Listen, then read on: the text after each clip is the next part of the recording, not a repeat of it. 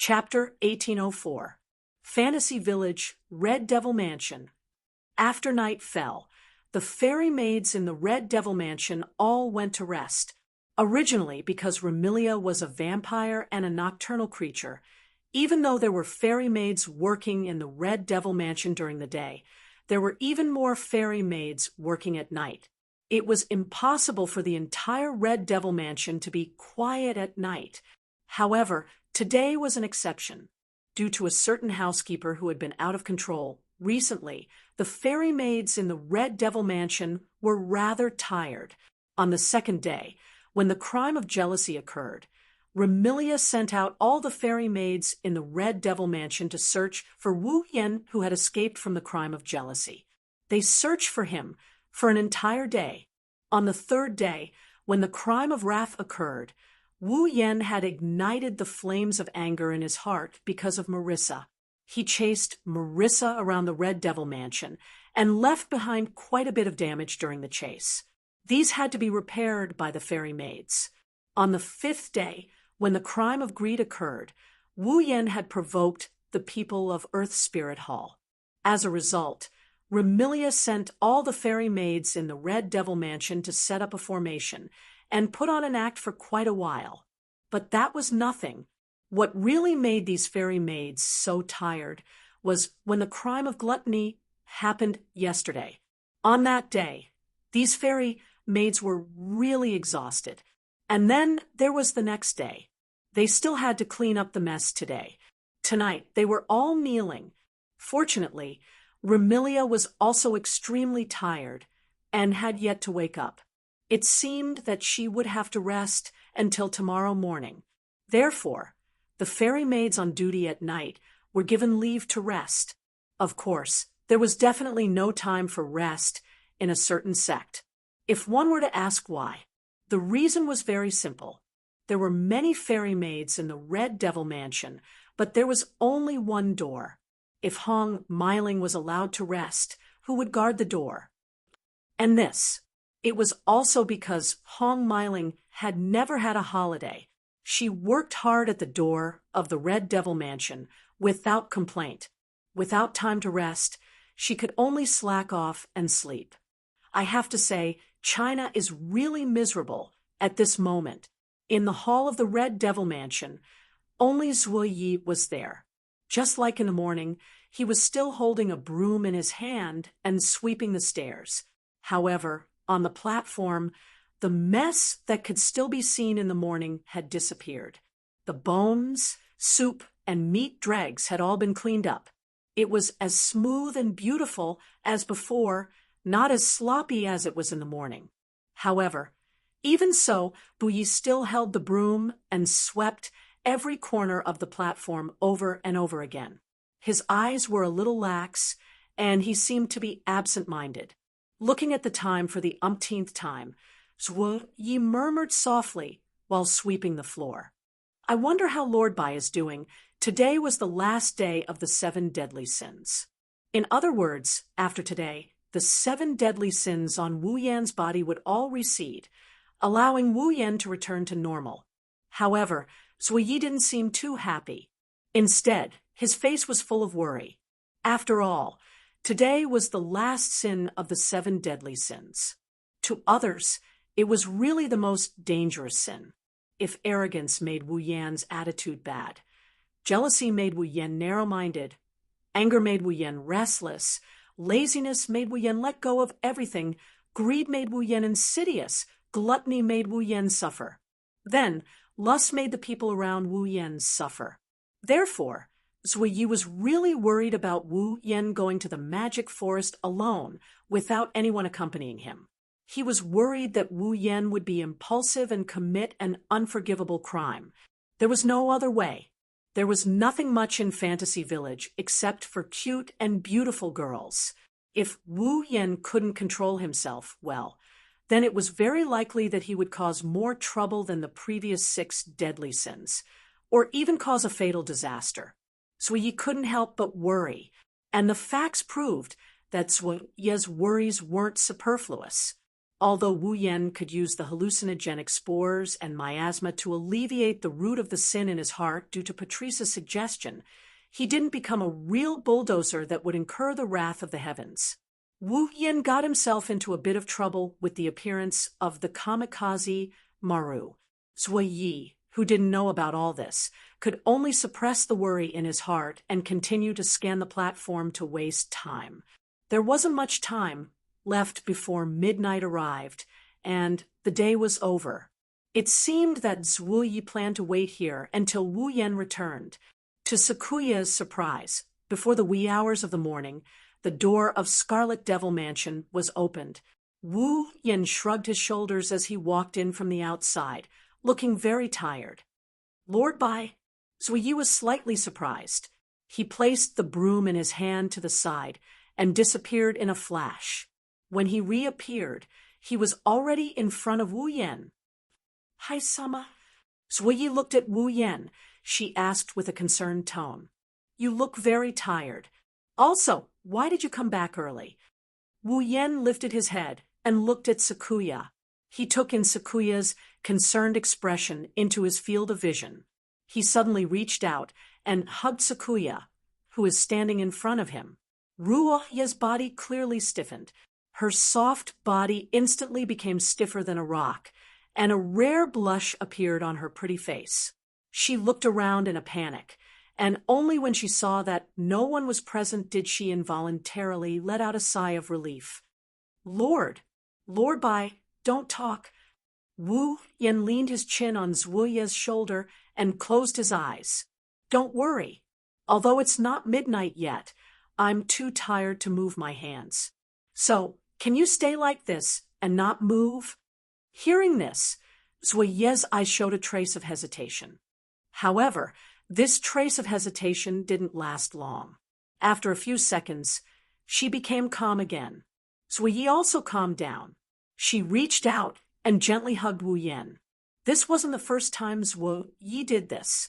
On the first day of Wu Yan's 7 deadly sins, when he suffered the sin of pride, Zui Yi also hugged Wu Yan in the same posture. He resisted the sin of pride and almost fainted because of the mental burden. Now, Wu Yan's 7 deadly sins was on the last day. Seeing that dawn was about to arrive, Zui Yi hugged Wu Yan in the same posture again.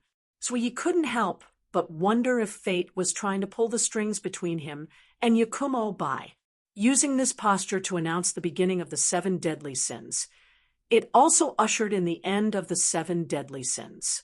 It had to be said that even if it was a coincidence, Zui Yi felt that it was very meaningful. With this thought in mind, Zui Yi hugged Wu Yan tighter and tighter. It was as if she was worried that the warm embrace would disappear. Feeling Zuoya's strength, Wu Yan took a deep breath and said in a voice as soft as a mosquito, The smell on Zuoya's body is really nice. Zuoya's beautiful face was inevitably dotted with a little blush. It was very cute. However, in the next moment, Wu Yan's other words made Zuoya's heart tremble. I realized that I seem to like you a little. Tell me, what should I do? Zuoya's heart suddenly trembled. Her pair of eyes slightly widened. What does this mean? Is this a confession? Zuoya's expression changed frequently. Sometimes it was shy, sometimes it was angry, sometimes it was ashamed, and sometimes it was timid. The emotions she revealed were almost as rich as her previous life. In the end, there was only the usual calmness on Zuoya's face. She sighed and said blankly, Actually, Zuoya doesn't know what kind of feelings I have for Lord Bai. Hearing this, Wu Yan smiled. His smile was very joyful. Zui Yi, who thought that Wu Yan was laughing out of anger because she did not respond, actually felt timid. That, Lord Bai, to be able to make the perfect and elegant head-maid go from being enemies when they first met to not even knowing if she likes me in less than 10 days. Before Zui Yi could say anything, Wu Yan interrupted her with a smile. I should be honored, right? With one sentence, the timidity and confusion in Zuoya's heart were swept away. A gentle expression appeared on her face. there is a secret that I have never told anyone after coming to Fantasy Village. Wu Yen said in a very gentle voice in Zhuo Ye's ear. My real name is Wu Yen. Wu Yen. Zhuo Yi repeated this name over and over again. She engraved it deeply into her memory and heart. In the vast hall, a man and a woman hugged each other. They did not separate until the clock struck midnight. Chapter 1805. Oh, today it was rare for Wu Yen to wake up early. Not only was he neatly dressed, but he was also stretching with a satisfied expression on his face. This was not only because he had a good sleep last night, but also because he was very relaxed mentally. 7 days ago, on the morning when the 7 sins first started to take effect, Wu Yen did not notice any changes in his body. However, when he noticed that the sin of pride was affecting him, his own nature clashed with the sin of pride. As a result, Wu Yen had a splitting headache.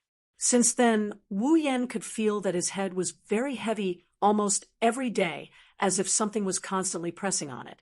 It was very uncomfortable. Of course, this was not because of the sin of the 7 sins, but because he knew his own situation. It was somewhat similar to a psychological effect. Now that 7 days have passed, the 7 deadly sins is officially over. Whether it's a psychological effect or the influence of the root of the 7 deadly sins, Wu Yen felt very relaxed. Well, after stretching, Wu Yen smiled bitterly. Although I felt very tired playing hide-and-seek with the paparazzi yesterday, Sensei Maru had the fastest speed in the entire Fantasy Village. Even though there were many bosses in the Fantasy Village, there were not many of them. However, there were still many demigod experts. In terms of speed, Sensei Maru was much faster than these demigod experts. If it was purely a competition of speed, Wu Yen could not compare to Sensei Maru, nor could he catch up to him. However, that was purely a competition of speed. Don't forget, Wu Yen had the magic of space teleportation. In the hands of Wu Yen, no matter how fast Sensei Maru was, there would be a time when he would be caught up. Therefore, yesterday, Sensei Maru was tragically caught by Wu Yen. After catching Sensei Maru, Wu Yen wanted to directly get rid of this scourge. However, compared to this, he was more concerned about whether this paparazzi had watched the whole process when he and Alice were having sex.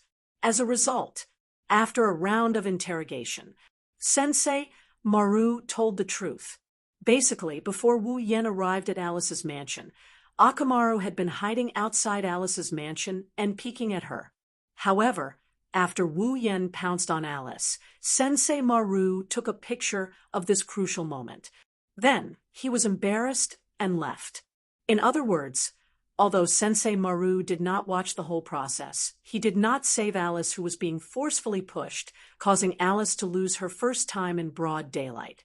Sensei Maru's explanation was that in that situation, if she broke in and saved Alice, it would be fine. But if she could not save Alice, it was very likely that she would even herself. This idea could not be said to be incorrect. But don't forget, the reason why Alice ended up like that was because Sensei Maru brought Wu Yen to her house. Otherwise, Alice would not have been forcefully pushed. Wu Yen is infuriated by the fact that Akamaru chose to save his own skin and even managed to take a photo of the most important part of the situation. Then Wu Yen tied Sensei Maru to one of the trees in the magic forest. Ignoring Sensei Maru's miserable cries, he confiscated the film again. As for the fatigue, it was because he had played hide-and-seek with Sensei Maru for the whole day. Anyway, the 7 sins are finally over. Wu Yen patted his cheeks and cheered himself up. Later, I will go to Yongyong Pavilion and ask Yonglin to fulfill her promise. After that, Wu Yen took the coat hanging on the hanger and slowly put it on as he walked out of the room. Arriving at the Red Devil Mansion's main hall, Wu Yen saw an unbelievable scene. Remilia was not sitting at the head of the round table. Instead, She sat to the side and looked at him with an unfriendly expression. Across from Remilia, Guming Diju sat there. He did not seem to be doing anything wrong. It was not elegant, but it was not rude either. He raised his teacup and sipped his black tea. Ling Wu Lu Kong and Flaming Mao Lin were standing side by side behind Guming Diju. A cart had appeared in front of Flaming Mao Lin. On the cart, Guming Diju was sleeping soundly with her fingers sucked in her mouth. She looked very cute. The 4 from Earth Spirit Hall were all present. As for the members of the Red Devil Hall, other than Remilia, who was looking at Gu Ming with an unfriendly expression, there was only San Yi, who was standing at the side with a tray in his hand, standing there in an awe-inspiring manner. Thinking about it, Fran should be the same as Gu Ming Dijua's love.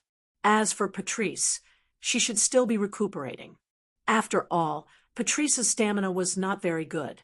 This was the first time she had been tormented by Wu Yen for an entire night. It was already a good result that she did not suffer from asthma. Thus, the scene was unbelievable. It was unknown if Wu Yan's arrival had attracted the attention of the people present. Almost at the same time when Wu Yan appeared, many girls who were silently confronting each other turned their heads and looked at Wu Yan with different emotions in their eyes. Remilia first sized up Wu Yan. When she saw that there was nothing wrong with Wu Yan, her expression relaxed. Gu Ming Dijua was purely pleasantly surprised. He even had a trace of expectation, as if he had seen a friend he had not seen in a long time.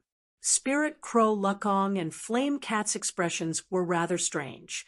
They seemed to be in disbelief and curiosity.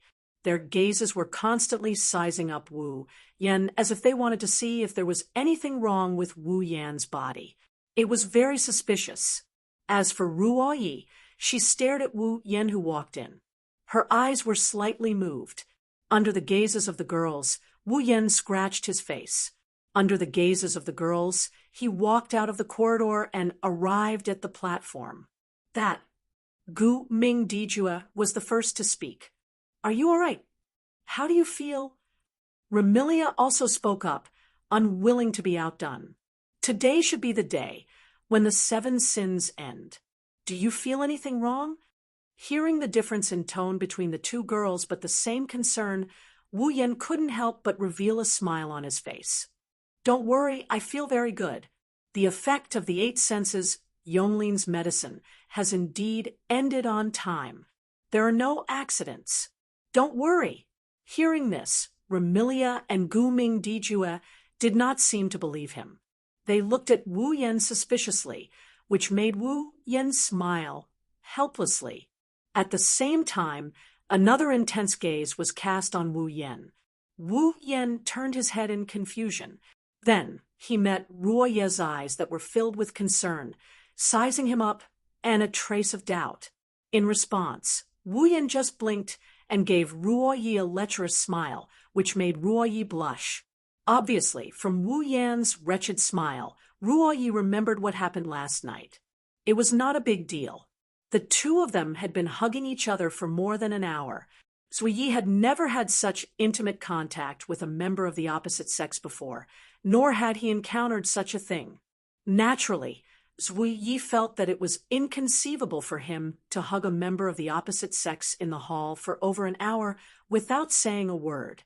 It also made Zui Yi feel rather ashamed. Remilia, who did not know all this, but observed Wu Yan and Ruo Yi flirting with each other. She frowned. Sure enough, there is still something strange. It seems that even Ruo Yi was affected. Hearing Remilia's words, Ruo Yi was embarrassed. Only Wu Yan shrugged at Remilia. "Okay, there is nothing strange about me." "Ruo Yi is not." Remilia's face was still full of doubt, but she didn't continue asking. She nodded nonchalantly and fell silent. Seeing this, Wu Yan turned his head and looked at Gu Ming Dijua, who was looking at him. He smiled apologetically. "I'm sorry to have caused you trouble these 2 days." "No, it's nothing." Gu Ming Dijua seemed to be slowly letting go of his restraint. His body was like that of a teenage girl, but a mature smile bloomed on his delicate face. Actually, I think it's quite interesting. Really? Wu Yan shook his head, not knowing whether to laugh or cry. Gu Ming Dijue also smiled and looked at Wu Yan closely.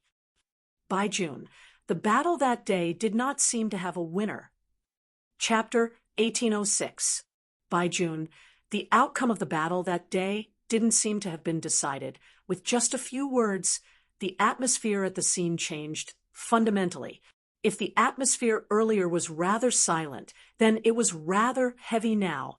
Just like Wu Yan, Remilia, Wu Yi, Wu Lakong, Flaming Cat Phosphor, and the other girls all stared at Wu Yan, causing the heavy atmosphere to become a little tense. Gu Ming's meaning was very clear. He wanted Wu Yan to give a list of the winners of the battle that day.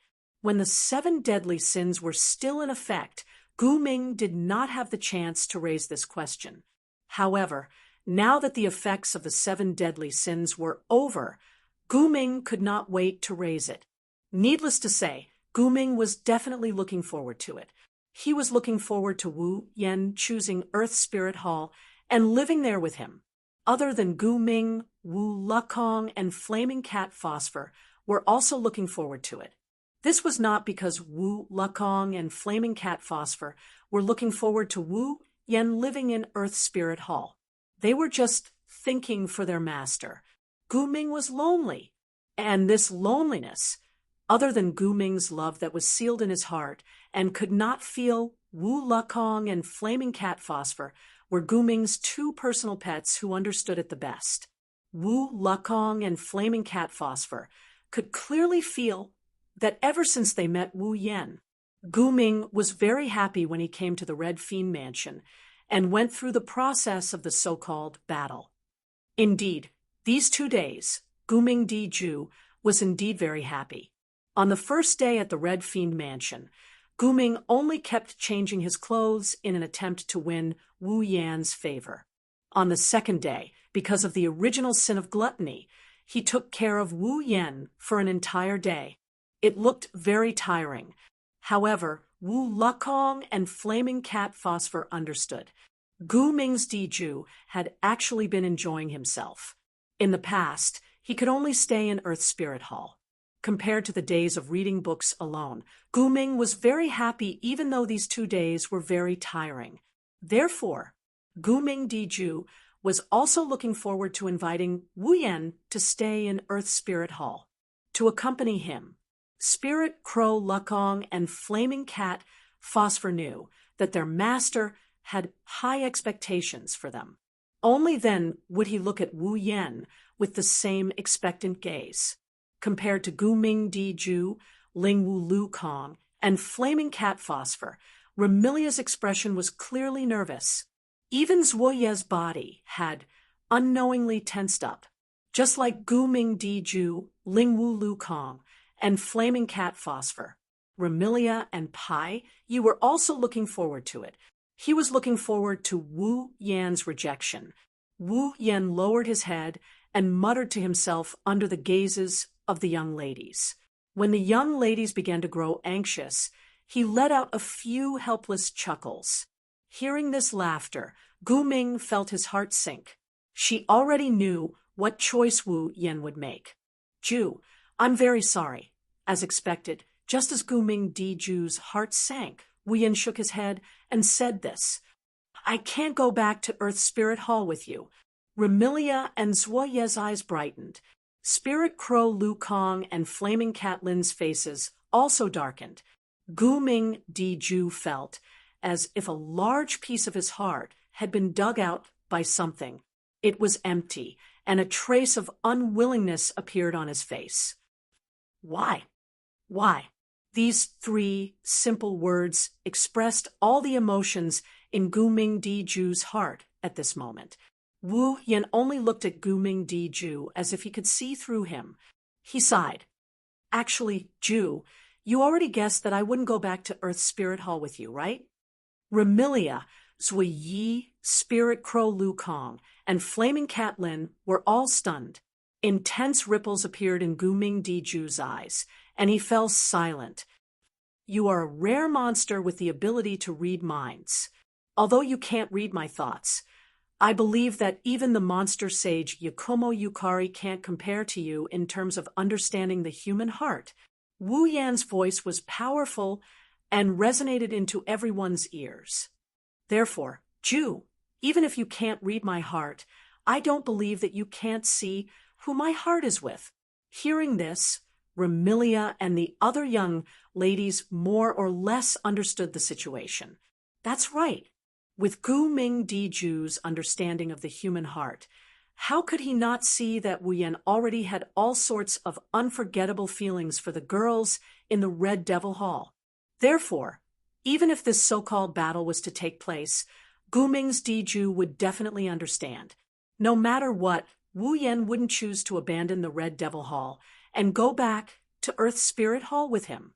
Since that was the case, why did Gu Ming Ju come all the way to the Red Devil Hall and engage in a battle that he was bound to lose? Gu Ming Ju, who was silent, seemed to have sensed this question and replied with a bitter expression. Understanding is one thing, anticipating is another. Even if I understand this reality, I still want to try and see if I can make you choose Earth Spirit Hall. This time, it was Remilia and the others' turn to be silent. Ju.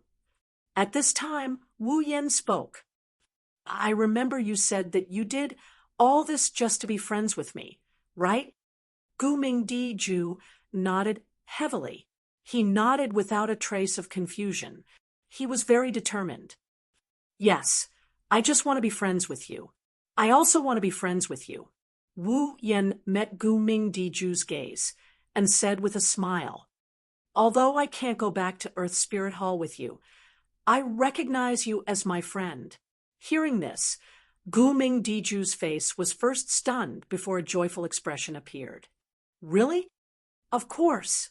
Wu Yan replied without a trace of confusion. He was very determined. Even if I can't go back to Earth Spirit Hall with you, how can I not see the care you have taken for me these days? Then, Gu Ming Ju asked with a bit of unease, what do you mean? The winner of this battle has been decided from the beginning. There is no loser. Wu Yan smiled gently. If you welcome me, I will go to Earth Spirit Hall as a guest when I have time. At this moment, Gu Ming Ju's heart was filled with warmth and joy.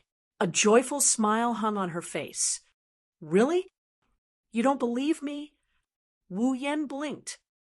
Do you want me to remove my electromagnetic barrier and let you read my heart? No, no need. Gu Ming Ju slumped in his seat as if a heavy burden had been lifted off his shoulders. He stared at Wu Yan. There was only one feeling left in his eyes, face, and heart. Joy.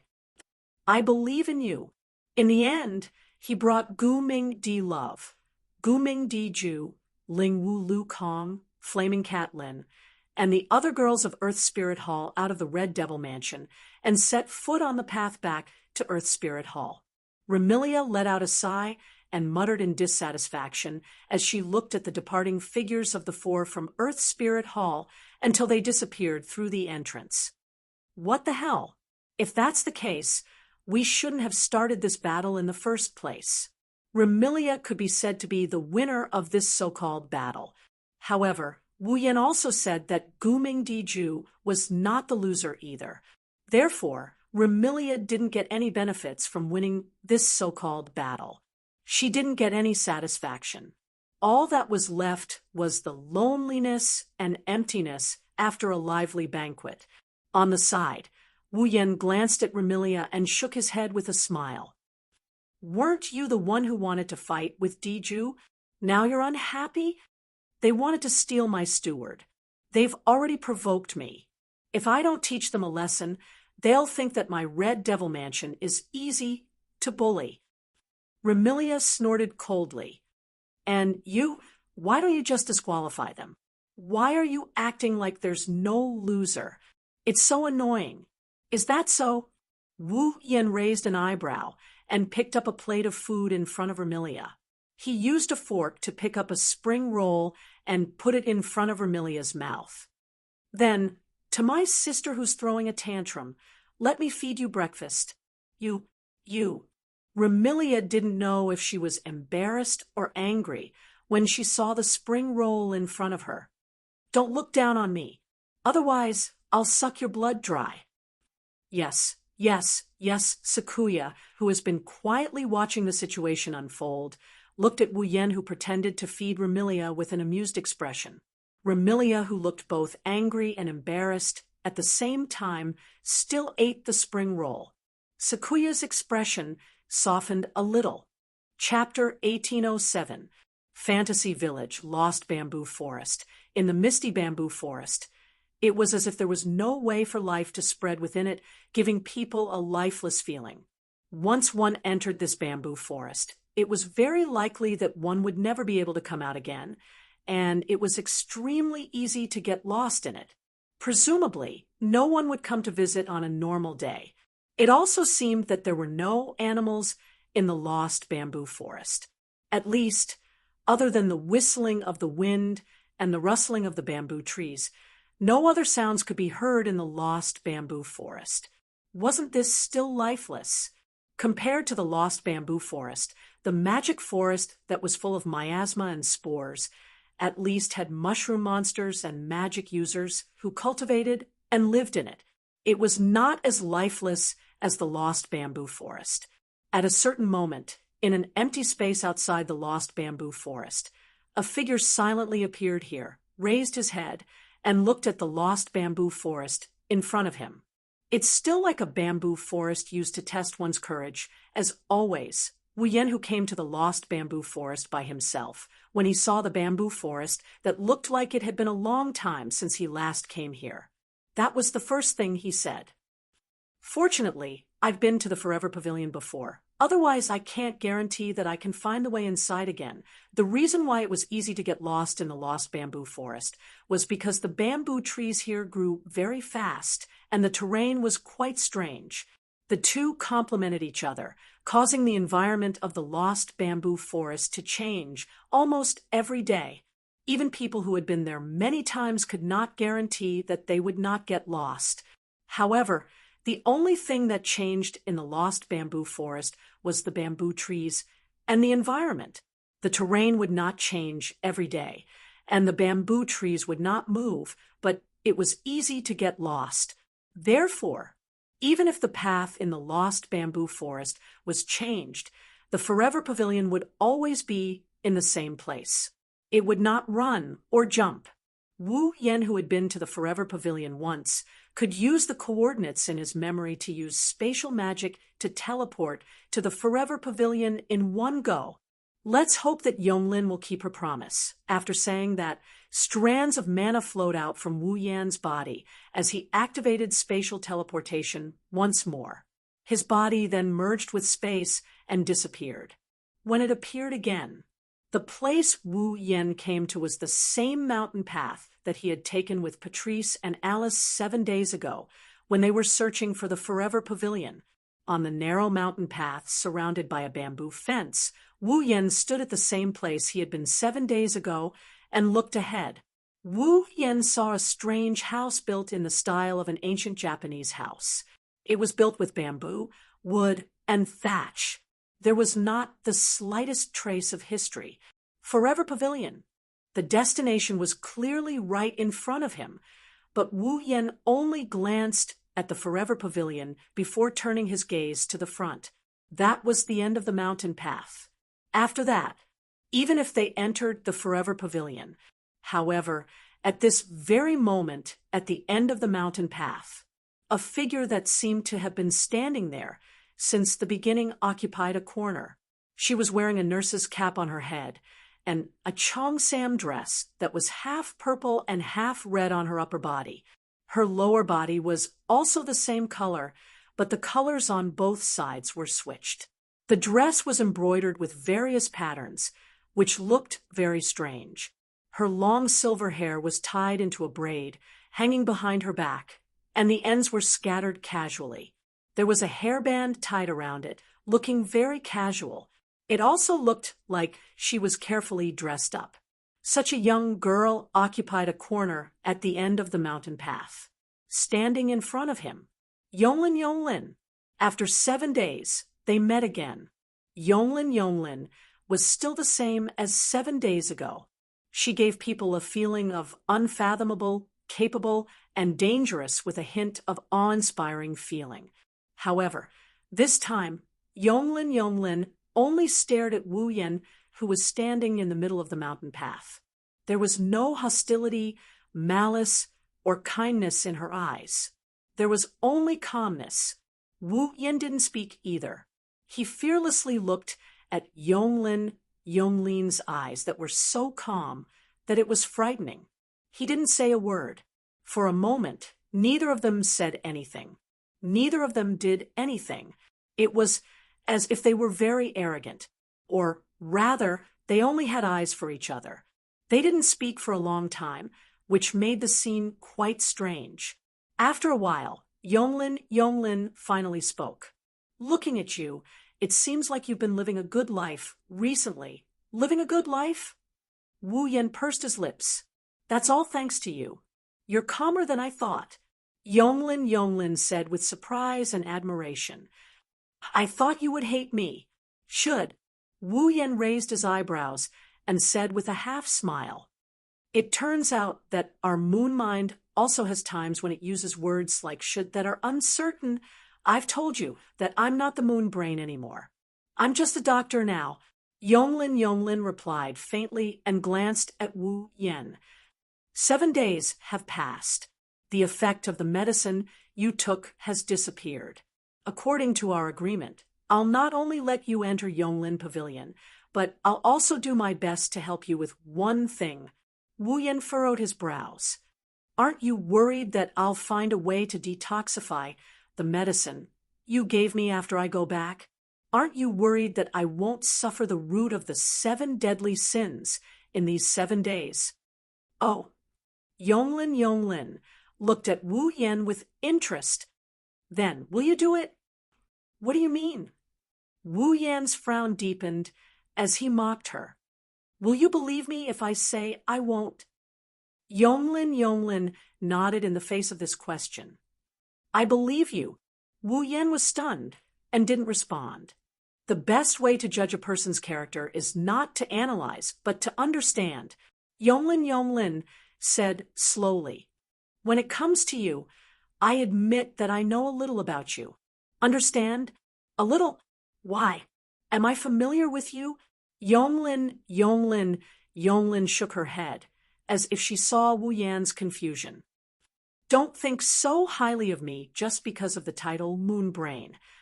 I've told you that many things are not as complicated as you think. I just don't feel that you're a treacherous villain." Yonglin turned around. "Come in with me." Seeing Yonglin leave behind a sentence and walk towards the Forever Pavilion without looking back, Wu Yan pondered for a while, lifted his feet, and followed her resolutely. After passing through the long mountain path and entering the courtyard of the Forever Pavilion, Wu Yan realized that the interior of the Forever Pavilion was not as tranquil as it had been on the mountain path. In the simple and crude courtyard, plump rabbits were scattered like a flock of sheep coming from all directions. Furthermore, the rabbits were squatting in the courtyard, staring curiously at Wu Yan with their red eyes. Yes, the eyes of these rabbits were filled with curiosity. This also proved that the rabbit in the Forever Pavilion was definitely not an ordinary rabbit.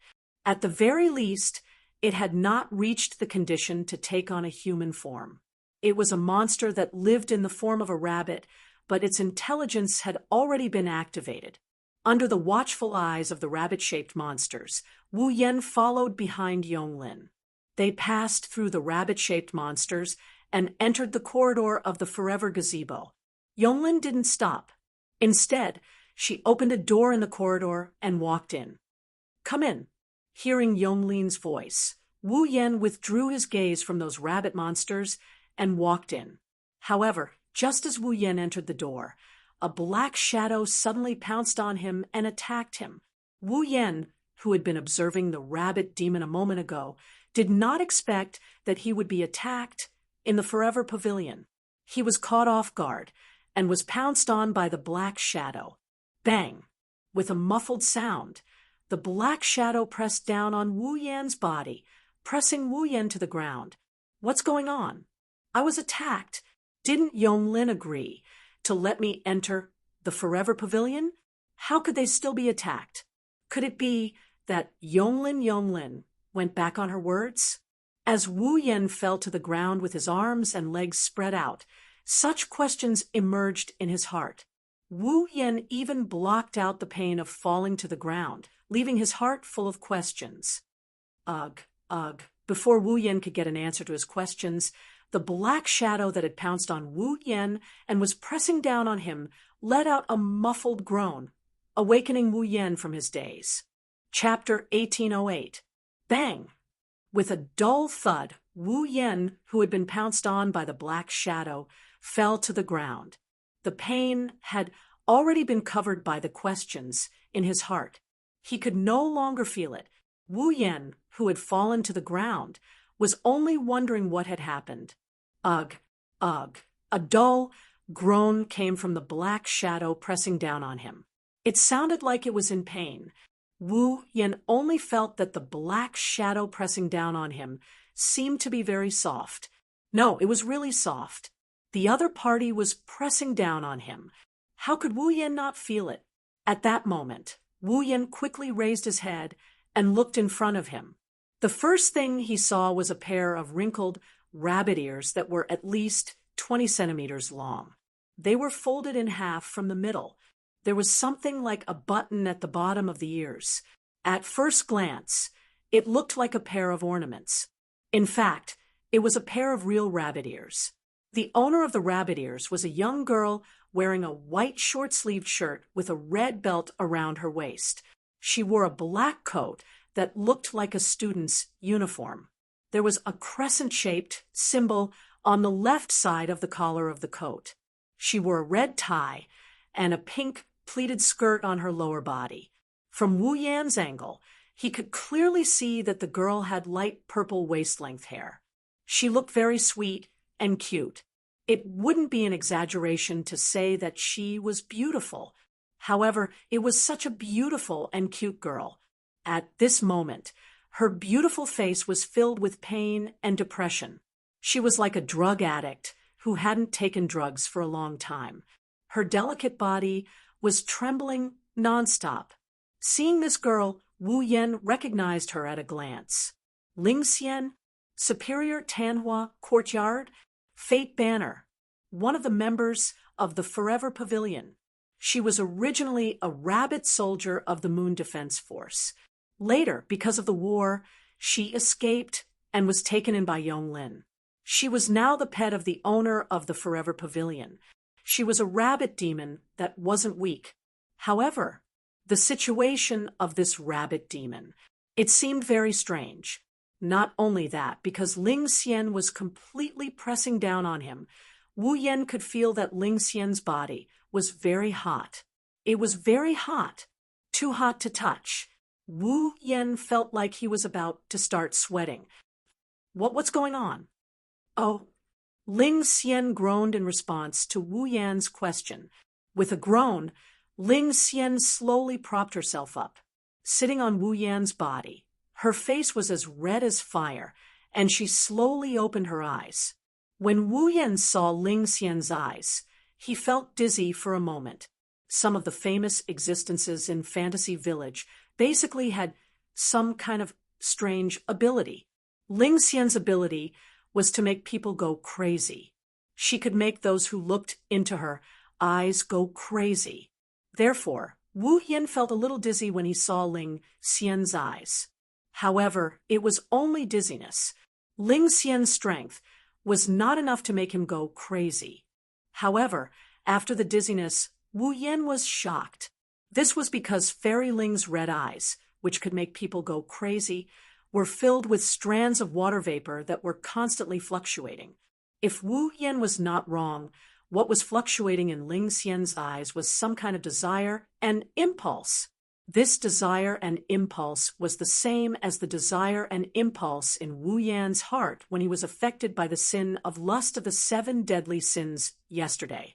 That was the desire and impulse for the opposite sex.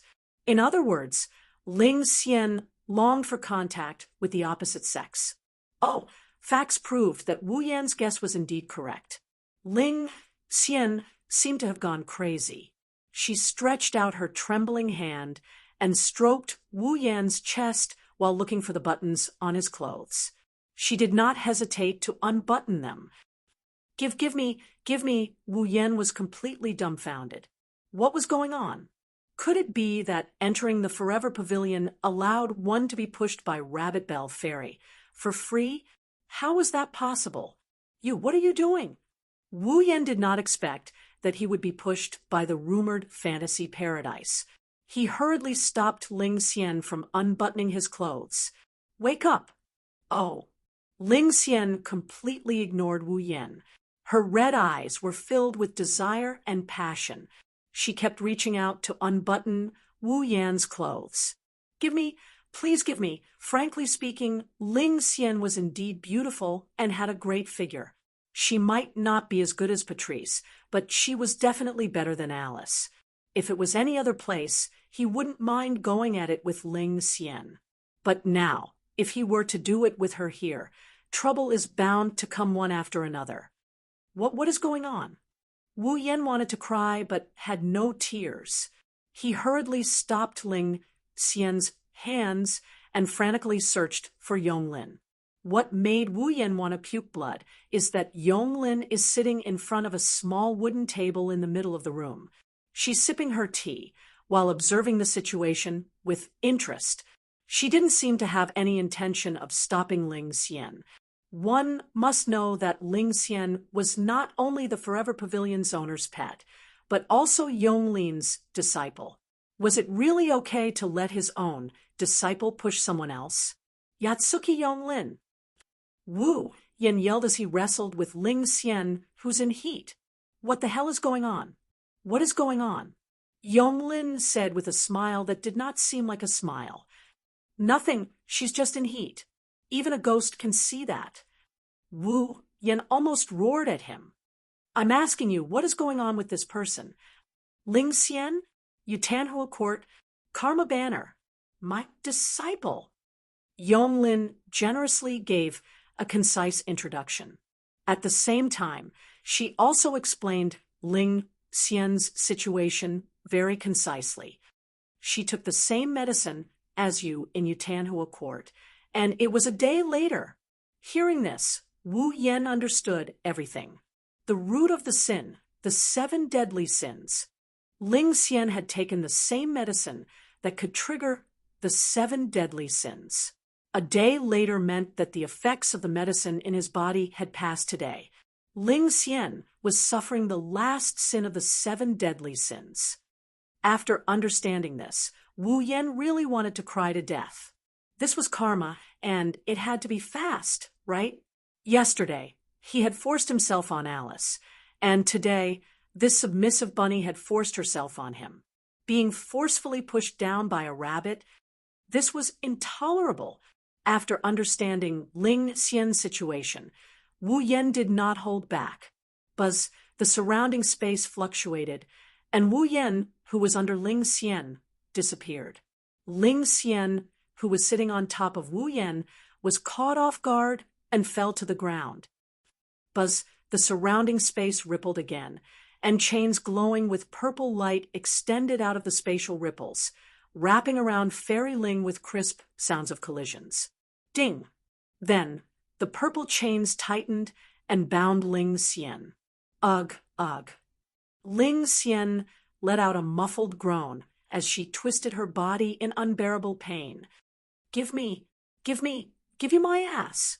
Wu Yan, who appeared not far away, complained and looked at Yonglin unkindly. I say, what is going on? Are you angry? Yonglin did not answer his question and tilted her head suspiciously. Shouldn't you men be happy about this kind of thing that comes to your door?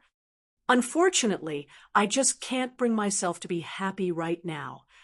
Wu Yan asked in a depressed manner. Why did you give your disciple that kind of medicine? Is it that hard to guess? Yonglin said, as if it was a matter of course. Of course, it is to test the medicine. Test the medicine? Wu Yan flinched at her words. Didn't you use me to test the medicine? The human body is a very mysterious existence. Some people have high immunity, some people have low immunity. Some people can be cured by drinking a certain kind of medicine. Some people will poison themselves to death if they drink the medicine of others. Yonglin replied, a drug may have one effect on you, but it may have another effect on others. Is it strange to let different people drink the same drug for an experiment? Indeed, Yonglin was right. Just like a medicine that could cure a certain disease, it naturally had to be tested on different patients. Only when it was confirmed to be effective on every patient could it be used officially. Therefore, Wu Yan had nothing to say. He could only mourn for Ling Xian. Not only was she often bullied by others, even her own master used her to test medicine. She was really pitiful. Chapter 1809. In the typical Japanese-style room, Ling Xian's muffled groans echoed in the air, indicating her inner struggle. Yonglin obviously used Ling Xian as a guinea pig for her concoctions. She only glanced at Ling Xian and ignored her. Wu Yan couldn't help but sigh at how shameless the people in Gensokyo are. Yonglin took a sip of tea, and she didn't even look at Wu Yan.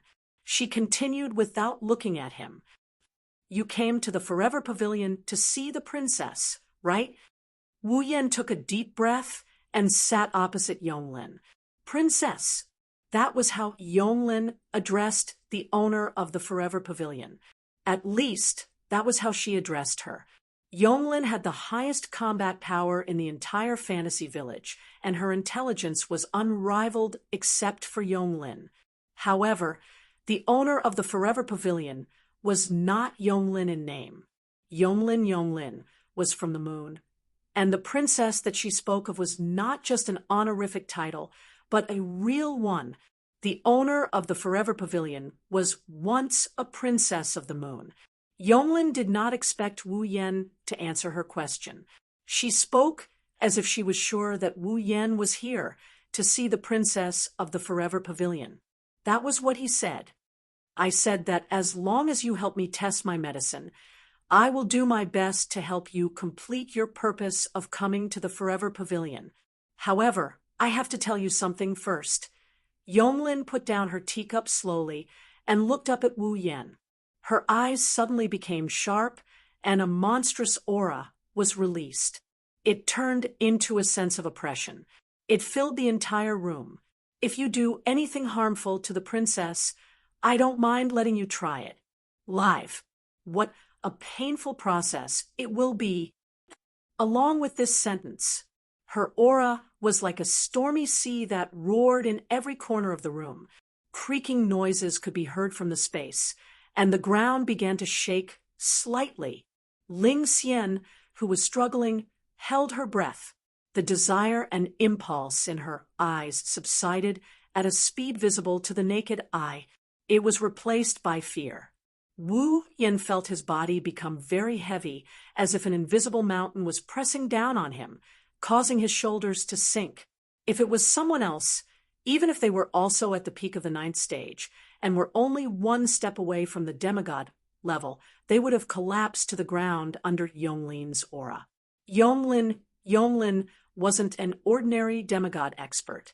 She was a truly powerful existence who had walked a considerable distance in the demigod realm and was constantly shortening the gap between her and the divine realm. At the demigod level, even a difference of one level could be described as heaven and earth.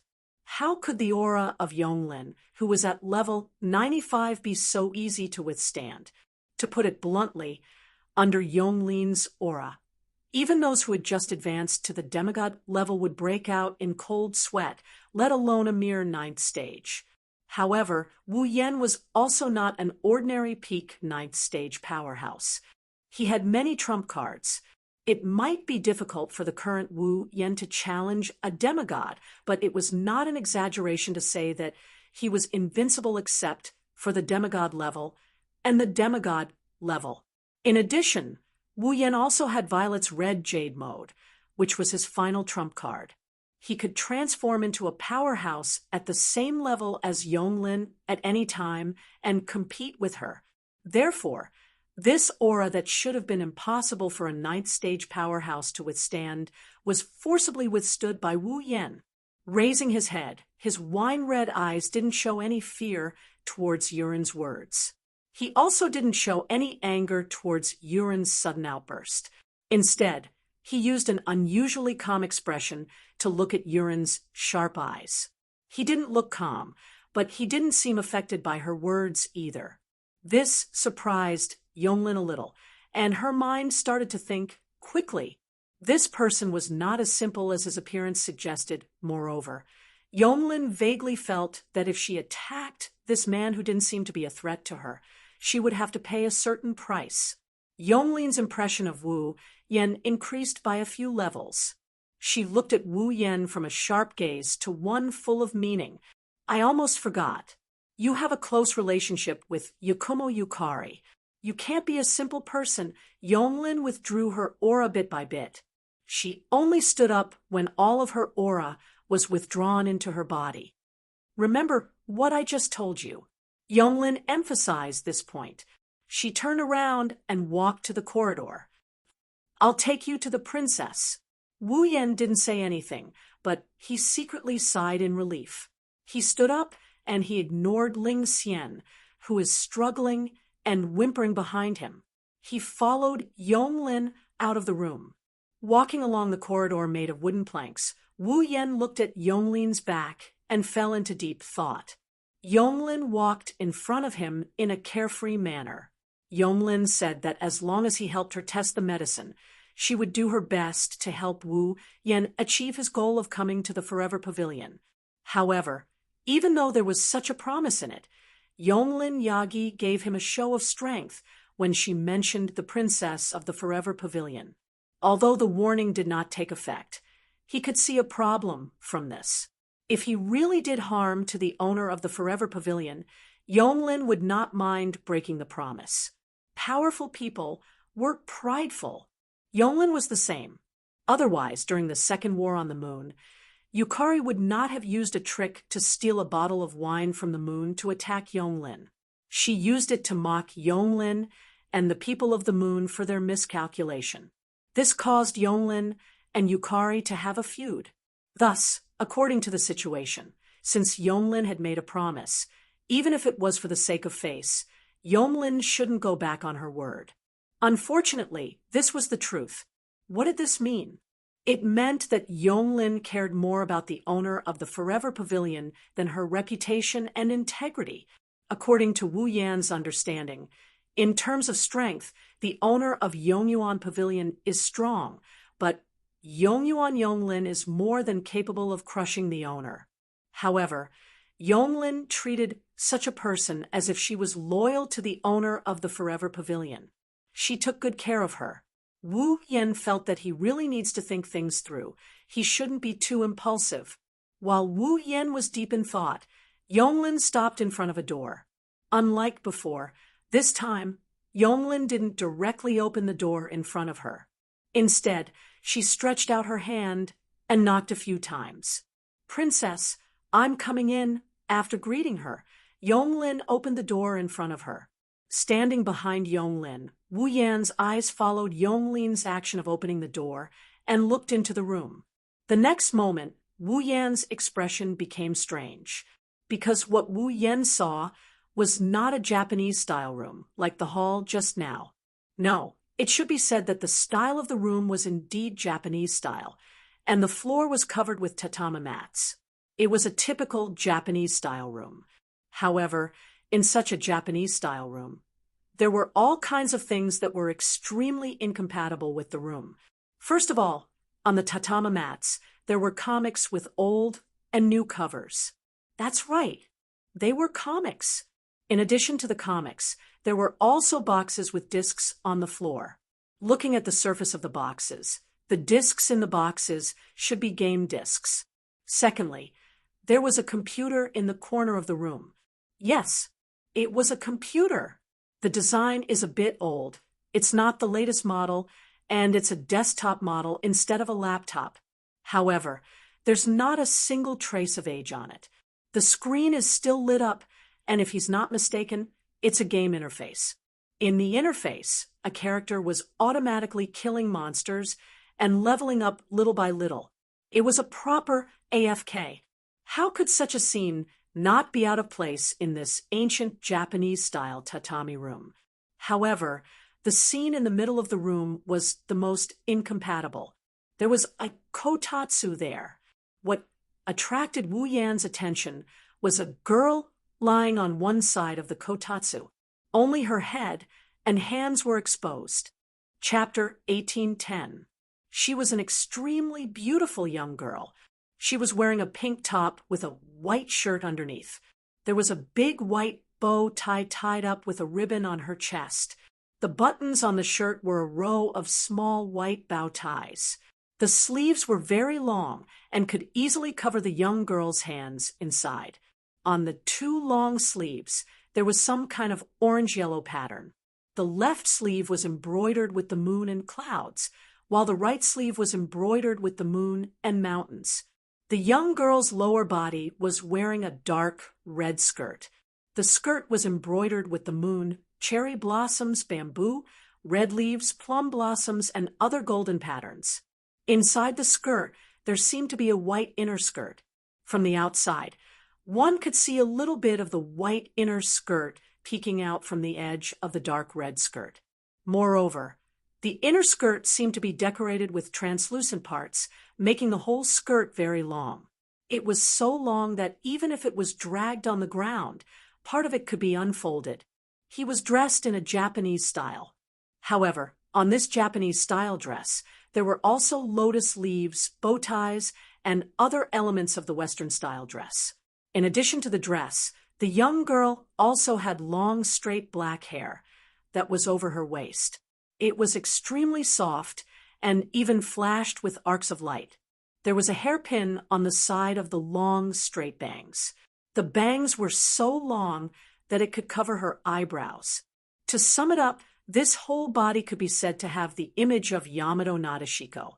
At first glance, she looked like a very noble young girl. It was believed that anyone who saw such an extremely beautiful and noble young girl would definitely feel that Hachiya Yonglin's name was the best word to describe this young girl. Princess. This was indeed a beautiful princess, royal highness. However, looking at this beautiful princess, royal highness, the corner of Wu Yan's mouth was twitching. There was no other reason. This noble princess, royal highness, at this moment, was nestled in the quilt, lying on her side like an abandoned house. Her soft long hair was spread on the tatami without the slightest bit of tidying. She looked like she couldn't wake up. Not only that, part of the bright clothes on this noble princess, royal highness, was messy, exposing her entire abdomen. Her sleeping posture was a bit sloppy. If it wasn't for this young girl's faint, noble temperament and dazzling, exquisite face that could make people dazzled, this scene, it would definitely break the hearts of those who had a vision of the word princess, not to mention Wu Yan. Even Hachiya Yonglin's eyes twitched slightly. The enigmatic expression on her face suddenly disappeared. It was replaced with an angry and headache like a mother who saw a disobedient child. He didn't know if Yonglin ignored him or not, but she walked into the room. She walked past the manga and game discs on the floor. She stopped in front of the beautiful girl and she squatted down. Princess! Princess! Yonglin reached out her hand and patted the face of the girl. She called Princess. Wake up! Princess, Royal Highness. Oh, The young girl frowned slightly. Then she slowly opened her eyes, revealing a pair of beautiful eyes that were as deep as gemstones. She stared blankly at Yonglin in front of her for a while. Only after a while did she regain her senses. Yonglin! The clear dewdrop-like sound reverberated clearly in the surroundings. It was very pleasant to the ears, and it was quite pleasing to the eyes. Whether it was appearance, temperament, or voice, this Princess Royal Highness was perfect. It was impossible to find someone more attractive than her. Unfortunately, even with such good hardware, this Princess Royal Highness software seemed to have some problems. She rubbed her eyes and yawned sloppily. Yonglin, is it dawn? Princess, you should know better than me whether it's dawn or not, right? Hachia Yonglin sighed. Princess, did you play games all night last night again? I didn't play all night. Yonglin retorted half-dead.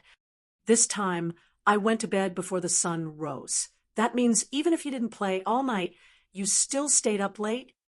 Hachia Yonglin said with an unfriendly expression. Looks like I'll have to confiscate some of your games and comics to make you behave. Her words made the sleepy princess jolt awake. She woke up and threw herself onto Yonglin's body, letting out a tragic cry. No, you can't do this to me. Yonglin, I just want you to pay attention to your image. Don't forget, you're the Princess of the Moon. I'm not the Princess Royal Highness anymore. Yonglin, you didn't object to me playing games back then, right? I don't object to you playing games, Princess, but you have to pay attention to your body. I didn't agree to you playing games all night. What does it matter? I'm not only an immortal from the moon, but I've also swallowed Penglai's medicine. I won't die even if I play all night. Looks like you're not going to repent, Princess. I'll have to confiscate your games and comics. Don't. Outside the door, the corner of Wu Yan's mouth twitched harder and harder as he watched the scene unfold. His expression kept changing until it turned into one of embarrassment.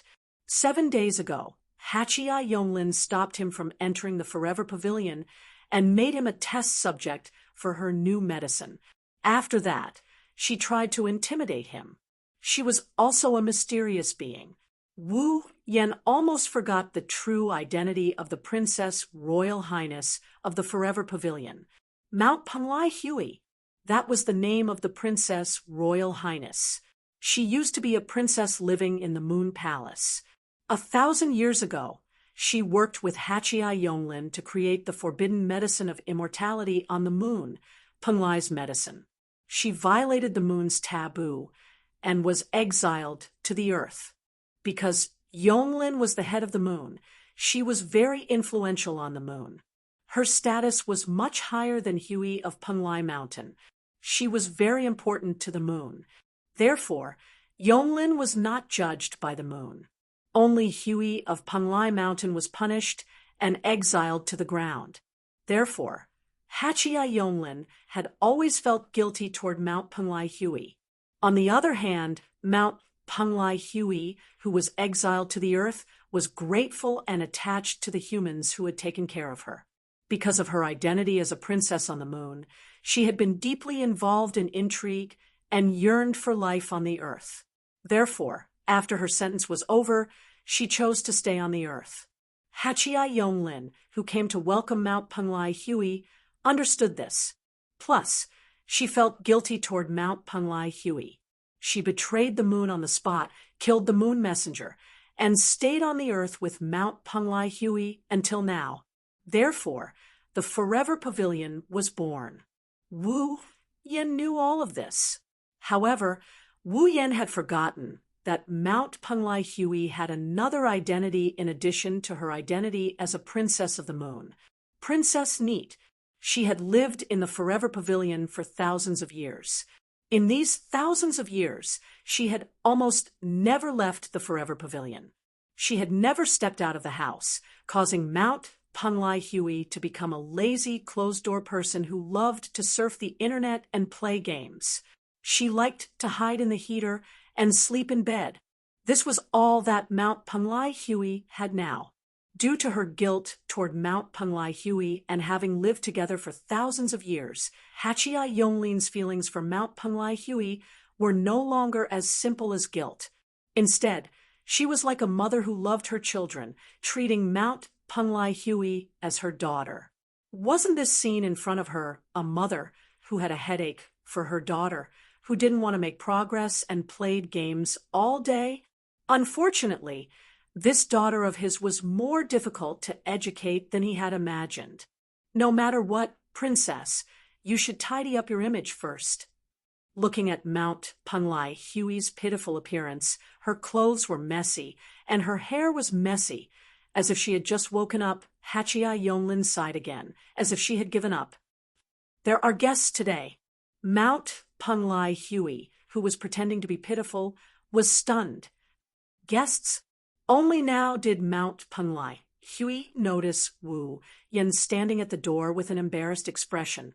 That pitiful appearance suddenly froze on her face. Ha! He. Looking at Mount Punlai Hui's stiff expression, Wu Yen laughed dryly a few times. Hello, Mount Punlai's Hui finally reacted, sizing up his own sloppy appearance. Wah! The sorrowful cry of the squatting princess resounded through the sky. Chapter 1811. As a princess, Mount Punlai Hui could be said to be very spoiled. It wasn't until she lived on the ground for a period of time that she gradually became able to get along with others as equals. Although she had lived in the Forever Pavilion for thousands of years and never left the house, becoming a complete otaku, whether it was as a princess or as a woman, Mount Punlai Hui couldn't reveal her undignified side in front of people who weren't close to her. Not to mention, this person was a strange man who she had never seen before. Unsurprisingly, Mount Punlai Hui's delicate and beautiful face turned black, white, green, and purple after realizing that there was a strange man at the scene. It was very wonderful. In the end, it even turned into a face full of red. Wah! In the midst of the sorrowful cry, Mount Punlai Hui jumped out of the quilt, like jumping in the night. She hurriedly tidied up the clothes on her body that were so messy that it looked like they were about to fall off. Then, she hurriedly tidied up her hair. However, Mount Punlai Hui, who was too flustered, didn't notice that her room was still full of game discs and manga. As a result, in this panic, she directly stepped on one of the game discs. With a slurp sound, Mount Punlai Hui once again let out a sorrowful cry. Her body leaned forward and smashed onto the ground. Bang! In the midst of the muffled sound, Mount Punlai Hui's painful cry also sounded. That posture with her face on the ground made Wu Yen and Yonglin, who were watching this scene, feel very painful on their faces. Wah! Mount Punlai Hui miserably covered her face and sat up. Her eyes were full of water vapor, like a child who fell down, but still stubbornly found a comb and carelessly tidied up her messy hair. But the more she tidied it, the messier it became. Yonglin couldn't bear to look directly. She turned her head away. On the contrary, it was Wu Yen who shook his head with a smile. Walking forward, Mount Punlai Hui frantically tidied up her hair, snatched the comb from her hand, and sat behind Mount Punlai Hui. Let me help you. After saying that, Wu Yen didn't give Mount Punlai Hui any chance to respond. He lifted Mount Punlai Hui's messy hair and used the comb in his hand to carefully comb Mount Punlai's hair. Mount Punlai Hui stared blankly. She didn't react for a long time. Even Yonglin didn't expect that things would develop like this. She looked at Wu Yen, who was combing Mount Punlai's hair, with surprise. In an instant, all the noises in the noisy room disappeared, leaving only silence. Under Wu Yan's skillful movements, Mount Penglai Hui's messy hair gradually recovered its smoothness.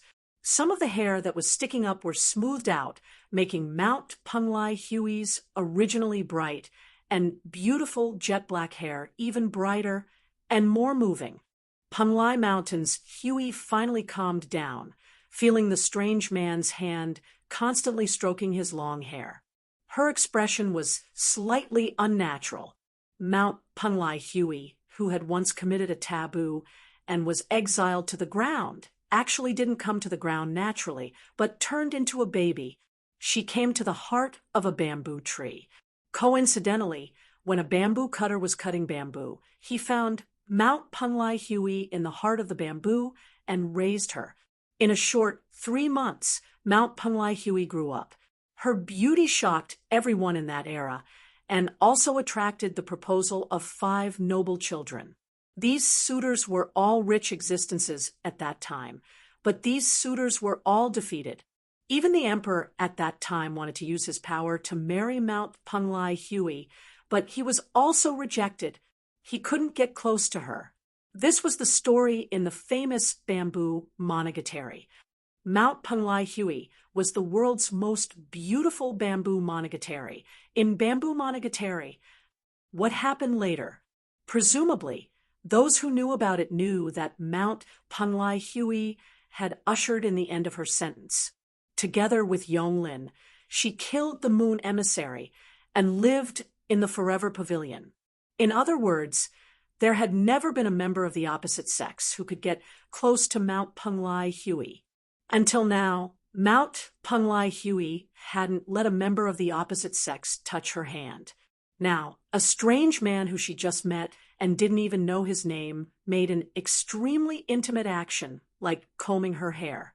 How could Mount Penglai Hui, who hadn't had intimate contact with the opposite sex for many years, be natural?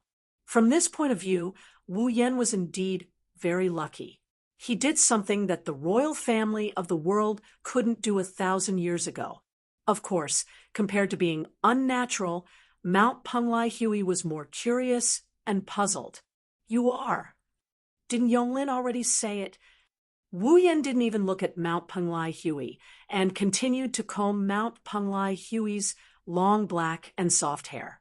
I'm just a guest. Hearing this, Mount Penglai Hui's heart was slightly surprised, and a trace of unwillingness emerged. One must know that back then, almost everyone who was lucky enough to see Mount Penglai Hui was captivated by her beauty, causing them to be unable to sleep at night, unable to drink tea, unable to eat, and even the emperor fell under Mount Penglai Hui's skirt. Now, a man was indifferent to her beauty. It's no wonder Mount Penglai Hui felt unconvinced. Mount Penglai Hui didn't know that although her appearance was indeed heaven-shaking, which of Wu Yan's female friends wasn't in existence with outstanding appearance? Without mentioning other things, just Ikaros's angelic appearance was enough to rival Mount Penglai Hui. Wanting to rely on appearance to make Wu Yan bow down to her was already an impossible task. Moreover, Mount Penglai Hui didn't think about it. No matter how outstanding her appearance was, no matter how extraordinary her temperament was, no matter how noble her identity was, after the farce just now, her image was almost shattered, enough to make the unreachable distance disappear completely. It's because of this that Wu Yan took the comb from Mount Penglai Hui's hand so naturally and helped her comb her hair. One has to say, Wu Yan's combing technique was indeed not bad. Not long after, Mount Penglai Hui's previously somewhat messy black hair became smooth, like a waterfall made of black silk hanging straight down. Mount Penglai Hui also tidied up her clothes. The whole sloppy image was gone, and her noble and elegant temperament was revealed. This kind of Mount Penglai Hui is worthy of the title of princess. Using the hand hidden in her long sleeves to stroke her hair, Mount Penglai Hui praised. I didn't expect a man like you to be so good at combing hair. Practice makes perfect. Wu Yan casually put the comb in his hand on the side of the table and casually replied, I have a lot of headache-inducing girls by my side. I also helped these girls comb their hair a lot, so I slowly became proficient. Although he said this, Wu Yan's expression didn't look like he was having a headache at all. Instead, it softened a lot, causing Mount Punglai Hui to come closer curiously. Girls? Which girls? Even if I tell you, you won't know. Wu Yan said snappily, and then glanced at Yonglin, who didn't say anything. Yonglin seemed to understand the meaning of Wu Yan's gaze, and also glanced at Wu Yan, her expression unexpectedly calm. Princess, this guest seems to have come here to look for you, for some reason. Looking for me? Mount Punglai Hui was a little surprised. Why would someone want to look for me? Hui of Punglai Mountain had lived in seclusion in the Forever Pavilion for thousands of years. Not many people in the fantasy village knew her. Even many of the people from the moon who had hunted her down in the past had forgotten her. Generally speaking, it should be impossible for anyone to come looking for her. I have something to ask of you. Seeing Mount Punglai Hui's doubts, Wu Yan thought about what to say in his heart, but on second thought, he gave up. Don't look at Mount Punglai Hui's current appearance. In the past, Mount Punglai Hui was the princess of the moon and had experienced a lot of intrigue. If he hid it, it would easily arouse the suspicion of Mount Punglai Hui. Besides, there was the moon's brain next to her. Wu Yan didn't think he could hide anything from these two if he wanted to. Therefore, instead of hiding it and arousing the suspicion of Mount Punglai Hui and Yonglin and complicating things, it was better to directly state his purpose. In that case, perhaps, it would be easier to succeed. After making up his mind, Wu Yan didn't hesitate any longer. He went straight to the point and said this, I want a drop of your blood. Chapter 1812. Blood. Mount Punglai's Hui was stunned. Blood. Yonglin frowned deeply and looked at Wu Yan as if she wanted to see through Wu Yan's heart. I know you're a vampire, and not an ordinary one at that, but you didn't take the princess's blood to satisfy your stomach, did you? Hearing this, Wu Yan secretly praised Yonglin. From the beginning to the end, Wu Yan never said that he was a vampire, nor did he reveal that he was the true ancestor of vampires. Only the people from the Red Devil Mansion knew that he was the true ancestor of vampires. Yonglin, on the other hand, had only seen him twice. She didn't even touch his body, but she already knew his identity. Should I say, as expected of the former brain of the moon, the reason I want to get a drop of Princess Kagaya's blood is simple. Wu Yan spilled out his reason while thinking about it. Princess Hui's blood can make me stronger. Stronger? This time, it was Mount Punglai's turn to frown. Indeed, vampires live on blood. The princess's blood not only contains the life essence of the moon people, but also the essence of the immortal Punglai medicine. The blood contains a lot of power. Yonglin stared at Wu Yan and sneered. However, weak vampires can't get power from the princess's blood at all. They might even explode. Powerful vampires don't need the princess's blood to increase their power, right? Vampires are also one of the immortal existences. In terms of immortality, it was the effect of the moon people's Mount Punglai bright night and the medicine of Punglai. Its immortality was comparable to the true ancestor of vampires. There weren't many people who could really kill Mount Punglai. However, wanting to use Mount Punglai's blood to increase their power for vampires, it was a little redundant. As Yonglin said, weak vampires couldn't get power from Kagaya Punglai's blood. They might even explode because the power in the blood was too strong.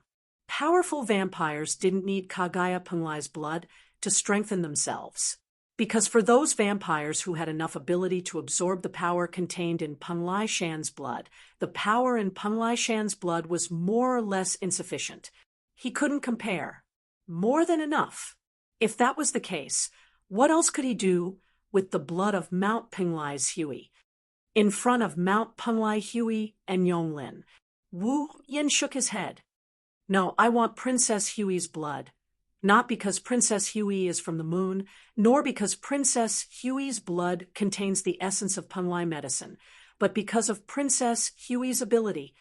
Wu Yen looked at Kagaya of Penglai Mountain and Yonglin of Hachiai Mountain as he enunciated his words. The ability to control the forever and the moment. The ability to control eternity and moment. This was the ability of Mount Penglai Hui. Eternity was a world without history, a world where the eternal calamity would not descend in the future. In that kind of world, any change was rejected. Even if there were signs of life moving inside, it was the same as time standing still. Nothing would change.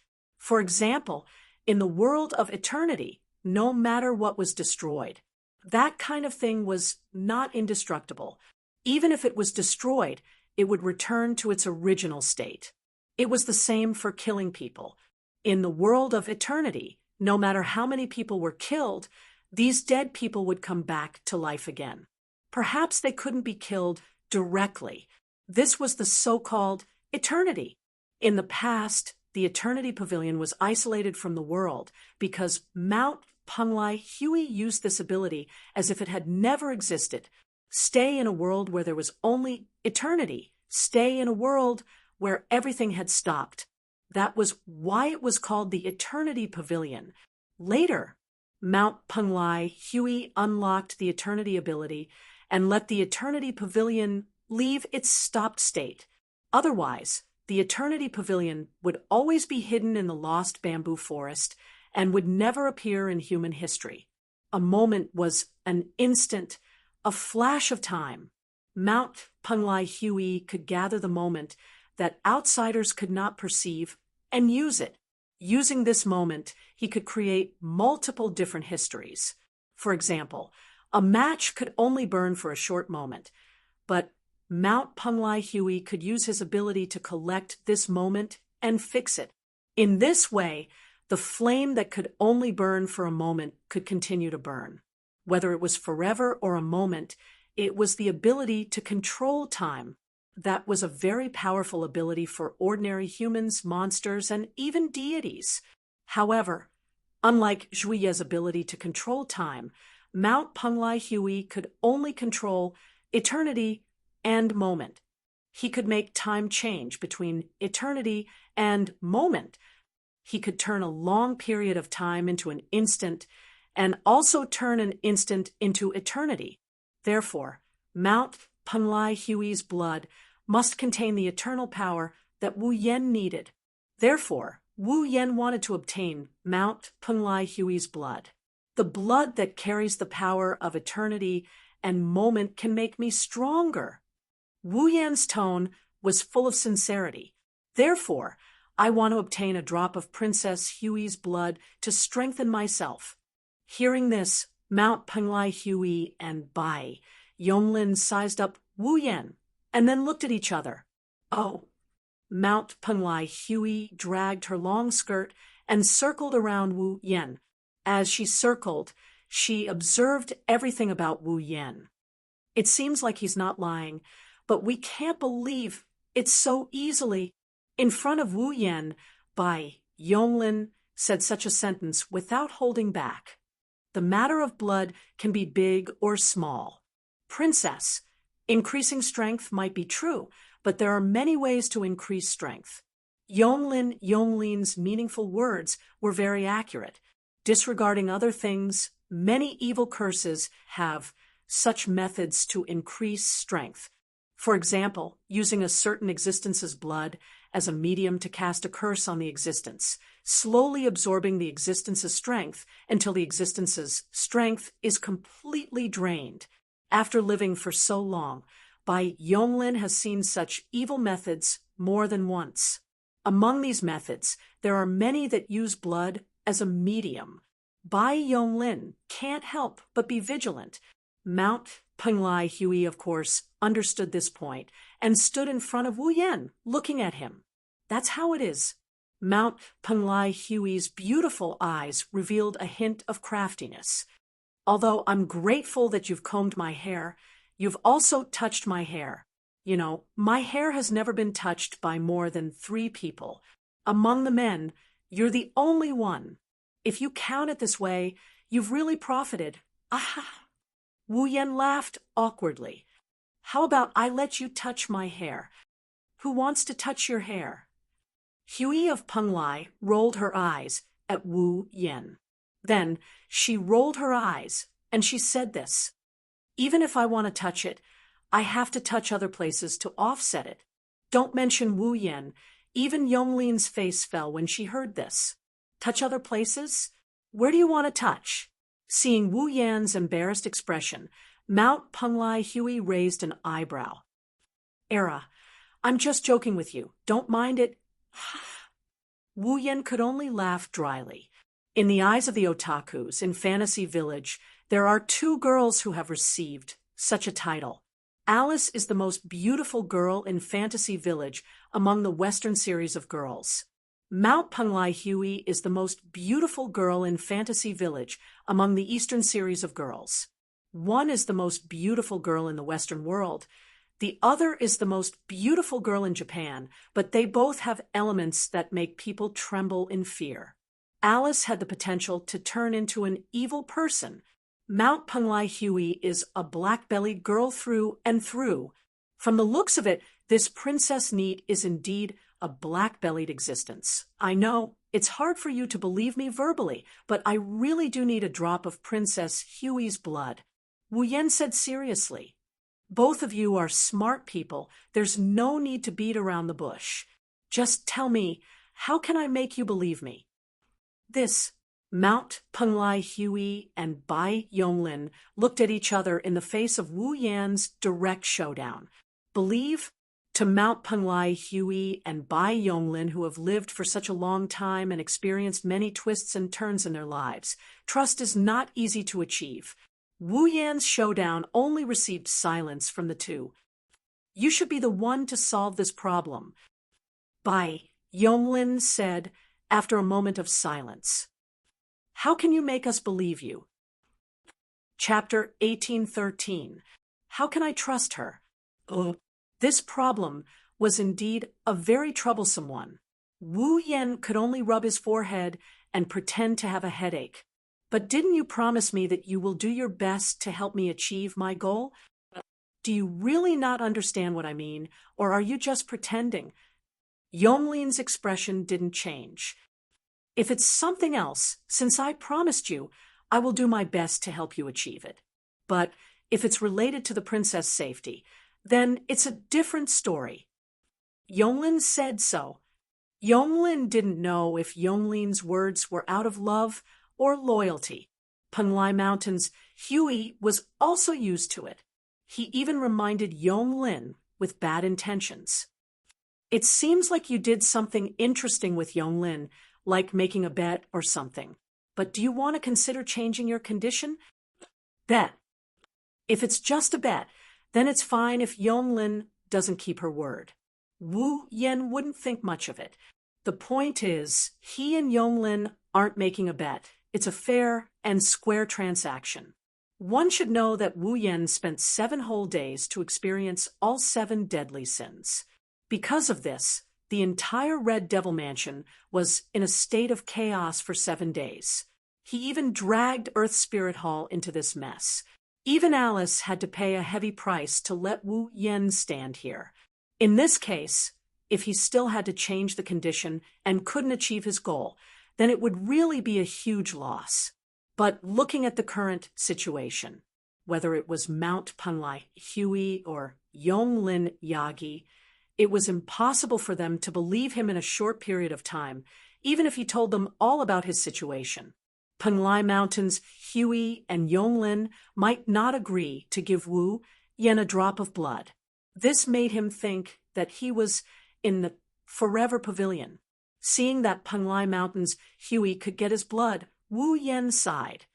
In other words, I can't compromise no matter what. I'm not that stubborn.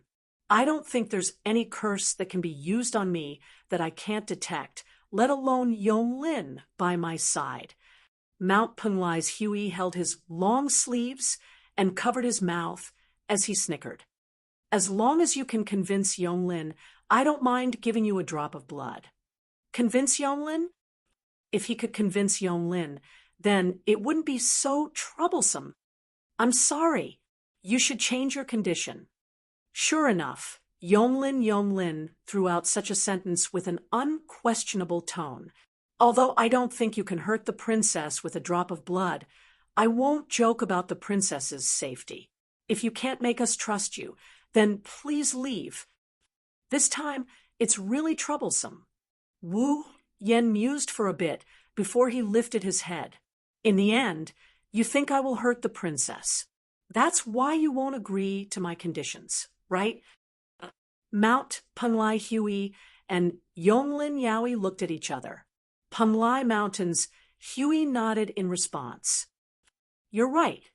As long as you can make me believe that you're not using my blood to cause trouble, then it's fine. So it's like that. Wu Yen sighed. Then there's no other way. I can only use this method. Penglai Mountain's Huey and Yonglin immediately looked at Wu Yen at the same time. One's eyes were filled with curiosity, while the other's eyes were filled with vigilance. They didn't know what method Wu Yen planned to use to win their trust. At least, Yonglin felt that the probability of Wu Yen being able to convince her was high. It definitely wouldn't be more than 1%. After all, to Yonglin, nothing was more important than the safety of Penglai Mountain's Huey. Even if there was only a small chance, she wouldn't let Huey take the risk. Therefore, Yonglin had already made up her mind. Today, she must make Wu Yen return in defeat. Unfortunately, even the mind of the moon, which was more intelligent than a demon, could not guess it. In Wu Yan's body, or more accurately, in Wu Yan's soul origin, there was an existence that lived and died with him. They were inseparable and had long been integrated into one system. That was an existence that no one could understand, even if it was Yonglin. Thus, in front of Penglai Mountain's Huey and Yonglin, Wu Yen directly stretched out a finger and slid it down in the void in front of him. In the next moment, the system's projection list appeared in front of Wu Yen.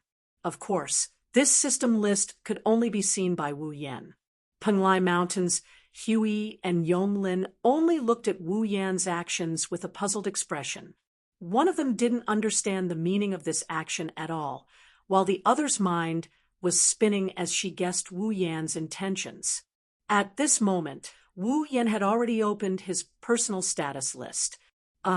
Character, Wu Yen equipment points, 111100 prop points, 230000 ability points, 101000 summoning points, 131000 level, 89. After checking his personal status list that he hadn't opened for a long time and confirming his various points, Wu Yen exited the personal status list and clicked into the summoning list. Penglai Mountains, Huey, Fantasy Villages, Lost Bamboo Forest, Forever Pavilion owner, from the moon, was originally a princess of the moon. More than 1,000 years ago, she was expelled from the moon due to taking Penglai's medicine and lived in seclusion on Earth. Currently, she is hiding in Fantasy Villages, Lost Bamboo Forest, Forever Pavilion owner. She is named after Huey G in Bamboo Tale. Summoning points, 120,000. After confirming that Penglai Mountain's Huey had 120,000 summoning points, Wu Yan's face broke into a victorious smile. Seeing this smile, Yonglin in front of him had a bad premonition in her heart. Yonglin's intuition told her that if she didn't stop Wu Yen, something would happen to Penglai Mountain's Huey. It was a change that even Yonglin of 8 wills couldn't predict, control, or change. This feeling was a little inconceivable to Yonglin of 8 will. At the level of 8 wills Yonglin, there were very few things that couldn't be predicted, controlled, or changed by the 8 wills Yonglin. They were so few that one could count them with one's fingers. Yonglin couldn't see through Wu Yan's strength completely. After all, Wu Yan had many trump cards. Therefore, Yonglin could only vaguely feel that Wu Yan was a threat. When Wu Yan didn't enter the red jade mode, Yonglin could only feel that Wu Yan wasn't an ordinary person. His true strength was definitely much stronger than what she felt on the surface. However, if Wu Yan is capable of doing something that even Yagi Rin can't do, Yagi Rin doesn't have the confidence to do so. But now, Yonglin indeed had such a premonition. If she doesn't stop Wu Yan now, the situation is going to get out of Yagi Rin's control. Yagi Rin can't do anything about it. Yonglin chose to believe this premonition no matter how unbelievable it was, because Yonglin wouldn't joke about Panlai Mountain's Huey's safety.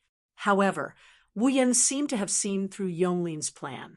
When Yonglin was about to attack, he reached out his hand at the fastest speed and tapped on the summon option on Panlai Mountain's Huey resolutely. Buzz! An intense white light instantly shrouded every corner of the surrounding space. And the source of this intense white light was none other than Panlai Mountain's Huey, who was glaring at Yonglin in astonishment. Oh no! Yonglin's heart trembled, and the murderous intent in her eyes erupted without restraint. Her demigod-level strength erupted in an instant, causing Yonglin's body to emit a shocking aura that could change the color of heaven and earth. Without any hesitation, Yonglin appeared in front of Wu Yan in a flash. Her expression was as cold as a glacier. She raised her hand, and a violent airflow swirled in her palm, transforming into a deadly attack. Then, Yonglin pressed her palm that was swirling with the violent airflow softly toward Wu Yan's head. It looked like a soft palm, but Wu Yan believed that if he let it land on his head, his brain would be smashed into pieces like a watermelon. It was just that this palm of Yonglin's was destined to not obtain a good result. During the period when the user and the summoner's life were fused, how could the system allow an outsider to interfere? Only Wu Yan and his summoners knew that during the process of Wu Yan's summoner's life being fused, the system would protect him and his summoner until the end of the fusion. In other words, during the process of the fusion, the system would automatically protect them. Therefore, in the next second, a circle of faint light appeared around Wu Yan. Chapter 1814. It's as if the lines of his chakra were clearly drawn out. The rest of his body became transparent. A circle of light flashed around him and covered his entire body in an instant. At the same time, Yonglin's determined attack arrived. The palm strike that contained enough power to shatter the earth struck at Wu Yan's head. Just like that, in the next moment, something that Yonglin didn't expect happened. Whoosh! The violent palm strike landed on Wu Yan's head. However, Yonglin felt as though she had hit air. Her palm passed through Wu Yan's body along with Yonglin's body. She didn't feel like she had hit him at all. All she felt was the whistling sound of the powerful strike in the air. What? Yonglin's pupils shrunk as she passed through Wu Yan and arrived behind Wu Yan. Yonglin could sense that Wu Yan didn't really turn transparent. Instead, it was as though he was in another dimension that was higher than the one she was in. She couldn't touch him, as she was in a lower dimension. Why couldn't she touch him even though he wasn't transparent? In fact, this wasn't the first time that Yonglin had seen such a situation. This kind of external interference had no effect at all. It was like an invincible, transparent person's state. Wasn't this the method used by Bori Shrine's sorceress Bori Soul Dream to become the manager of Fantasy Village and the Bori Great Barrier? It was because of this invincible method that Bori Spirit Dream, who was merely at the peak of rank 8, could stand at the peak in Fantasy Town, where powerful beings were as common as clouds. Could it be that this person had the same method as Bori Spirit Dream? At this thought, Yonglin's face instantly turned ugly. At this moment, Kagaya of Panlai Mountain let out a cry of surprise, waking Yonglin up from her daze. Princess. Yonglin turned around quickly. She looked in the direction of Kagaya of Punglai Mountain. Then Yonglin saw it. From the heart of Mount Punglai, Hui, a ray of light with dazzling brilliance suddenly shot out. With a speed that Yonglin could only feel a blur before her eyes, it suddenly connected to the heart of Wu Yan, who was standing in front of Mount Punglai, Hui. Your Highness! Yonglin finally panicked when she saw this. Ba Yonglin couldn't even remember how many years it had been since she was as flustered as she was now. Back then, when Mount Punglai's Hui was executed by Yuedu and exiled to the surface, when he killed all the emissaries from the moon and betrayed the moon? Or was it during the 2 lunar wars when she was scheming against Yakumo Yukari? No, even in the above 3 situations, he had never made Yonglin panic. However, at this very moment, Yonglin of 8 Wills was indeed feeling flustered after so many years. Under such circumstances, on the other side, Wu Yan and Mount Punglai's bright night had a different feeling from Yonglin. The 2 of them could clearly hear that an outsider couldn't hear. 2 completely different heartbeats were lingering in their ears bit by bit. That was the heartbeat of Wu Yan and Mount Punglai's bright night. The 2 different heartbeats seemed to compete with each other, vibrating frequently, and as time passed, the frequency of the vibrations was getting closer and closer, until a certain moment, the frequency of the 2 heartbeats was exactly the same. Only then did the sound suddenly disappear. Then, the light connecting Wu Yan and Mount Punglai's bright night's heart was also cut off from the 2 of them. With a slight twist, they gathered together, forming a small light bead the size of a glass bead. With a spin, they shot in the direction of Wu Yan and merged into Wu Yan's body. Feeling a sense of fullness in his body, Wu Yan knew Mount Punglai's bright night. He had already become a summoner who had merged with his life. Mount Punglai's bright night suddenly let out a soft groan and covered his head. He looked dizzy. Princess! Yonglin appeared beside Mount Punglai's bright night unknowingly and supported him, who seemed to be a little dizzy. A pair of eyes filled with dense, cold, killing intent stared straight at Wu Yan. The surrounding space constantly trembled. As if she was suppressing the rage and killing intent in her heart, Yonglin's voice that was cold enough to freeze people entered Wu Yan's ears. What did you do to the princess? Hearing Yonglin's forceful voice that was filled with anger and killing intent, Wu Yan believed that if he didn't give Yonglin a suitable explanation, from now on, Yonglin would have an irreconcilable hatred with him. Wu Yan also knew that no matter what explanation he gave, Yonglin wouldn't choose to listen to it. He only looked at Mount Punglai's bright night and said, "Don't worry. Princess Bright Night is just receiving some memories and knowledge. The system will inject all the memories and knowledge related to the system into the user's summoned character's mind. Therefore, Mount Punglai's Bright Night should be receiving all the memories and knowledge related to the system.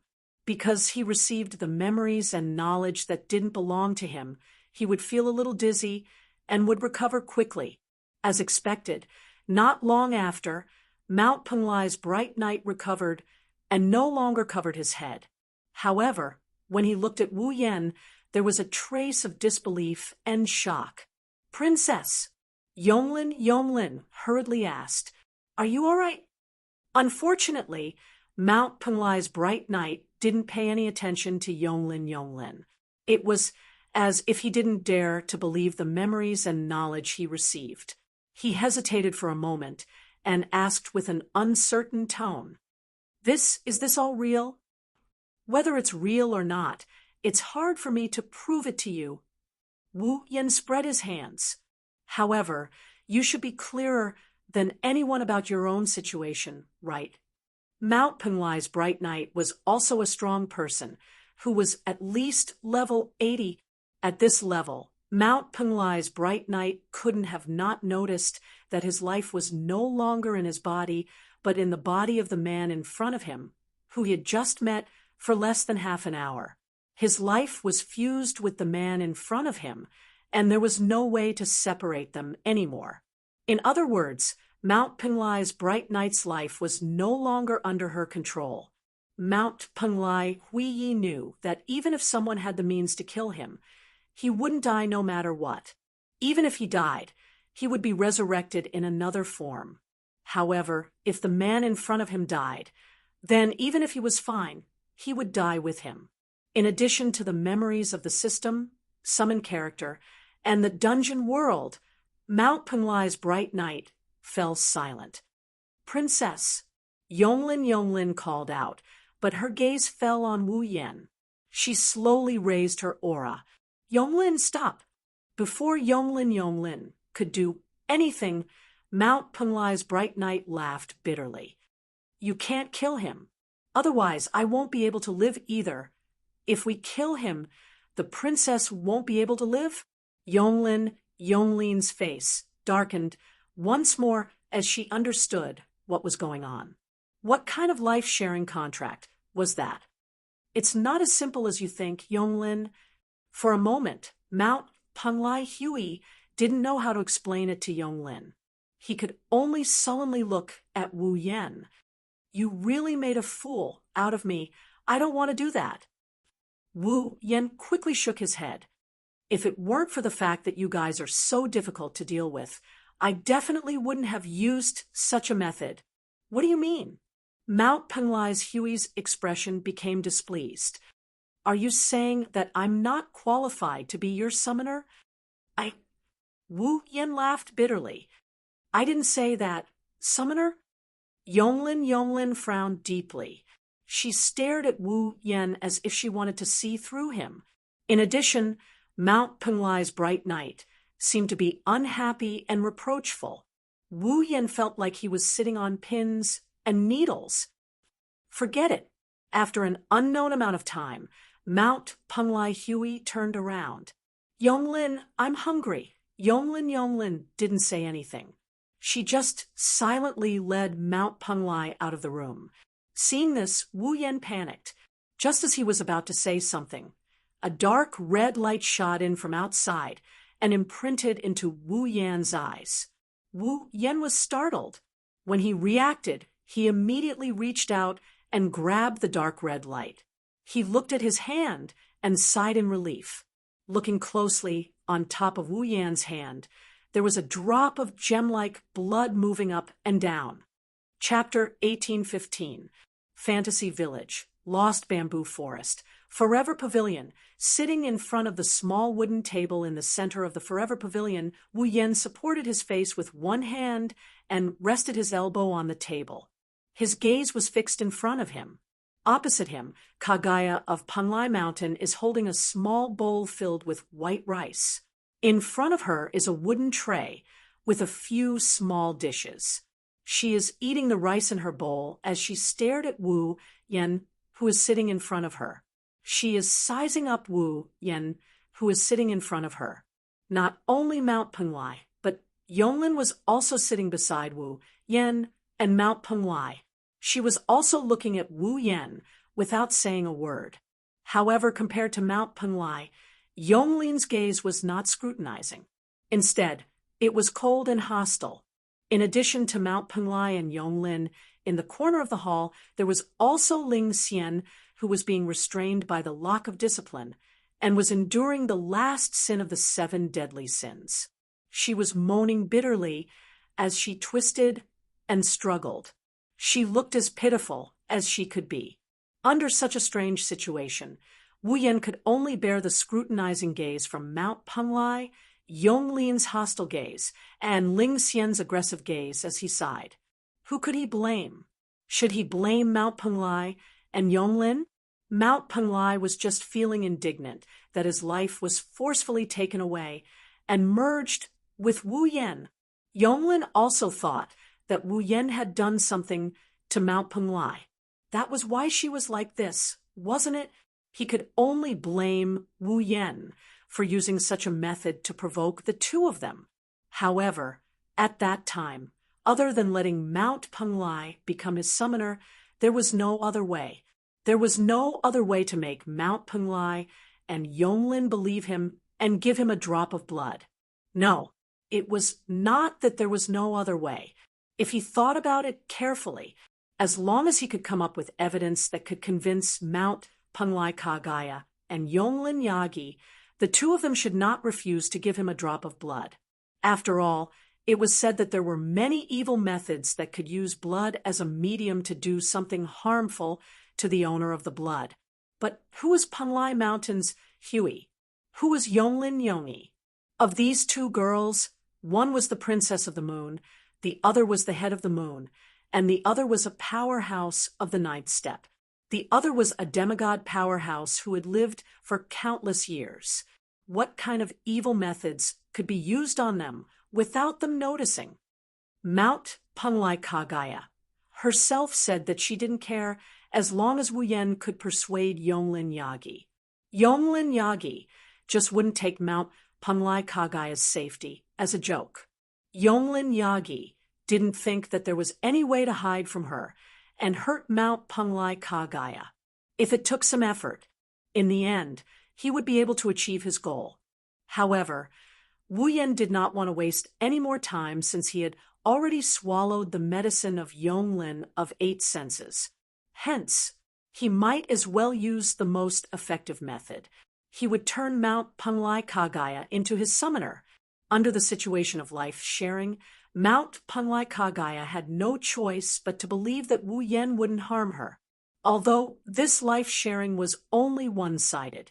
Originally, Wu Yan wasn't very confident about turning Mount Penglai Kagaya into his summoner. The system had once said that when Wu Yan was in a dungeon world, the characters in that dungeon world couldn't become Wu Yan's summoner.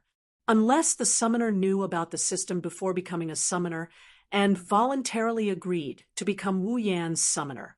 Just like in the date battle world, Yi Juya, Shisian, Meijio, and Origami had voluntarily become Wu Yan's summoners because they knew about the system from Wu Yan in advance. That was why Wu Yan could make them his summoners in that dungeon world. In this dungeon world, Wu Yan had exploited a loophole to make Mount Penglai Kagaya his summoner. When he was in a dungeon world, he couldn't make the characters in that dungeon world his summoner. Then, if this character also existed in other dungeon worlds, what should he do? Mount Penglai Kagaya was the Mount Penglai Kagaya in the fantasy village, but wasn't she also the Kagaya in Bamboo Tale?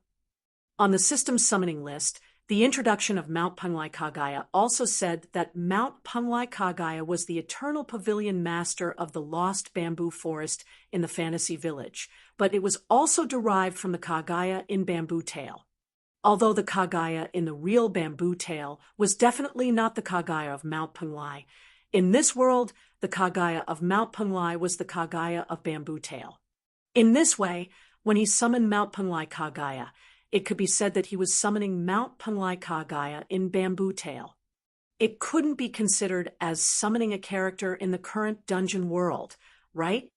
Of course, this statement was a little forced, because under this setting, Bamboo Tale could be said to be a story that happened in this dungeon world. The two dungeons were considered one and couldn't be separated. However, Bamboo Tale was indeed a dungeon world, and there was indeed a character called Kagaya. And here, Kagaya was Mount Penglai Kagaya.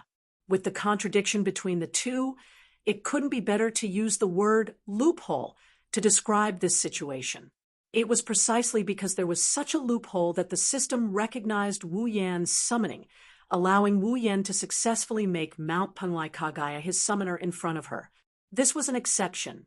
Unfortunately, in this way, Wu Yan's goal was achieved, but it seemed to have caused a lot of trouble. At least, from the looks of it, Yonglin completely regarded him as an enemy. However, Wu Yan underestimated Yonglin. After a while, Yonglin seemed to have figured out something. Her gaze towards Wu Yan was no longer filled with hostility. Instead, it returned to its previous calmness. I don't know what kind of method you used to forcibly establish a life-sharing contract with the princess, Yonglin suddenly said. But I don't think you can tie the princess to you like this, right? Yonglin's meaning was very simple. She was telling Wu Yan not to think that he could make Mount Penglai Kagaya serve him like a servant just because he shared his life with her. After living for so long, Yonglin of the Eight Wills had seen many methods of life sharing. In that case, it was not impossible to remove life sharing. Only Mount Penglai Kagaya knew that no matter how powerful Yonglin was, she was at her wits' end this time. Mount Penglai Kagaya's life had completely merged with Wu Yan's life. There was no distinction between them. It was different from an ordinary life sharing where the other party would die or share their life force. Otherwise, Yukari wouldn't have felt so helpless when she became Wu Yan's summon. I don't think that I can do whatever I want to Princess Kagaya just because she is my summon. Wu Yan glanced at Yonglin. Of course, in this situation, you won't believe me no matter what I say, right? Yonglin didn't reply. Instead, she looked at Mount Penglai Kagaya. She wanted him to make the decision himself. Yonglin, you don't have to worry. Mount Penglai Kagaya's expression didn't change as he continued to eat his meal. He was even calmer than Yonglin. Although life sharing is done, it only means that once he dies, I won't be able to live either. If he doesn't die, I won't be affected even if he is crippled or not. Yonglin smiled when she heard Mount Penglai Kagaya's words. Wu Yan shuddered. What did that mean? As long as she didn't kill Wu Yan, Yonglin could do anything she wanted to Wu Yan. Mount Penglai Kagaya was hinting that if Wu Yan really wanted to use life-sharing to do something to her, then as long as she didn't kill Wu Yan, she wouldn't have to worry about anything else. She was really two-faced. However, I am quite interested in your affairs. Mount Penglai Kagaya smiled when he saw Wu Yan shuddering. After living in the Forever Pavilion for 1,000 years, perhaps it's time to go out for a walk. Mount Penglai Kagaya didn't say anything else after leaving behind those words. Wu Yan and Yonglin fell into deep thought. Silence slowly returned to the scene. Chapter 1816. Fantasy Village, Lost Bamboo Forest. Standing outside the Lost Bamboo Forest, Wu Yan turned his head and looked at the misty green bamboo forest. He sighed faintly, although he had no choice but to let Mount Penglai become his summoner and obtain a drop of her blood to convince her that he would not harm her, no matter what. Mount Penglai had already become Wu Yan's summoner. As the fusion of life, it could be said that they were inseparable. Wu Yan planned to let Mount Penglai follow him. At least, she would follow him back to the Spalier world after he left the fantasy village. However, when Wu Yan told Mount Penglai his decision, she gave Wu Yan an unfathomable smile and went back to her room without saying a word to continue playing the game. Wu Yan did not understand what Mount Penglai meant. When he was about to chase after her, he was stopped by Yonglin with a cold expression. She ordered him to leave with an unquestionable attitude. Wu Yan was not surprised by Yonglin's attitude. After all, when he asked Mount Penglai to follow him, Wu Yan did not hide it and directly said it in front of Yonglin. With how much Yonglin doted on Mount Penglai, it would be strange if she was nice to Wu Yan. Wu Yan even started suspecting if Yonglin is one of those idiotic moms who would guard against foreign stinky men getting close to her own daughter. No matter what, he did not know how Mount Penglai would develop. He could only take one step at a time. Fortunately, he got the essence blood with eternal power. This trip to the Forever Pavilion and 7 days of suffering were not in vain. Next, I still need essence blood with fantasy power, essence blood with realm power, and essence blood with nature power. Which one should I start with? Wu Yan pondered. Essence blood with fantasy power, essence blood with realm power, and essence blood with nature power. Wu Yan almost knew who these 3 kinds of essence blood belonged to. So, Wu Yan immediately made a decision. Let's start with the easy ones. Which kind of essence blood was the easiest to get? If it was before, it would definitely be essence blood with realm power. Purple was already Wu Yan's summoner. She was on Wu Yan's side. She would not refuse to give Wu Yan a drop of essence blood. Instead, she would be quite happy. However, what gave Wu Yan a headache was that he did not know what Purple was doing. She did not come to him these days. Plus, Wu Yan didn't know where Yakumo's family is, so he didn't bother looking for Yukari. However, Wu Yan did not believe that Purple did not know where he was. With Purple's character, even if she did not come to find him, she must be hiding somewhere. She had been using the gap ability to pay attention to Wu Yan's every move. Otherwise, when he had just arrived at the fantasy village, Lingming's moldy old woman would not have attracted Purple's attack. Since Purple had been paying attention to him, why did she not appear? After pondering for a while, Wu Yan shook his head and gave up thinking. The monster sage Yagi's every move was famous for being unfathomable because others did not know. What Purple did at a certain moment, was it purely for fun or had a deeper meaning? This time was similar. Purple had not come to find him. Either she did it casually or there was a deeper meaning. No matter which it was, since Purple did not come to find him, then he would not be able to find her, unless it was necessary. If it was really necessary, Purple would definitely appear on its own. It was because of this. The blood essence that contained the power of the realm should be the easiest to obtain, but the difficulty of obtaining it became unknown. Then, Wu Yan could only start with the blood essence that contained the power of fantasy, or the blood essence that contained the power of nature. Which of the two was easier to obtain? Wu Yan made his choice in an instant. Before that, let's go there and take a look. Wu Yan smiled helplessly. It's time to go there and take a look. I hope her anger has subsided. After muttering this, traces of magical power surged out from Wu Yan's body, bringing Wu Yan into the void and disappearing on the spot. Fantasy Village, Magic Forest. In the air above a certain corner of the Magic Forest, a series of ripples suddenly appeared in the space. A figure emerged from within without any warning, hovering in the air above that area. Wu Yan lowered his head and looked down. Immediately, he saw such a scene. In an open space surrounded by huge trees and filled with miasma, a large manor house stood there for a long time. At the top of the manor house, a girl was standing in a corner with her back facing Wu Yan, who was floating in midair. Threads of magical power extended from her hand and connected them to small, delicate puppets. At this moment, the girl was controlling the puppets and making them hold various tools to repair the hole in the roof that was caused by her not long ago. Today, Alice was wearing a blue dress that looked like a shawl, just like she always did. The dress was blue, the shawl was white, and some scattered ribbons, bows, and other decorations were red. Her skirt reached her ankles, and her soft golden shoulder-length hair hung down clearly. A red belt was tied around her waist, revealing her slender waist. Her figure was slender, and her beautiful curves were exceptionally eye-catching, making one's mouth dry up involuntarily. Alice seemed to have sensed some kind of change in the space behind her. She paused for a moment, turned around, and raised her head to look at the sky. It was only at this moment that Wu Yan noticed the change in Alice. This was a change that every girl would experience after losing their virginity.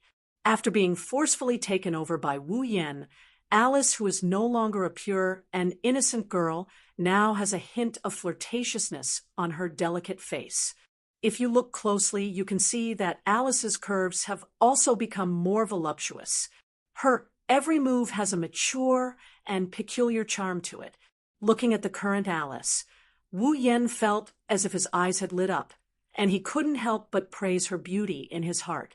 If the previous Alice was very delicate and cute, as delicate as a doll, and as holy as an angel, Then the current Alice was truly beautiful. Her temperament was otherworldly, and she was as beautiful as a goddess who had fallen into the mortal world. Her beauty was soul-stirring. On the other side, seeing the man who had forcefully taken her body away, Alice's face was surprisingly calm. She was as calm as still water. On the surface, it looked like this.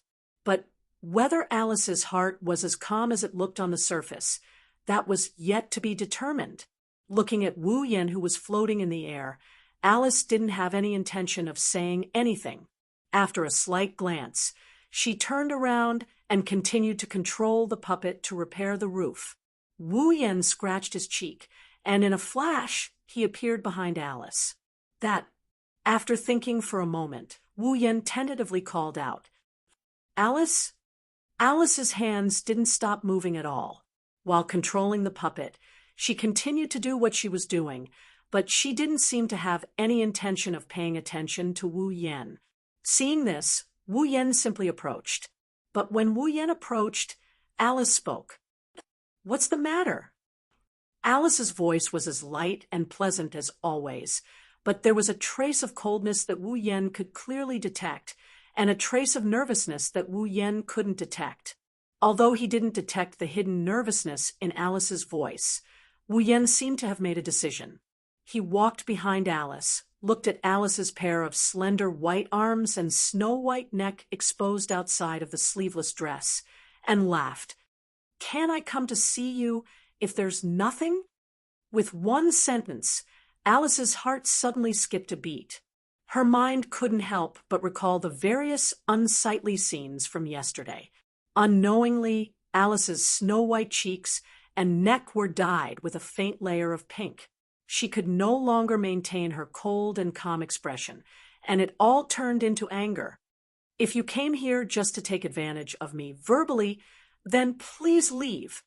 After saying that, Alice waved her hand and recalled the puppets that were repairing the roof.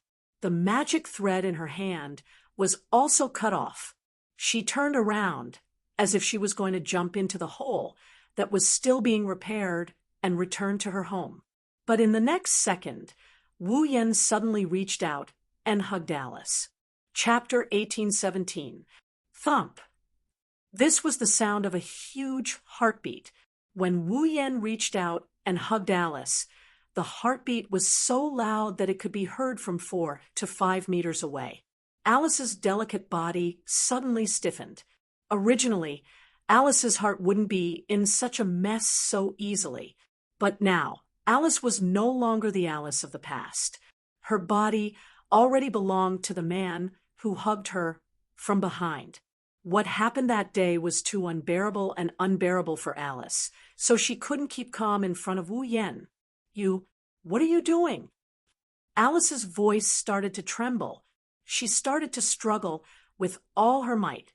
Do you want to die?" "Yes. Do you really want to kill me?" Wu Yan asked back and hugged Alice even more tightly. "If you really think that killing me is the only way to vent your anger, then I don't mind letting you kill me once. Do you think I will show you mercy like yesterday?" Alice was infuriated. She continued to struggle. "If you don't let go, I will really do it. If I really let go, you will run away. I won't let go." Wu Yan said and stuck to Alice's soft and seductive body. Suddenly, a warm fragrance penetrated Wu Yan's nose. Wu Yan couldn't help but take a deep breath and exhale. And this exhalation, coincidentally, all of them hit Alice's earlobe and snow-white neck, causing the anger on Alice's face to sway. All of it retreated, and her body suddenly became soft. The strength of her struggle weakened a lot. "I came to ask for forgiveness. How can I let you go?" Wu Yan said, and lowered his head and kissed Alice's cheek. His hands moved up and stroked Alice's graceful waist. "If you don't forgive me, I will continue to hug you like this. With your charm, I can't guarantee that I won't be able to control myself and enjoy some fun things with you." "Something fun? What is it?" This question didn't need to be asked at all. You. Alice's delicate body trembled, and her voice sounded like she was about to cry. Didn't you bully me enough yesterday? Are you going to bully me again today? I'm not bullying you. I'm just loving you. Wu Yen thickened his skin and hugged Alice's slender waist so that Alice's entire body is stuck in front of him. He held Alice's face in his hands and kissed her on the lips. I didn't do it on purpose yesterday, but that doesn't mean I don't want to admit it. Alice, my dear wife, please forgive me this time. Caught off guard by Wu Yan's kisses on the lips, Alice panicked and turned her head away. Not sure if it was out of embarrassment or anger, but she started yelling. Who would beg for forgiveness like you? Hearing this, Wu Yan didn't show anything on the surface, but he couldn't deny it in his heart. Indeed, this method, it was a bit like he was forcing Alice to submit. It was a bit shameless. But other than this, what else could he do to make Alice forgive Wu Yan? Wu Yan didn't have much interaction with Alice to begin with. Putting aside the matter of him forcefully taking Alice's body, Wu Yan and Alice were not strangers, but they couldn't be considered friends, let alone lovers. In such a situation, with Alice's unrestrained and casual personality, it was very likely that she would treat the matter of her having sex with Wu Yan as an interlude and distance herself from Wu Yan, slowly breaking off their relationship and no longer interacting with each other. Alice was definitely capable of doing such a thing. Therefore, even if it was a bit of a forced abdication or even a bit of a rascal, as the saying goes, only shameless people can get girls. Thinking of this, Wu Yan simply hugged Alice tighter. Without waiting for Alice to struggle, he took Alice's lips in his mouth and gently sucked on them. Oh, no, don't. Under Wu Yan's unusually presumptuous kiss, Alice, who gradually couldn't bear it, could only give up her tough attitude and involuntarily beg for mercy. Of course, such begging would only add to Wu Yan's pleasure and wouldn't have any effect at all. For a moment, on the roof of the manor house, Alice's helpless whimpers gradually echoed and gradually turned into the sound of panting. After an unknown amount of time, when Wu Yan was satisfied and Alice was almost suffocating, Wu Yan let go of Alice's lovely lips. Alice couldn't help but gasp for breath, her cheeks covered with a red color. Forgive me, okay? Wu Yan seemed to be addicted to this way of asking for forgiveness, which could take advantage and gain the upper hand at the same time. He bit Alice's earlobe and whispered softly, "Otherwise, I won't stop. You despicable bastard." Alice lost all her strength as she leaned against Wu Yan's body. She couldn't even struggle. She gasped for air as her body trembled. She used her soft voice to shout at Wu Yan, I will really kill you. I told you I don't mind letting you kill me once. I won't die." Wu Yan let his hand slowly move to Alice's important parts of her body. "If you don't give me an answer, I will do something naughty." Feeling the scorching hot hand slowly moving up and down towards the important parts of her body, Alice's heart was in her throat. Just as Wu Yan guessed, Alice originally planned to cut off all contact with Wu Yan and not have any more interactions with him. Yesterday's entanglement is nothing more than a wonderful dream. However, Alice hadn't thought that her idea would be seen through in advance, which led to Wu Yan using such a method. It had to be said that this method was indeed the best way to control Alice. At least, when Alice felt Wu Yan's hand getting closer and closer, she felt that her body was beginning to feel strange. Her mind kept replaying the scene of yesterday's lovemaking, and she couldn't bear it anymore. I know." Alice could only shout as if she had given up. "I forgive you. Is that okay?" Suddenly, Wu Yan's presumptuous hand stopped moving. A victorious smile appeared on his face, but he asked mischievously, "Really? You're not lying to me, right?" "Since I've already said it, then I won't lie." Alice's tone was filled with unwillingness and indignation. "So, let go of me immediately." "Ma, I believe my wife Sama's words. Wu Yan giggled. You can't lie to me. Otherwise, next time, I won't stop unless you have a way to hide from me forever. Hearing this, Alice, who had intended to be perfunctory, completely lost her temper. Hide from him forever? Whether it was Wu Yan or Alice, their lifespan was unlimited. It was basically impossible for them to die. In this life, if there were no accidents, they would definitely live forever. So, did Alice have the confidence to hide forever? The answer, of course, was no. Not to mention that Wu Yan had far more strength than Alice. He also had the ability to appear and disappear unpredictably. In addition, the fantasy town was so big. How could Alice hide from Wu Yan forever? And once she was found, Alice could imagine her fate. Alice was anxious, but there was nothing she could do. She could only sigh sullenly. I understand. I won't hide from you. Let go of me. Hearing the resignation and helplessness in Alice's tone, Wu Yan shrugged and let go of Alice. Alice was caught off guard and almost fell to the ground. She glared at Wu Yan, snorting coldly. Alice was full of grievances and unwillingness. She angrily walked back to her home. Seeing this, Wu Yan quickly followed. Why are you following me? Well, don't be so cold. I'm already here. It doesn't matter if you treat me to a cup of tea. There's no tea for you to drink here. Go back. It's fine if you don't want to drink tea. I'll just go in and sit. I won't disturb you. Can't you just let me go? How can I let you go? You're my lord wife. Who's your lord wife? Don't say that, Lord old lady. Don't call me that. It's disgusting.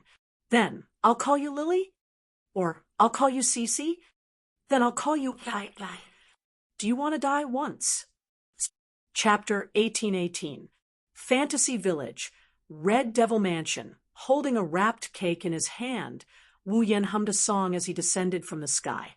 He landed in front of the Red Devil Mansion and walked in the direction of the Red Devil Mansion. That cake was made by Wu Yan at Alice's house.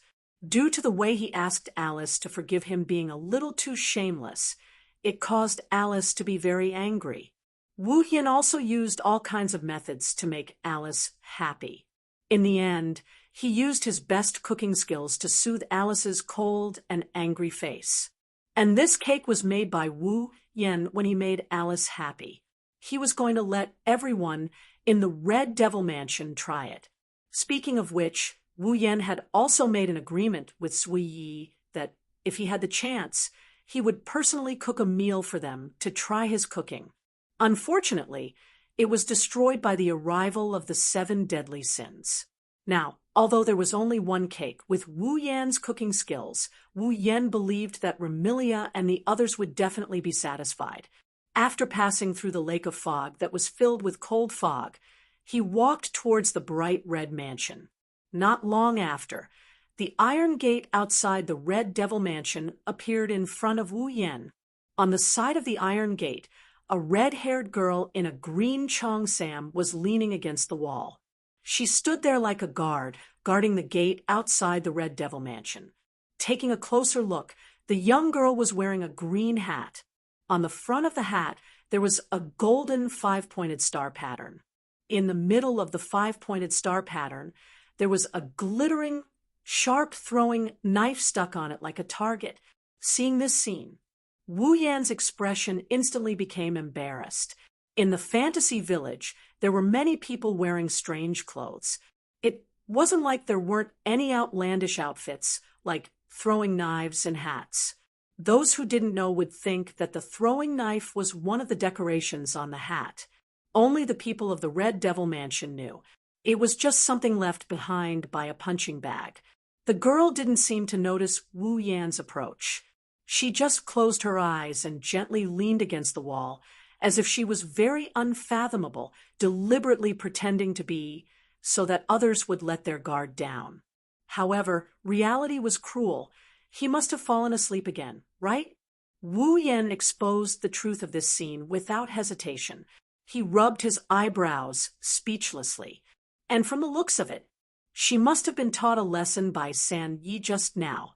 It's really amazing that she can immediately slack off and sleep. With that said, Wu Yen directly walked over, squinted his eyes, and shouted angrily, "China, time to eat. Have you eaten?" In China, the girl who was reading Hong Meiling was like an awakened crocodile. She suddenly opened her eyes, and her eyes shone with unprecedented brightness. "Where's the food? Where is it? Miss Xiao Yi hasn't given me any food for 3 days." Hearing this, Wu Yen couldn't help but look at Hong Meiling with pity. Hong Meiling noticed it. There was no food, but the true master of the Red Devil Mansion was standing in front of her. Hong Meiling's pretty face froze. Although, because of her position, Hong Meiling had never interfered in the recent matters of the Red Devil Mansion, but as a member of the Red Devil Mansion, no matter how stupid Hong Meiling was, it was impossible for her not to know what had happened in her family. Naturally, Hong Meiling also knew that the man standing in front of her, who on the surface announced that he was the butler of the Red Devil Mansion, but in reality, he treated the master of the Red Devil Mansion as his younger sister. He had the most special status in the Red Devil Mansion, and sometimes he even had more influence than the young miss of the Red Devil Mansion. In other words, the man in front of her. Now, he was already a true celebrity in the Red Devil Mansion. Other than Remilia, there was no one in the Red Devil Mansion who could use their status to suppress him, including the second young miss of the Red Devil Mansion. And when the time came, it was really necessary. Perhaps even the young miss of the Red Devil Mansion would listen to him. In addition, the other party was also the butler of the Red Devil Mansion in name, in charge of all the servants in the Red Devil Mansion, including the head maid. Hong Meiling was shocked and stuttered. Bye. Don't be white, China." Wu Yen couldn't help but roll his eyes. "Those who don't know would think that I've been chased out of the Red Devil Mansion. You're saying goodbye to me. You must be joking." "Lord Bai."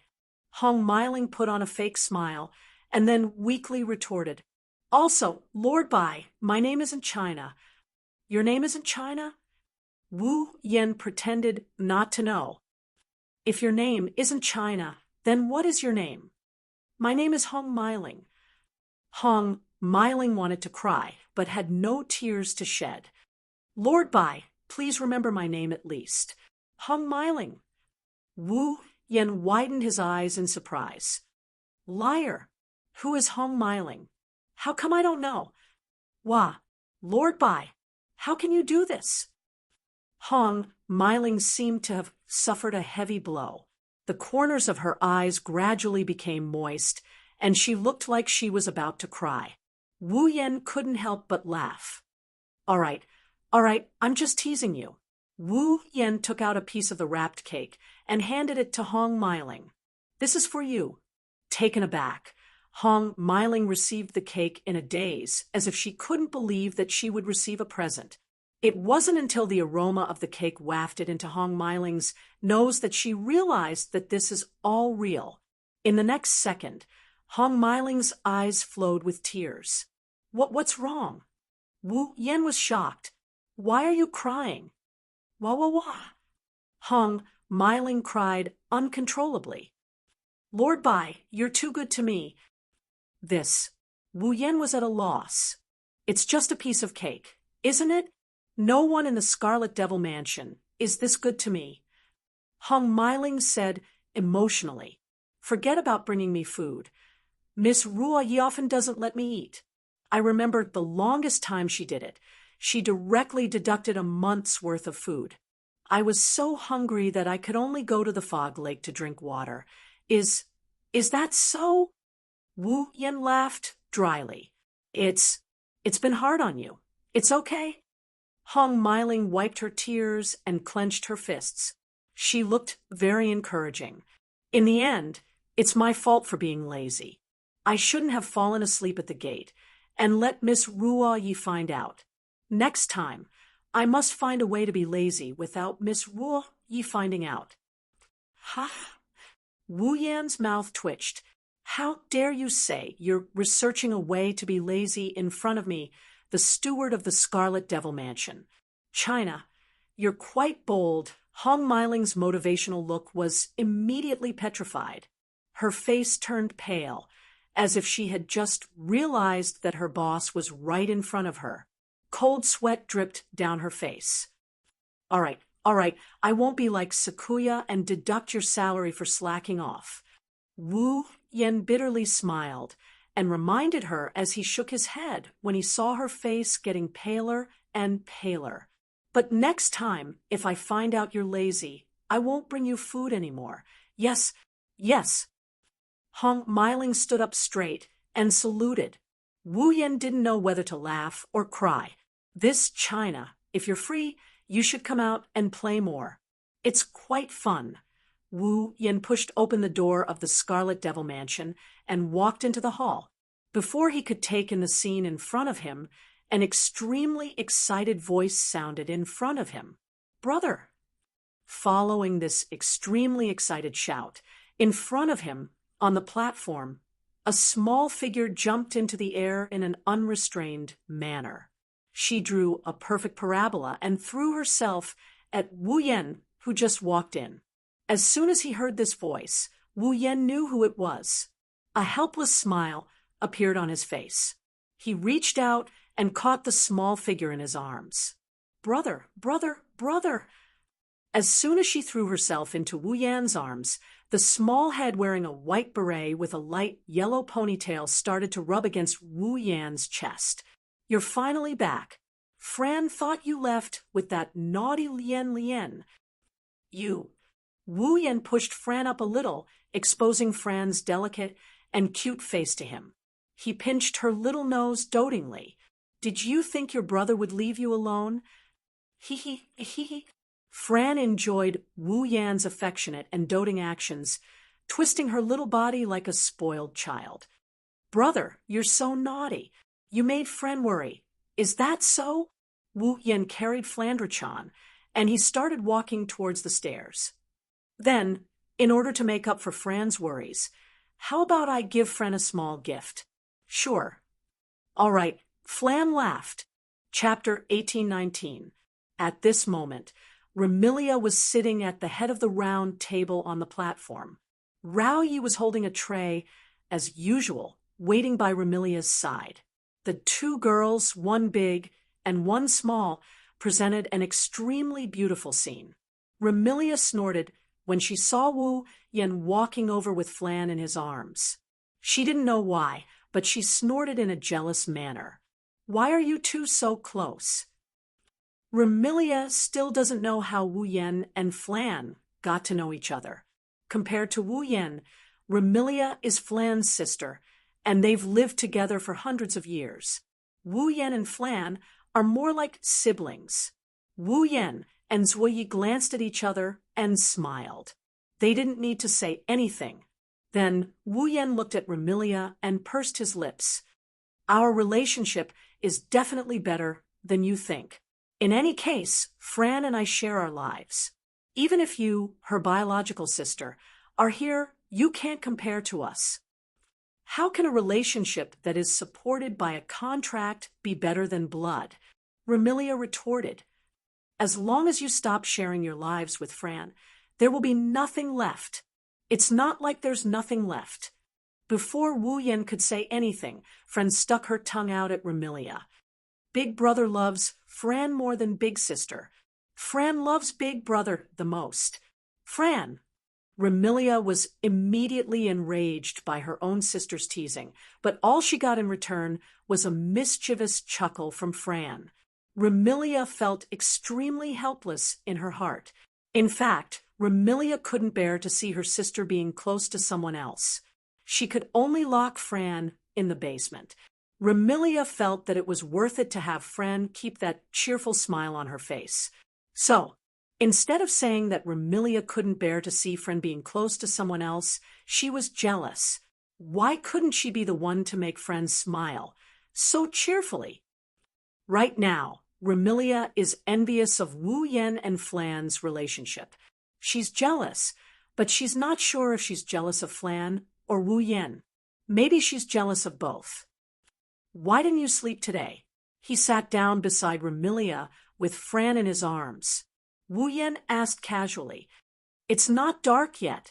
If I don't sleep, I won't have the energy to hold the party tonight. I've already slept for so long. How can I sleep any longer? Remilia said with an exasperated expression. Isn't this all your fault? After the sin of gluttony passed, Remilia was so tired that she fell asleep. After the sin of lust, Remilia slept the entire day and only woke up this morning. How could she possibly sleep now? Say, didn't you go to the moon's bamboo forest? Remilia picked up her teacup and sipped her black tea. You didn't make things difficult for me this time, right? Do you need me to help you? No need. Forget it. Wu Yen shrugged. I've achieved my goal of going to the Forever Pavilion. I didn't drink any strange drugs, so don't worry. Wu Yen picked up his cake and spread it on the table. Come and try this cake. Cake. Remilia's hand paused. Zui also turned his gaze to the cake spread on the table. Both of them had a suspicious expression on their faces.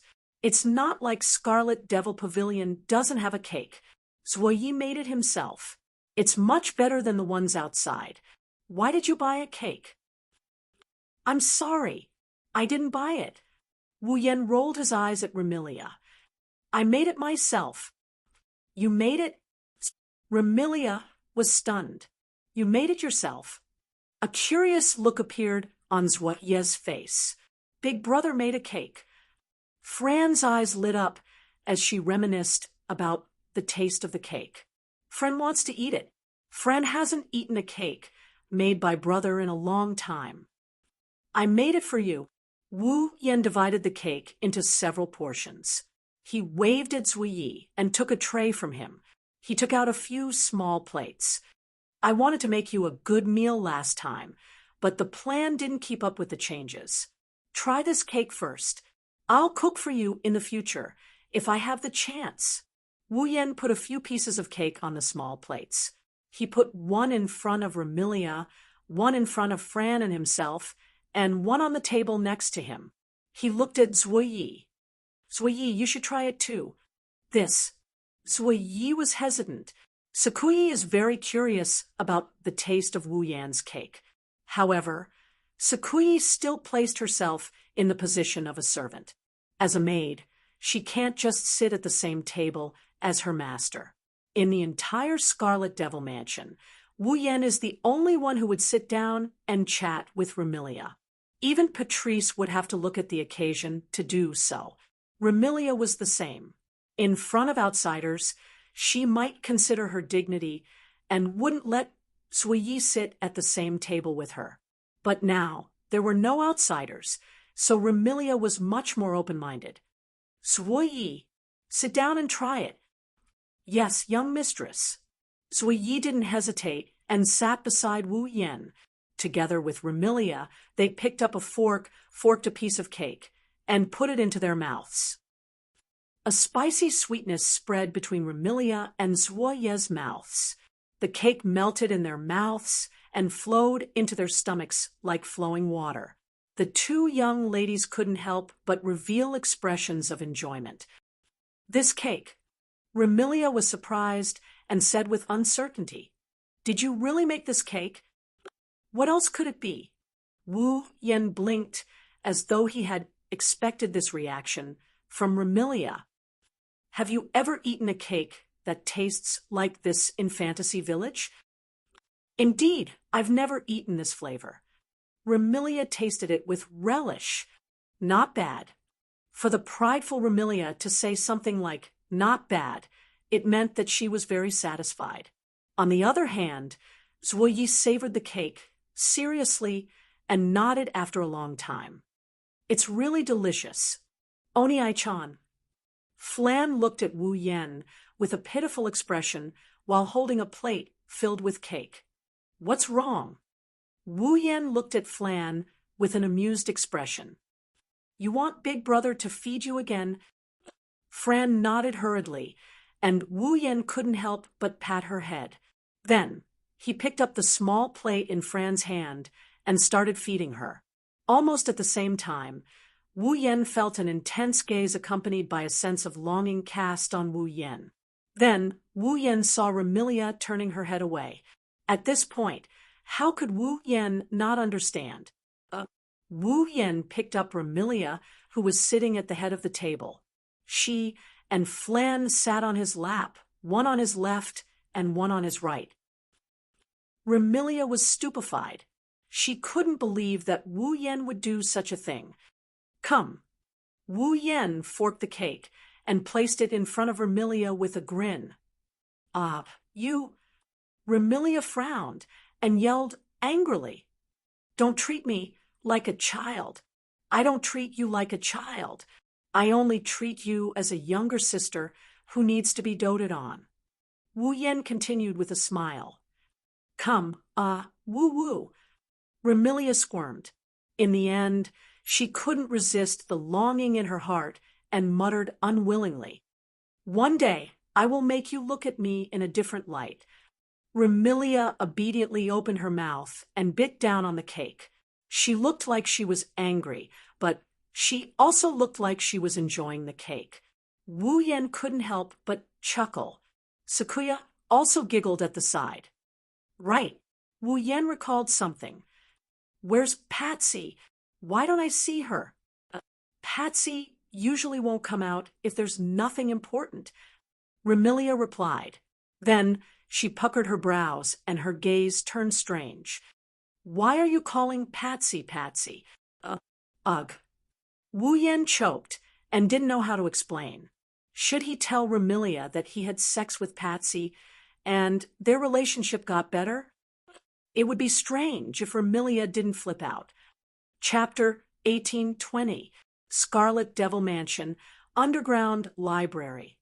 Carrying the remaining cake in his hand, Wu Yen arrived at the underground library, Patrice's territory. Ever since he had intercourse with Patrice on the last day of the 7 deadly sins, Wu Yen hadn't seen Patrice even once. Although it had only been a day, a young lady who had just intercourse was undoubtedly the easiest to worry about personal gains and losses. She was also the one who needed the company of a man the most.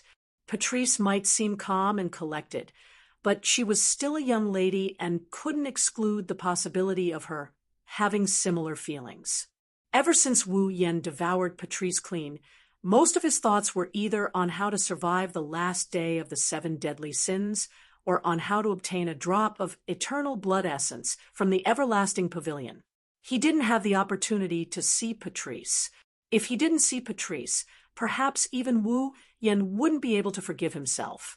After pushing open the door of Patrice's library and entering the underground library, an extremely dense aura assaulted his senses. Generally speaking, a place where a young lady stayed would have a fragrance that belonged to her.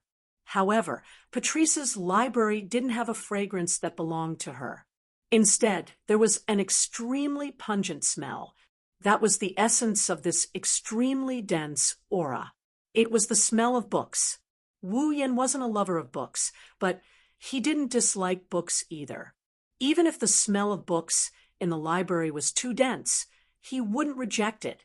After taking in a light breath and adapting to the smell, he entered the library. On the first day he entered the library, Wu Yen discovered that there were many precious magic books that he hadn't grasped. They weren't even among the 103,000 magic books. Ever since then, whenever Wu Yen has the time, he would come here to look at these grimoires and memorize the magical knowledge and theories contained in them until now. Even if he didn't memorize everything, he had at least memorized 60% to 70% of it. At Wu Yan's level, being able to use magic could no longer increase his strength. At the very least, the increase wouldn't be too obvious. However, who would complain about having too many tricks up their sleeves? Wu Yen had already decided to visit the library more often in the coming days. On one hand, he would accompany Patrice, and on the other hand, he would strive to read all the witchcraft books in the library, to strengthen his knowledge and theories of magic. Of course, this was all in the future. Today, Wu Yan didn't come here to read books. After passing through those ridiculously huge bookshelves, Wu Yan didn't head for Patrice's room. Instead, he moved towards a corner of the library. Under normal circumstances, Patrice wouldn't be in the room. Instead, she would be reading in a corner, because in that corner there was a desk. Given Patula's personality, that would be, he must be reading there, right? Not long after, Wu Yan came to the corner and saw a figure with his back facing him, sitting in front of a desk piled with books. There was a lamp hanging on the left. Using the weak light, Patrice lowered her head and read the book in her hand. Under the faint illumination of the lamplight, Patrice was clad in purple and lavender stripes. She wore a lavender robe, with lotus leaves at the hem, looking extremely fluffy and comfortable.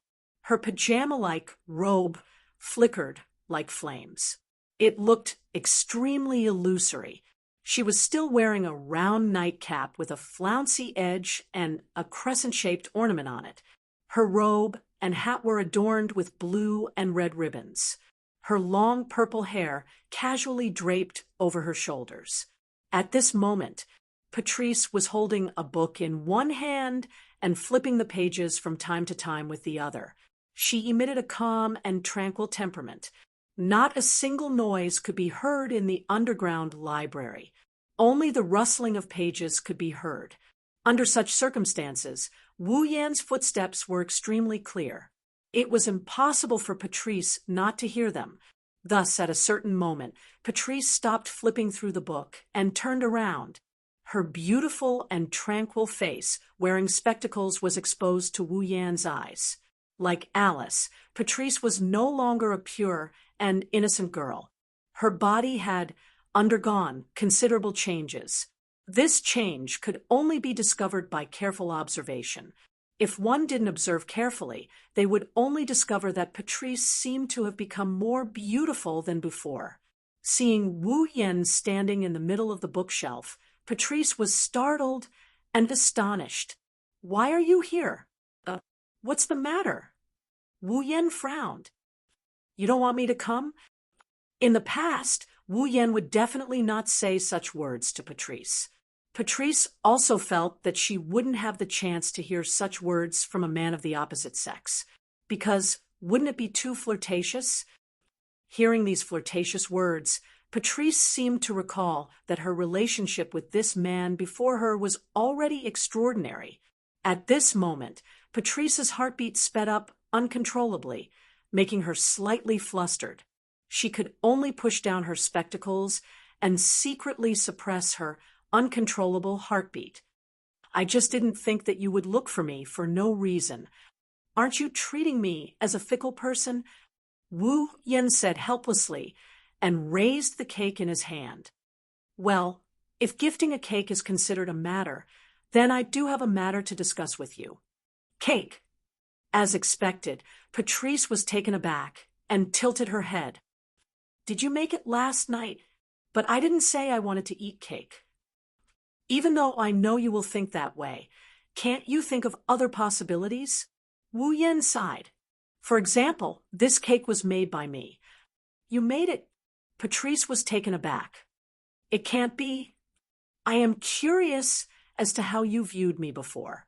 Why are you so surprised by my cake?" Wu Yan rolled his eyes at Patrice and brought the cake to her side. "Give it a try." As Wu Yan approached, Patrice's suppressed heartbeat swelled and became louder. She no longer dared to look at Wu Yan's face. She turned her head and looked at the cake Wu Yan brought. "Then I'll have a taste." Patrice extended her hand to take the cake, but discovered that Wu Yan had already taken it away. Patrice looked up suspiciously and saw Wu Yan smile that wasn't a smile. "I say, Patrice, your act of treating the cake as more important than me will only make me sad." "What are you talking about?" Patrice couldn't help but blush. I just want to try the cake. Is that so? Wu Yan's lips curled into an arc that made Patrice panic. At the same time, he said something that made Patrice flabbergasted. Then, I want to hear you say that you love me first. Patrice widened her eyes in anger. How can I say that? Why can't you say it? Wu Yan stooped down and inched his face closer to Patrice's. Or, rather, do you prefer to prove it with your actions? What are you trying to do? Patrice stood up hurriedly as Wu Yan's face inched closer. However, she accidentally bumped into a chair and fell backward. But before she fell, Wu Yan held her waist and pulled her into his embrace. Patrice felt a little dizzy when she sensed the familiar yet foreign male aura. She placed her hands in front of Wu Yan's chest as she muttered with a flushed face. Don't do this. Don't do this. Wu Yan said in a mischievous manner. Don't do what? Patrice bit her lips and she glared at Wu Yan with an annoyed expression. Let me go first. No. Wu Yan said as though it was a matter of fact. Unless you say that you love me, don't tease me, Patrice said helplessly. If you tease me again, I will really get angry. Rather than seeing you treat me coldly, I would rather see you angry. Wu Yan pressed his forehead against Patrice's. Besides, can you really get angry? Patrice couldn't take it anymore. I really can't say it. Is that so? Wu Yan said in disappointment. All right then. Patrice thought Wu Yan was going to let her off, but Wu Yan suddenly hugged her. Since you can't say it, then use your actions to prove it. Wu Yan tossed Patrice on the desk, and he pounced on her amidst her shrieks. The sound of panting and moaning resounded in the library. Chapter 1821. Humph, humph, humph, humph. In a corner of the Red Devil Mansion's underground library, Little Fiend flapped her bat-like demonic wings and fluttered her long red hair. She happily hummed a song while holding old books as she flew towards Patrice. Little Fiend was indeed very happy. At least, compared to the people of the Red Devil Mansion, Little Fiend had been living a rather carefree and comfortable life. Because Little Fiend was Patrice's familiar and not Remilia's servant, even Remilia couldn't use a commanding tone to order Little Fiend around. Furthermore, the scale of the Red Devil Mansion's underground library was simply too large. The amount of books that needed to be organized every day was like a mountain. No matter how she organized them, she couldn't finish organizing them. Thus, Patrice gave Little Fiend a fixed job to organize these books. Under such circumstances, the little devil dared to say that he was the most relaxed person in the Red Devil Mansion during this period of time. While Wu Yan was suffering from the sin of being arrogant and expressing his vile arrogance to the people of the Red Devil Mansion, Little Fiend was organizing books in the library, while Wu Yan was suffering from the sin of jealousy, causing Remilia to send the entire Red Devil Mansion out to search for him. She even went to rescue Marissa while she was at it. The imp was organizing books in the library, while Wu Yan was suffering from the sin of being furious and chasing Marissa around the Red Devil Mansion, wantonly destroying everything in the Red Devil Mansion and causing a commotion. Little Fiend was organizing books in the library, while Wu Yan was suffering from the sin of being lazy and letting Xiao Yi take care of him. While Remilia, Fran, and Patrice were searching for him, Little Fiend was organizing books in the library, while Wu Yan was suffering from the sin of being greedy and attracting the people of Earth Spirit Hall. While the girls of the Red Devil Mansion and Earth Spirit Hall were having a battle of attire, Little Fiend was organizing books in the library, while Wu Yan was suffering from the sin of being gluttonous. While the people of the Red Devil Mansion and Earth Spirit Hall were busy satisfying their appetites and taking care of him, Little Fiend was organizing books in the library, While Wu Yan is suffering from the sin of asterisk asterisk, he pushed down on her master, Patrice, without her knowledge. Meanwhile, Imp is still organizing her books in the library. In other words, Wu Yan was suffering from the 7 sins and causing a lot of trouble. While the people of the Red Devil Mansion were half-dead tired, Little Fiend was the only one alone was not involved. Little Fiend was organizing books in the library as usual. How could Little Fiend not have a carefree life? Therefore, Little Devil was very happy and glad that she didn't get involved in those disputes because of her work. Otherwise, she wouldn't have been able to survive. Otherwise, she would be half dead. Tired. One must know that this wasn't the first time the little devil witnessed Patrice returning to the library with a fatigued expression. And for the first time, she didn't stay up late to read. She fell asleep immediately. Of course, if Little Fiend knew that the reason why Patrice fell asleep immediately after returning to the library was because she had been pushed by Wu Yan for who knows how many rounds, would Little Fiend still feel happy?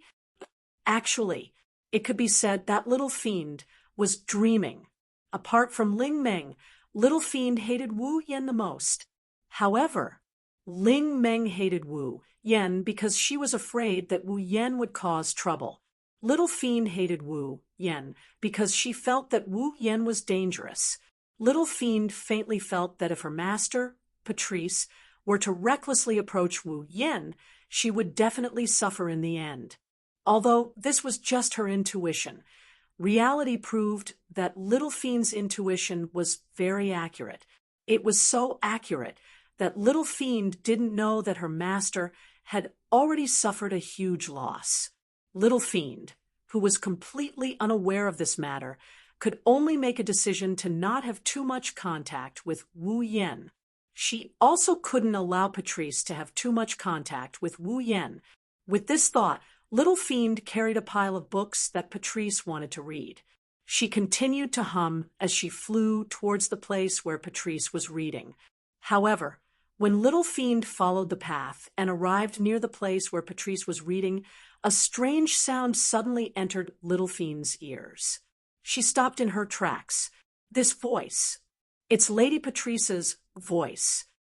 Hearing that strange voice, Little Fiend tilted her head and muttered to herself in astonishment. But why is Lady Patrice's voice so strange? Strange? It was indeed strange, because Little Fiend heard Patrice moaning and moaning without any reason. It sounded like the cry of a cuckoo. Little Fiend's heartbeat sped up for some reason, and her face flushed red. Lady Patrice couldn't possibly be. Little Fiend wasn't embarrassed to say the word comfort. Instead, she found it hard to imagine. With Patrice's personality, how could she possibly do such a thing? But if that wasn't the case, why would Patrice moan like that? Little Fiend had been by Patrice's side for decades, if not a century. No one was more familiar with Patrice than Little Fiend. Little Fiend didn't dare to believe that Patrice would do such an unbearable thing. Little Fiend didn't know if it was out of curiosity or her instincts. She gently placed down the pile of books in her hands and tiptoed to the back of a bookshelf. She peeked her head out and looked at the corner where Patrice was reading. In the next moment, an unimaginable scene and extremely chaotic moans entered the little evil demon's eyes and ears at the same time, causing the little evil demon to be stunned on the spot. She saw Patrice lying naked on her desk with her buttocks sticking out. Her charming face was flushed red, and she was moaning uncontrollably. Behind Patrice was a similarly naked person. He was holding Patrice's slender waist and constantly ramming into Patrice. He had a wicked smile on his face, seemingly satisfied and pleased. It was a man. Moreover, it was a man that Little Fiend was extremely familiar with. It was Wu Yan, whom Little Fiend was on guard against. Little Fiend completely forgot about her blushing face and stood there in a daze. Rather than saying that she was in disbelief, it would be more accurate to say that she was absent-minded, as though she had lost her soul. Why? Oh, How could this be? Oh, what's going on? Similar questions kept popping up in Little Devil's mind. However, Little Fiend didn't attempt to answer them. Her mind was already in a daze from this unimaginable scene. Her heart was in a mess, and she didn't react for a long time. But no matter how unwilling Little Fiend was to believe that this was reality, reality wouldn't change because of her hesitation. After an unknown period of time, Patrice's panting became more hurried, and the banging sounds became more frequent, until a certain moment, Patrice couldn't help but beg for mercy. Only then did the man who was lovingly caressing Patrice stop his actions and send her to the climax. Pa! Patrice was like a doll with its strings cut. She slumped onto her desk, unable to get up again. Wu Yen laid on Patrice's back and whispered something in her ears. After Patrice absent-mindedly nodded her head, he nodded in satisfaction and stood up to wear his clothes. Seeing this, the little devil subconsciously held his breath, lowered his presence, and hid in a dark corner. Not long after, Wu Yen wore his clothes and left with a satisfied expression, as though he had just come out of a hot spring. Little Fiend walked out of the dark corner and looked at the desk. Patrice didn't have a trace of strength and was curled into a ball like a lazy kitten. She was moaning softly, and it was apparent that she hadn't recovered yet.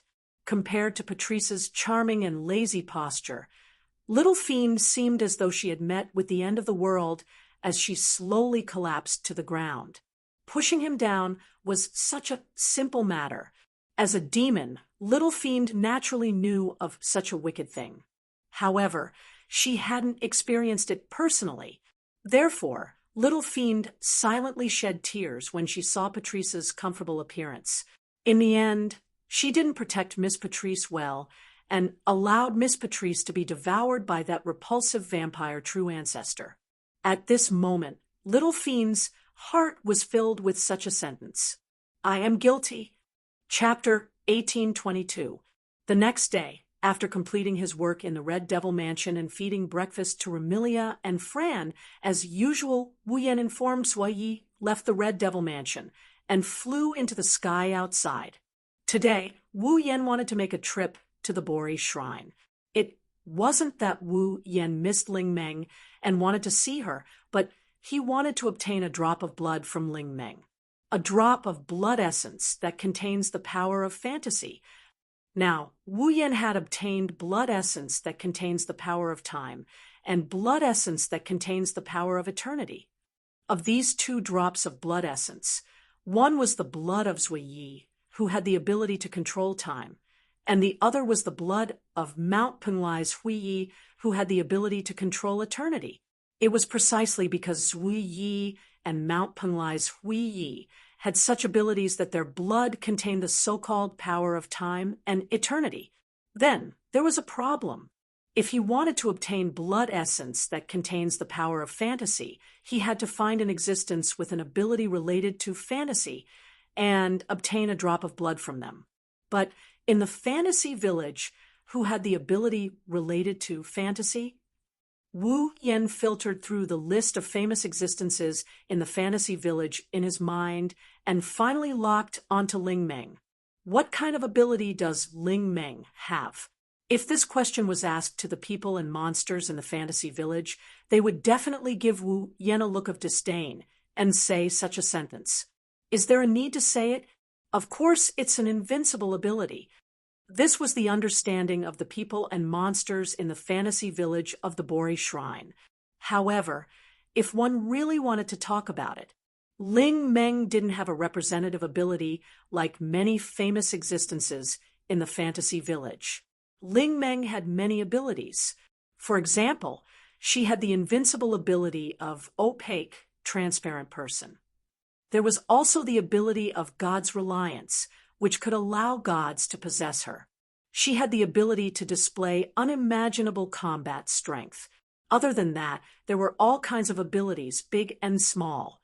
For example, the ability to control spirit energy, the ability to fly autonomously, the ability to seal and purify, and so on. Of these abilities, Some were useless in battle and could only be used to assist Ling Meng's actions. However, some were so powerful that it was difficult to find any other ability that could compare to them. Furthermore, basically, there were all kinds of them. If the characters in the fantasy village had a bug-like ability, then Ling Meng had a bunch of bug-like abilities. Then, with so many abilities, what kind of power does Ling Meng's blood contain? Wu Yan felt that it was very likely to be the so-called fantasy power. Wu Yan doesn't know what this fantasy power is like. Plus, Ling Meng has never used any ability related to fantasy before, so logically speaking, she should be able to use it. He should not be on the list. However, most of Ling Meng's rune cards had fantasy or dream as prefixes or endings. Furthermore, Ling Meng was the manager of Fantasy Village on the surface. Thus, Wu Yan felt that the so-called blood essence with fantasy power should be Ling Meng's blood essence. Of course, this was just a guess. Whether it was true or not, it still needed to be verified. As for the method to verify it, it was simple. As long as he could obtain a drop of Ling Meng's blood. If Ling Meng's blood was really blood essence with fantasy power, then the system would automatically identify the item and feed back its information to Wu Yan, no matter what. This trip to the Boli Shrine was destined to be carried out. But will Ling Meng be willing to give me a drop of her blood? Wu Yan didn't feel confident. I have a feeling that Ling Meng will not be so easily convinced by me. Sighing faintly, Wu Yan did not use spatial teleportation. Instead, he thought of a way to convince Ling Meng while flying towards the Boli Shrine. In the end, Wu Yan could only think of a way. Give Ling Meng another bag of gold coins. To deal with those without integrity, the only way to deal with them is to use the same method. Wu Yan had already grasped the essence of this method. After a while, Wu Yan's field of vision began to widen. A shrine at the end of a long stone staircase appeared before his eyes. However, to Wu Yan's surprise, on the stone staircase below the Boli Shrine, a young girl riding a broom was flying at a low altitude. She was desperately chasing after a black shadow that was also flying at a low altitude. That is, seeing this scene, Wu Yan was slightly surprised. Marissa and Paparazzi one? That's right. The young girl riding the broom could only be Marissa. In the entire fantasy village, only Marissa would be able to fly on a broom. The black shadow that Marissa was chasing after was the one Wu Yan had previously tied up in the magic forest. Floating in the air, Wu Yan could clearly hear Marissa's hysterical cries as she chased after Marissa. When stop right there. Facing Marissa's hysterical roar, Marksman Maru flew past her at a speed that would never allow Marissa to catch up to him. Moreover, he even turned his head and laughed heartily. It's useless. Marissa, you can't catch up to me. Who has the time to care about whether I can catch up or not? Marissa's expression was sinister. If I don't chase after you, then there will be a problem. Marissa, are you that anxious to see your own report? Saimaru shook his head as he spoke. Although I am very grateful that you are looking forward to Wen's daily newspaper, it will only be distributed tomorrow. Marissa, you should return home and wait. Who's going to wait? Marissa shouted. I am not looking forward to your paparazzi daily newspaper. Not only that, I will tear apart your broken camera. That's impossible. Sensei Maruan laughed out loud. I have already been tricked by that Yakumo Haku several times. This time, I must write this report. Marissa, just give up. Don't even think about writing that nonsense. Marissa seemed to have ignited a small universe as her speed increased by several levels. Watch me shoot you and that stupid camera through with one shot. If you can do it, then try. Instantly, Marissa and Sensei Marifumi started playing cat and mouse on top of the Bori Shrine. Wu Yen got a better idea of what's going on when he saw this. Marissa must be the paparazzi voyeur, that Marissa caught some scandal material and took a crucial photo. And the main character of this photo is Marissa, looking at Moise's hysterical appearance. Sensei Maru must have taken an incredible photo to make Moise so crazy. Thus, Wu Yen became curious. What kind of photo did the paparazzi take to make Marissa chase after it so desperately? Out of curiosity, Wu Yen teleported himself to the front of Kamikaze Maru. Before Sensei Maru could react, Wu Yen lifted him up like a chicken and dangled him in front of Wu Yen. I have to say, this paparazzi crow of yours is quite heavy. It's you? Marissa was startled when he saw the person who lifted him up. Then, as if meeting his natural enemy, he shrunk his head back. Why are you here? Marissa. At the same time, Marissa also flew over like the wind. She braked and stopped in front of Wu Yen and Marissa. She was riding a broom, but it looked like she had run a long distance. She was panting heavily. I caught you. I'm the one who caught this paparazzi crow. Not you, black-white Kuan. Wu Yen said with a grin. Marissa looked like she only just noticed him. She was stunned for a moment before shouting like a demon. It's you. At this moment, Marissa looked like a police detective who was chasing after the murderer of a murder case. Moreover, the person she was chasing was only an accomplice of the murder case. Only now did she find the real murderer. Wu Yen couldn't help but feel a bit confused. He wasn't the paparazzi's superior, and he didn't send him to take pictures. How did he become the murderer and the paparazzi an accomplice? Marissa yelled as she pounced at Wu Yen. I'll kill you. Chapter 1823. Some time ago, when Wu Yen and Alice were having a conflict because of some harmonious and loving matters, Marissa was tricked by Sensei Maru. In the end, she just happened to bump into Wu Yan's muzzle. That wasn't the most important thing. The key point was that Marissa didn't do anything at that time. Instead, she put on a very gossipy appearance. This made Wu Yen, who was worried about being interrogated, directly teleported Marissa away using space transfer.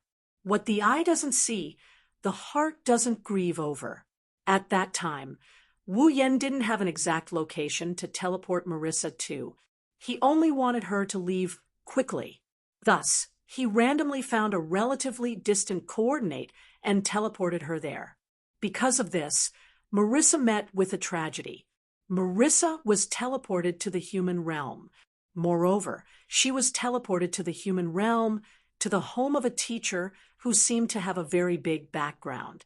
Unfortunately, at that time, the teacher seemed to be taking a bath.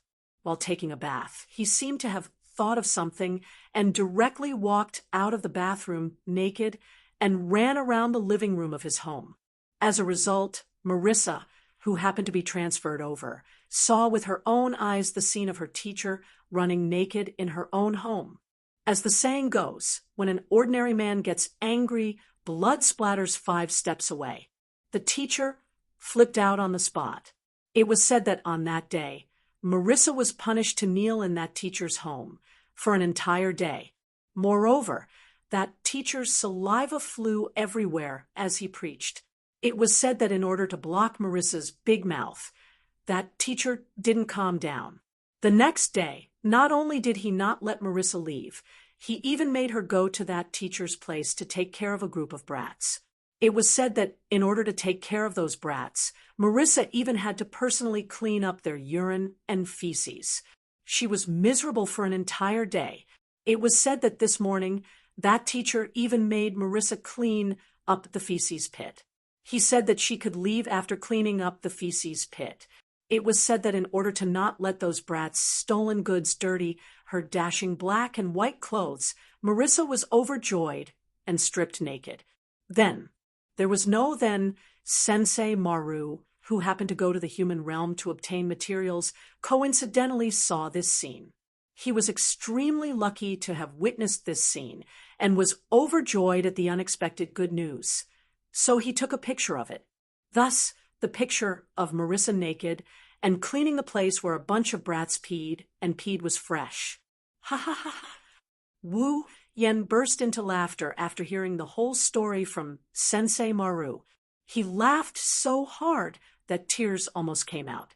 The unfortunate black and white is indeed the unfortunate black and white. To think that he would encounter such a ridiculous situation. What should I say to you? Ha ha ha ha. You're laughing. How dare you laugh? Marissa was tightly bound by chains flickering with a faint purple light that extended from the surrounding space ripples. Hanging in midair, she struggled with all her might while shouting angrily, "If it wasn't for you, I wouldn't have been punished by Huin to take care of a bunch of kids. It's all your fault." That's funny. Like I said, I didn't transfer you to that Kane Sensei's house on purpose. I even did it while she was running around naked. Wu Yen couldn't help but laugh. At the end of the day, it's still your bad luck, black and white. If you had 1/10 of that red and white's luck, you definitely wouldn't be so unlucky to have bumped into this paparazzi crow. You must have been chosen by some god who controls misfortune. Marissa was stunned and couldn't find any words to refute. In the end, she could only hang her head dejectedly. That, I've already explained, everything. On the other side, Sensei Maru carefully protected his camera and looked at Wu Yen with vigilance. Can I go now? Why are you in such a hurry to leave? Wu Yen asked suspiciously. Am I that scary? Ha ha. Sensei Maru laughed dryly. If you can promise me that you won't tamper with my camera in the future, I won't be afraid of you. Sensei Maru, who fell into Wu Yan's hands twice and had his important report material taken away by Wu Yan, was afraid that Wu Yan would target his negatives. That's why he was so wary of Wu Yan. Wu Yan couldn't help but feel annoyed. Don't worry. As long as it's not related to me, I won't touch your camera. Hearing this, Markumaru heaved a sigh of relief. Then, I'll go back to write the report first. Excuse me. After saying that, Saimai Maruin didn't even say goodbye and planned to fly away. Seeing this, Marissa became anxious. If Sensei Maru successfully escapes, then tomorrow, the news of Marissa cleaning a manure pit naked will spread throughout the entire utopia. At that time, Marissa felt that she simply didn't need to mingle in Fantasy Village, nor did she need to go out to meet people. She might as well just die. Before Marissa could react, Wu Yen grabbed Sensei Marifumi by his collar and dragged him towards Wu Yen, who was about to fly away. Wait, don't leave in such a hurry. You're going back on your word. Sensei Maru thought Wu Yen was going to touch his negatives again and struggled desperately. This time, don't even think about taking away my important report material. Who cares about the unfortunate black and white scene of cleaning a cesspool naked? Wu Yen pursed his lips. I just want you to do me a favor. Favor? Shoujo stopped struggling. Even Marissa forgot about the fact that she might lose her reputation. She looked at Wu Yen curiously. What favor? Before that, answer me a question. Wu Yen touched his chin and asked, as the strongest existence in Fantasy Village purely in terms of speed, paparazzi, can you take someone's blood before they can react at all? Take blood? Sensei Maru was stunned. Is the Scarlet Devil Mansion starving you so you have to come out to find blood to drink? I'm not taking blood to drink. Wu Yen rolled his eyes. Just tell me if you can do it or not. That depends on who it is. Sensei Maru answered honestly and puffed out his chest. Usually, as long as it's not someone much stronger than me, I should be able to secretly insert a needle into their body and take some blood. It shouldn't be difficult. Then, Wu Yan pondered for a moment. What if this person isn't very strong normally, but he can become stronger during a fight and is quite slow? Not very strong normally can become stronger in a fight, is quite slow? Sensei Maru's mouth twitched. Why do I feel like this person is very familiar? Even Marissa, who had an IQ of less than 9, was stunned, let alone Kamui Marumi. This person, could it be? That's right. Wu Yan didn't hide anything. It's Ling Meng. As soon as his voice fell, Shooting Life Maru immediately turned into an afterimage and flew out as if he was fleeing. Wu Yan, who had anticipated Sensei Maru's reaction, waved his hand, and a spatial ripple appeared in front of Sensei Maru. Sensei Marifumi dove into the spatial ripple, and he appeared beside Wu Yan in an instant. Wu Yan caught him. Wu Yan grabbed Sensei Marifumi. Let me go. Sensei Maru struggled to get up. If you want to die, go ahead, don't drag me down with you. Die. Wu Yan resisted the urge to roll his eyes. Are you exaggerating? That's because you don't know what Ling Meng is like when she's angry. Sensei Maru shouted. If I really do that, Ling Meng will definitely be so angry that she'll kick me out. Before I dedicate my life to the great God of news, how can I die? It's just a drop of blood. You're exaggerating. Wu Yan said calmly. Aren't you very fast? It's useless no matter how fast I am.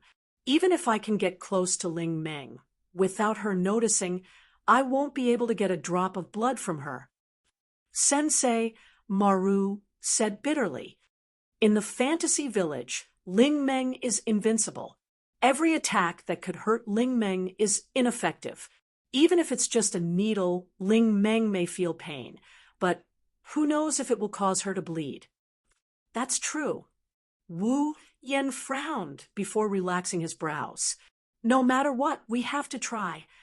Without giving Sensei Maru a chance to protest, Wu Yan grabbed Sensei Maru with one hand and Marissa with the other and walked towards the Bori Shrine. Chapter 1824. Fantasy Village Bori Shrine. In front of the shrine, Wu Yan, Marissa, and Sensei Marifumi stood side by side. They stared at the door in silence for a while. Are you really going to do this? Marissa lowered her voice and spoke softly. Even though I don't want to admit it, Soul Dream is very scary when she's angry. Basically, no one can suppress her. Do you really dare to stab her with a needle? Ugh. No matter what, let's try it first. Wu Yan also lowered his voice. Anyways, when Akane gets angry, I'll just throw her a bag of gold coins. That will definitely calm her down. Then why don't you just throw a bag of gold coins to Soul Dream and have her give you a drop of blood? Sensei Marifuge grumbled. That way, we won't have to take such a big risk, right? That's true. Wu Yan scratched his cheek. But I have a feeling that we'll fail if we do that. Why? Marissa asked doubtfully. Soul Dream loves money so much. She should be happy to exchange a drop of blood for a pile of money, right? But compared to money, that Akane hates trouble more, right? Wu Yan rubbed his forehead as if he had a headache. I don't know if that Akane thinks that stabbing herself with a needle is troublesome. Even if it isn't, I don't think it's very reliable. So, you want us to challenge Soul Dream's bottom line with you. Saimara was still grumbling. I really have to hand it to you. In Fantasy Village, other than a certain brainless person, there's no one else. This is the first time I've seen someone so eager to challenge the Bori Shrine. Brainless? Marissa rubbed her head and looked around. Who, which brainless fellow, would be so eager to challenge Ling Meng? Wu Yan and Shudamaru are speechless. They ignored Marissa. They looked at each other. Are you really going to do this? Takamaru's face fell. Then can you do it yourself? A smile appeared on Wu Yan's face, but he didn't say anything. He raised his hand. The camera, which was as important as his life, was placed on his hand, making him lose his temper on the spot. All right. At that moment, Seomaru decided to throw caution to the wind. I'm a diligent reporter. For my news material, let's fight. Don't even think about it. Marissa immediately became spirited. Earlier, Wu Yan had said that the camera would belong to whoever could obtain a drop of blood from Ling Meng. Therefore, the Marissa was also burning. For my reputation, I'll do it too. The two girls immediately looked at each other, as if sparks had been ignited. Sizzling sounds that sounded like electric currents colliding rang out in the air. Immediately, Marissa and Sensei Maru tiptoed towards the entrance of the shrine. Hey! Sensei Maru cautiously beckoned to Wu Yan, who was standing behind them. Later, go open the door and check the situation inside. Then, use your strength to open the door. The moment you open the door, I will rush in as fast as I can. Hee hee. Marissa giggled eagerly. Feels like it's going to be fun. Hearing that, Wu Yan could not help but shake his head. Moving past the cautious figures of Sensei Maru and Marissa, he arrived before the door. Gently, he pulled the door open. Marissa was already seated on her broom. Sensei Maru was also floating in the air. The two of them had a serious expression, and their bodies were tense, waiting for Wu Yan to open the door and rush in to give Ling Meng a taste of her own medicine. However, Marissa and Sensei Maru did not notice that and gently opened the door. Casting his gaze into the shrine, Wu Yan's mouth twitched. The shrine was completely silent. Not even the slightest sound could be heard. No, it should be said, it was so quiet that only an extremely faint sound could be heard. A snoring sound inside the kotatsu at the center of the shrine. Wu Yan, Marissa, and Sensei Marifumi are being very careful. The target they are planning to ambush is lying on the ground with his arms and legs spread out. He's sleeping so soundly that he didn't even notice that someone is trying to ambush him. Seeing this scene, Wu Yan was silent. At the same time, he sighed in his heart. He really felt like a fool. Why would he be so fearful of such a person? Why would he come up with so many tricks and get two helpers? On the other side, Moisa, who was completely oblivious to the situation inside the shrine, tensed up and prepared to rush into the shrine at any moment, nervously asked, "How is it? Did Ling Meng discover us? You need to be careful." Sensei Maru reminded, under normal circumstances, Ling Meng's strength may not be high, but her intuition is frighteningly strong. Be careful, don't get discovered. Hearing Marissa and Sensei Maru's words, Wu Yan felt much better. Fortunately, if I'm stupid, then there are people who are even more stupid than me. Are you done? Sensei Maru couldn't help but ask. If you're done, then open the door. I'll rush in as fast as I can, and before Ling Meng can react, I'll escape as fast as I can. If that happens, even Ling Meng won't be able to do anything. Although I also want to do it openly with Princess Ling Meng. The Magus-san grinned and laughed. But for the sake of my reputation, I'll let it go this time. Next time, I'll have a proper round with Ling Meng. Wu Yan was now certain. These two are really stupid. At that moment, Wu Yan ignored Marissa and Sensei Maru and walked into the shrine under the startled looks of the two girls. Hey! Sensei Maru didn't bother to lower his voice and called out, "Are you crazy?" Oa! Marissa also cried out, "Little brother from the Yakumo family, are you not planning to sneak around and face Ling Meng head-on? I have high hopes for you." The two girls noticed that Wu Yan had walked into the shrine, but there wasn't the slightest bit of commotion.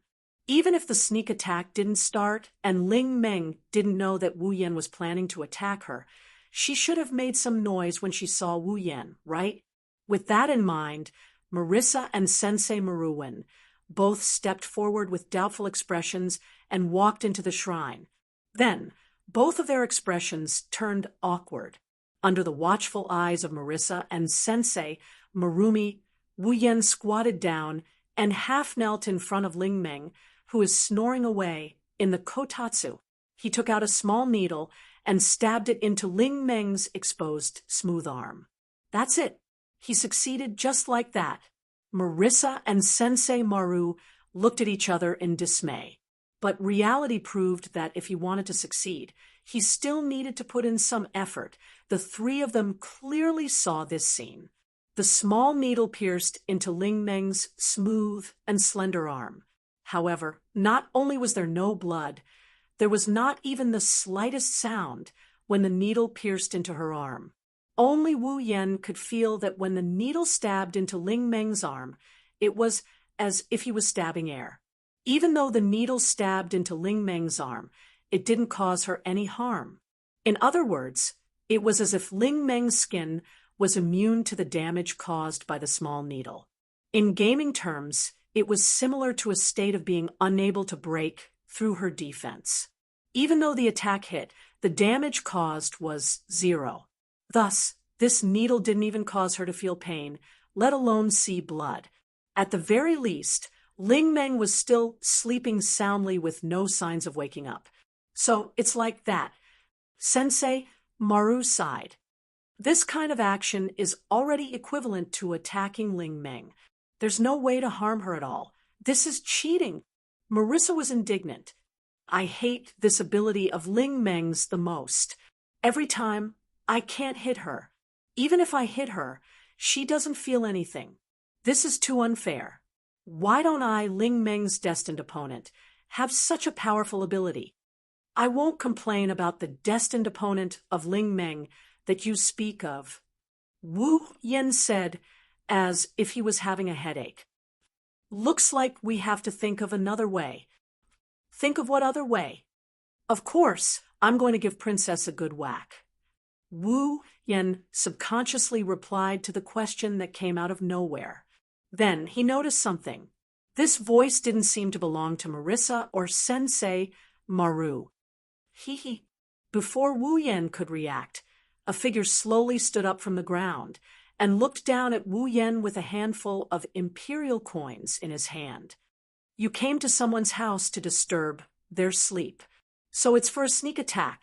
Wu Yan, Marissa, and Sensei Maru froze. Chapter 1825. In other words, standing on top of the kotatsu table in the middle of the shrine, Ling Meng crossed her arms in front of her chest and looked down at Wu Yan, Marissa, and Fuma Maru standing side by side in front of the kotatsu. Her expression became increasingly unfriendly. In order to obtain a drop of my blood, you came to the shrine to ambush me? Hearing this, Wu Yan raised his head and looked at Ling Meng, who was standing on top of the kotatsu table. Although he wanted to ridicule her for standing on top of the kotatsu table, he still nodded obediently. That's right. That's all. I was forced to do it. Markumaru hurriedly said with a smile. I only did this to retrieve my camera, Ling Meng. Furthermore, my ambush did not succeed. That's right. Marissa placed her hands on her waist. Personally, I am very opposed to doing sneaky things. Rather than sneaking up on Princess Ling Meng, it would be better to do it in broad daylight. Hearing Marissa's words, before Ling Meng could respond, Wu Yan spat out, "Come your head." Against doing sneaky things, don't you always act sneakily when you steal from the black and white bandits? I didn't steal anything, Marissa retorted with a face full of dissatisfaction. I'm just borrowing it. I will definitely return it in the future. Is that so? Wu Yan looked doubtfully at Marissa. Then when are you going to return it?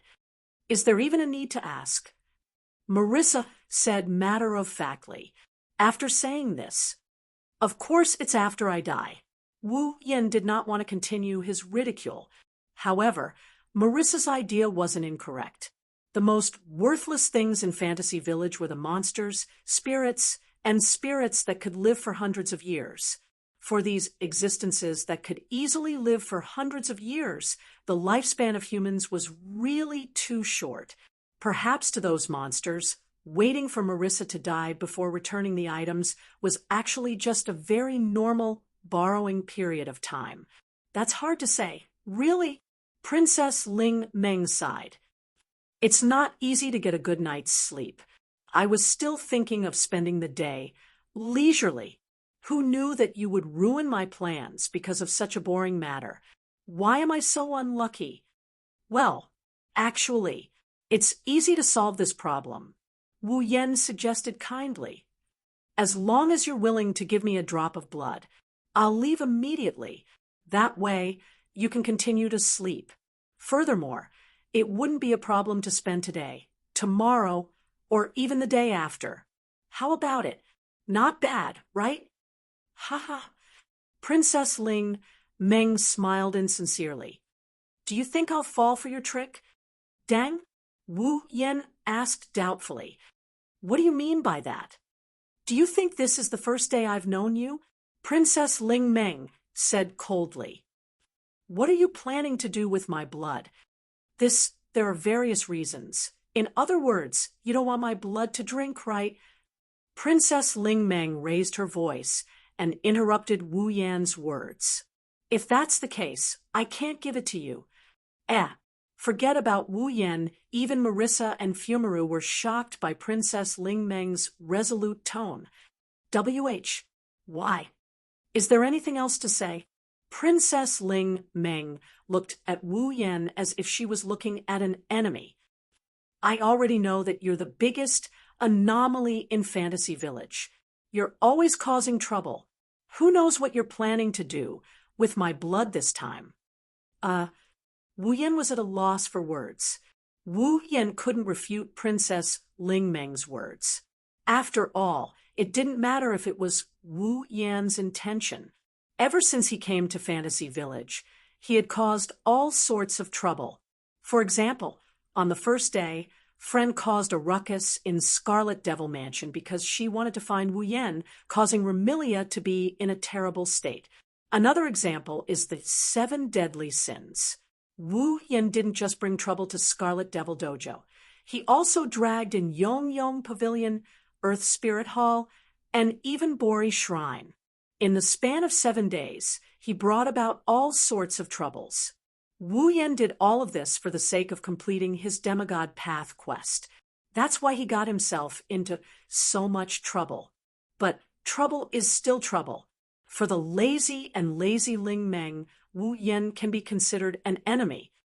This time, I really won't cause any trouble.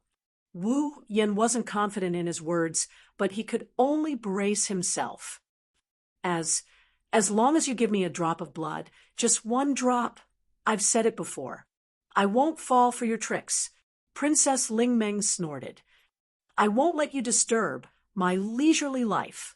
Seriously, I really want to cure the biggest anomaly in your fantasy village. The more Princess Ling Meng spoke, the angrier she became. She even lifted her head and screamed at the ceiling of the shrine. Violet, you despicable bastard. Hurry up and bring your family's big trouble back. From Ling Meng's unbearable screams, one can tell how much she hates Wu Yan for causing her so much trouble. Princess Ling Meng must have taken into account Wu Yan's identity as the head of the Yagumo family and Violet's identity. Otherwise, with Princess Ling Meng's personality, she might have treated Wu Yan as a real anomaly. It seems that Princess Ling Meng is also having a hard time.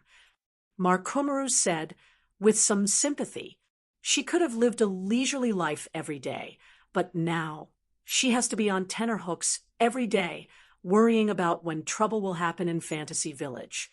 Being a bully shaman isn't a good job. Why isn't it a good job? In this regard, Marissa proposed a different idea. This is the bully shaman who maintains the peace of Fantasy Village. If possible, I want to do it too. Wu Yan couldn't help but roll his eyes.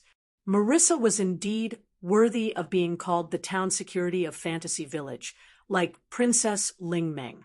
Although she wasn't a Boli shaman, she was indeed very passionate about solving all kinds of anomalies. To Marissa, Wu Yan didn't know whether it was interesting or a genuine outburst of righteousness. But from this point of view, Marissa, who wasn't the real Boli Witch, was very enthusiastic about the work of the Boli Witch, while the real Boli Witch was someone who complained about being tired every day and didn't have any motivation. It was hard to describe this feeling of dissonance. Can we discuss this? Wu Yan could only bitterly smile at Princess Ling Meng and extend his hand. As long as you give me a drop of blood, I will give you a bag of gold coins. The red bow on Princess Ling Meng's head trembled slightly like a puppy's ears. Seeing this, Wu Yan felt that there was a chance and immediately increased the bargaining chip. 10 bags of gold coins. Princess Ling Meng's delicate body trembled. Her face was filled with interest, but she immediately became resolute. Although Princess Ling Meng was greedy for money, compared to money, Princess Ling Meng clearly preferred a leisurely life. As the saying goes, life is precious, love is even more valuable. If it is for freedom, both can be thrown away. To Princess Ling Meng, leisure is definitely as important as freedom, more important than life and love. How should I put it? She is really lazy to the point where it makes people cower in fear.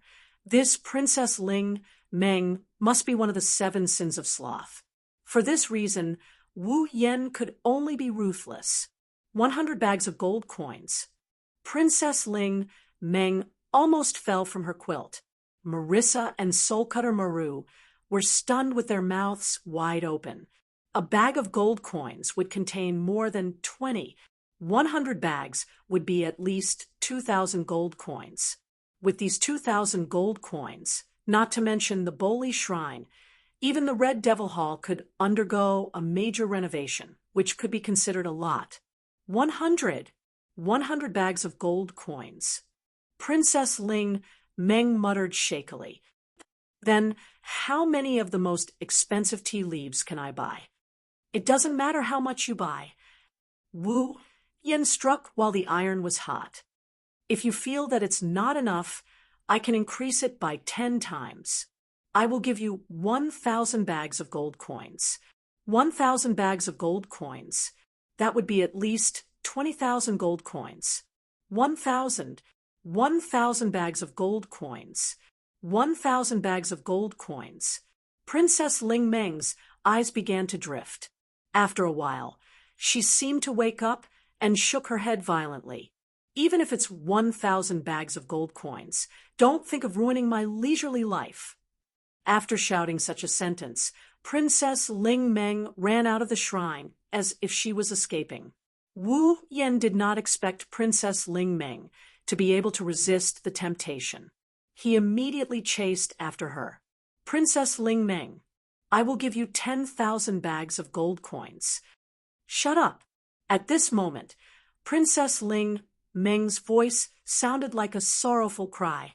Chapter 1826. Not long after, Wu Yan returned to the shrine with an annoyed look on his face. Marissa and Sensei Maru, who were leisurely drinking tea in the shrine, saw this scene and couldn't help but reach out to greet him. Yo, you're back. How was it? Did you catch Soul Dream? We didn't catch her. Wu Yan's anger rose when he saw Marissa and Kamikaze Marumi leisurely sipping their tea. Since you two are so free, why don't you come and catch that hateful Akasha with me? If even you can't catch Soul Dream, then it's even more impossible for us to catch her. Fumaru had a look of anticipation as he held his teacup. Rather than wasting time trying to catch her, why not just wait here? Maybe Soul Dream will come back. Of course Soul Dream will come back. Marissa pursed her lips. This is the shrine, Soul Dream's territory. No matter how far she runs, Soul Dream will still come back. Sigh. Wu Yan could only sigh. I've not imagined that the shameless Red-White would refuse my gold coins for an even more shameless reason. I've already offered 2 million gold coins, but she didn't stop. Instead, she ran away even faster. 2 million gold. Saimaru laughed dryly. You sure have a lot of gold. So many gold. Where did you hide them? Marissa came over curiously.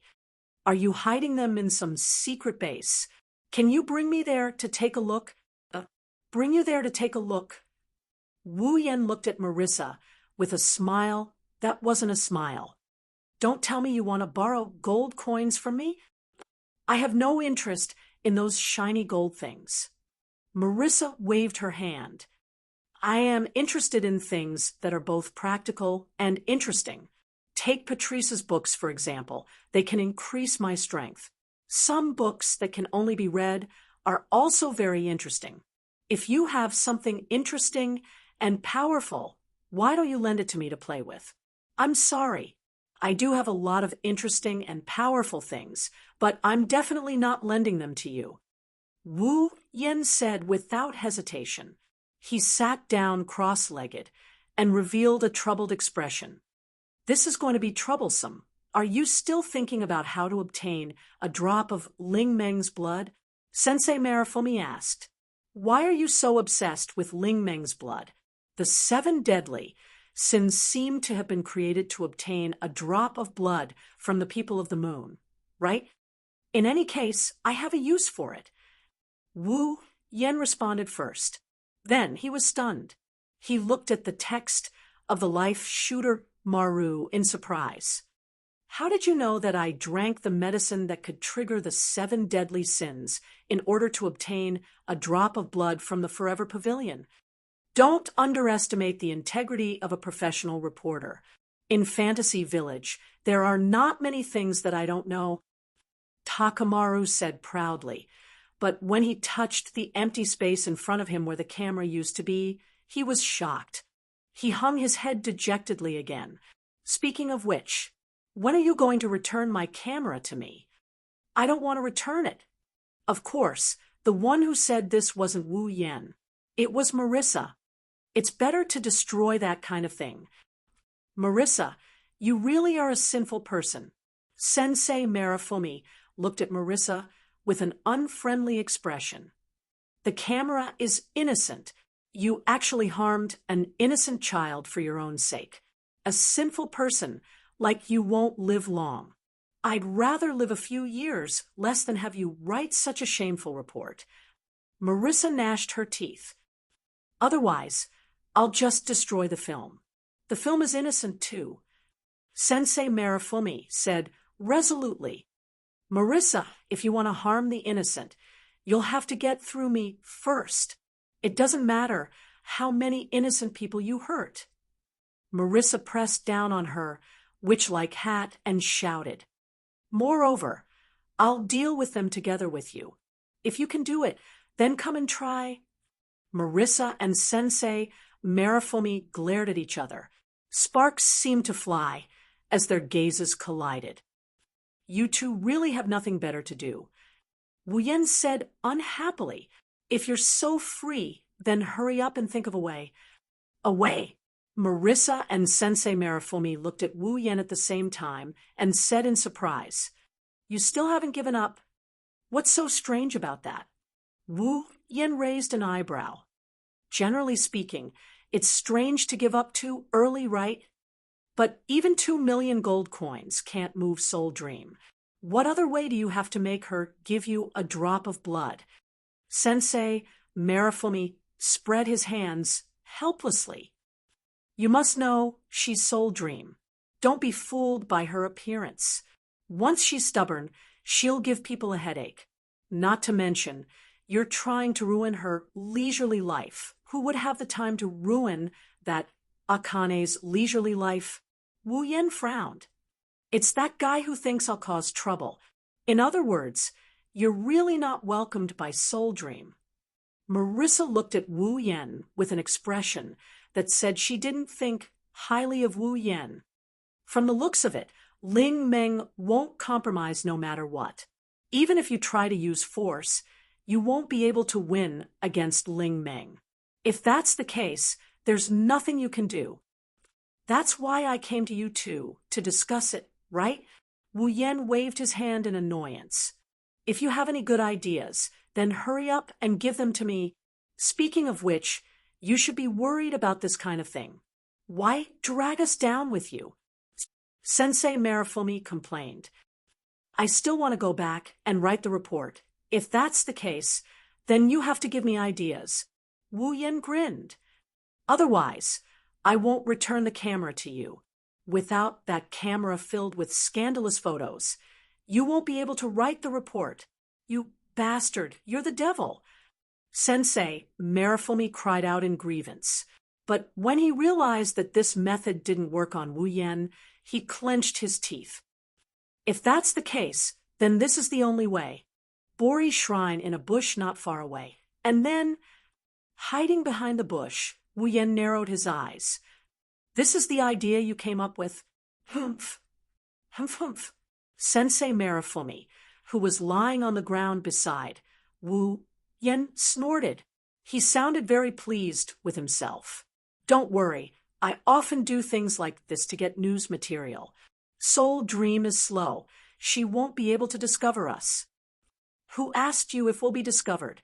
Wu Yen would have shouted at Sensei Marifumi if he didn't have to lower his voice.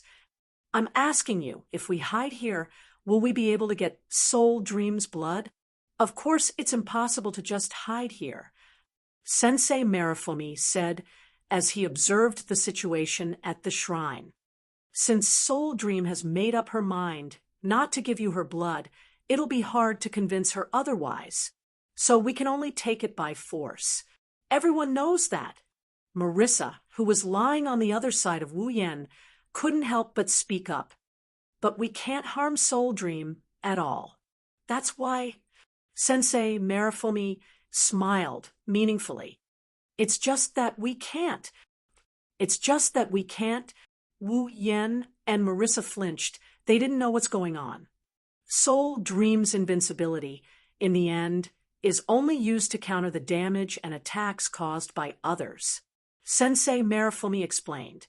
If it's not because of the damage and attacks caused by others, Soul Dream's invincibility wouldn't activate. At this point, Marissa was still confused, but Wu Yen had a sudden epiphany. You mean we have to create some accidents for Soul Dream? That's right. Sensei Marifumi chuckled.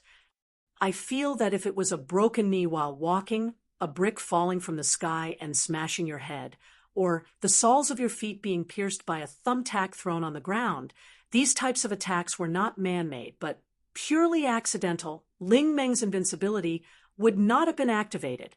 Marissa understood after hearing Sensei Marifumi's words, and her expression became excited. Sensei Marifumi, are you planning to set a trap? That's right. Almost there. Sensei Marifumi looked in the direction of the shrine. As long as Ling Meng returns, the gift I prepared for her in the shrine will come in handy. He. Marissa had completely forgotten what kind of tragic consequences it would bring to her if the life-shooting pill text were to succeed. She eagerly laughed.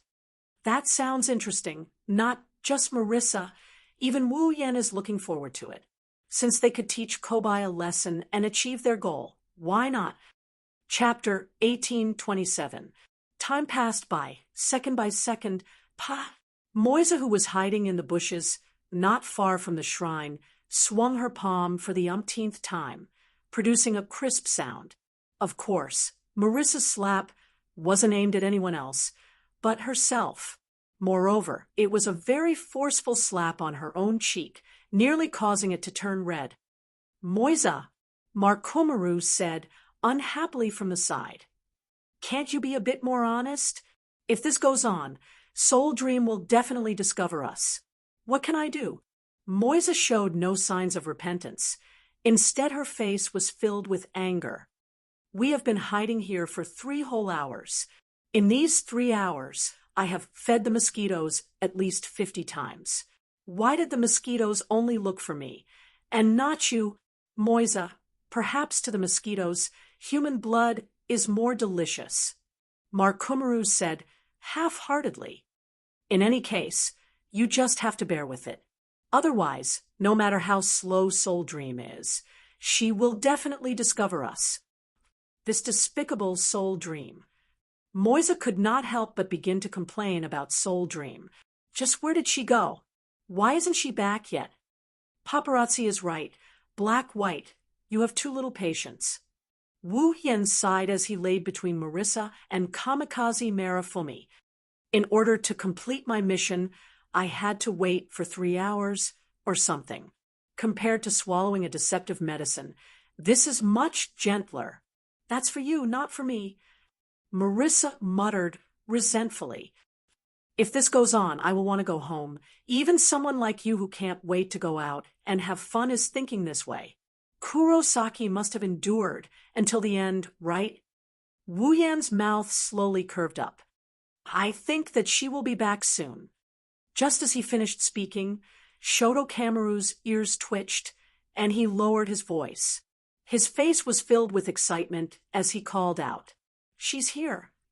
Hearing the voice of Neramaru, Wu Yen and Marissa's spirits shook at the same time.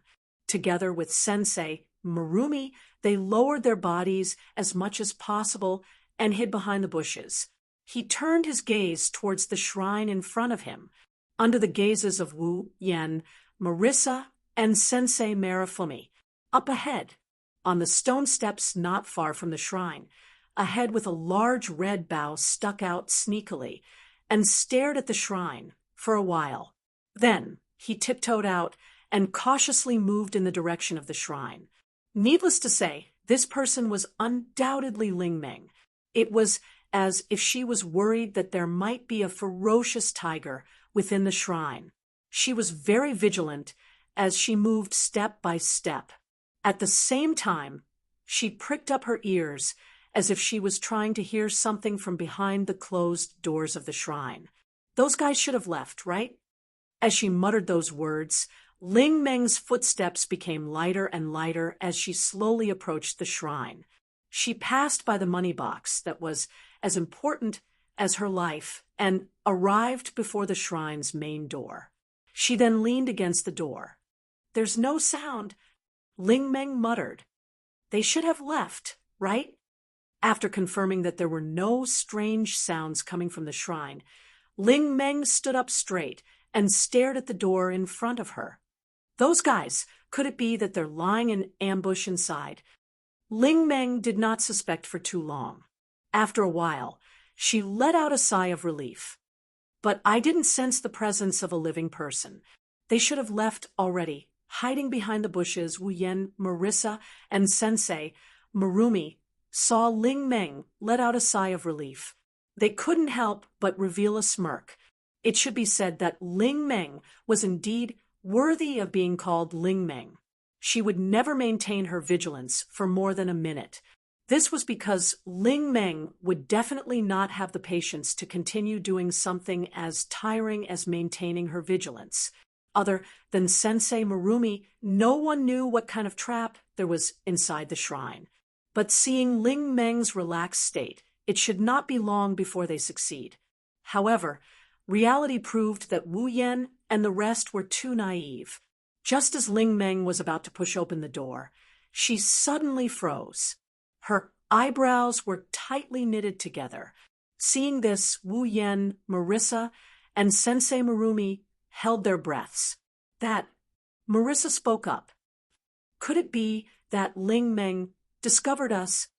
"That's impossible," Sensei Marumi said firmly. "We've concealed our presence perfectly. We're also quite a distance away from Ling Meng. She can't possibly discover us." But that Akami did stop. Wu Yen frowned.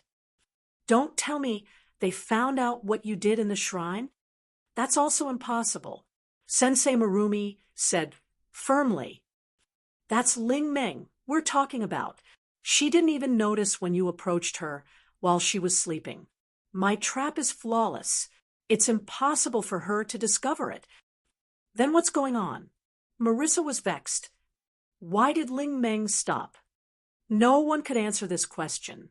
Wu Yen, Marissa, and Sensei Marumi could only focus on observing Ling Meng's every move in an attempt to discover something.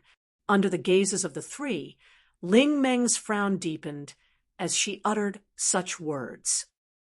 Why does it feel like something isn't right?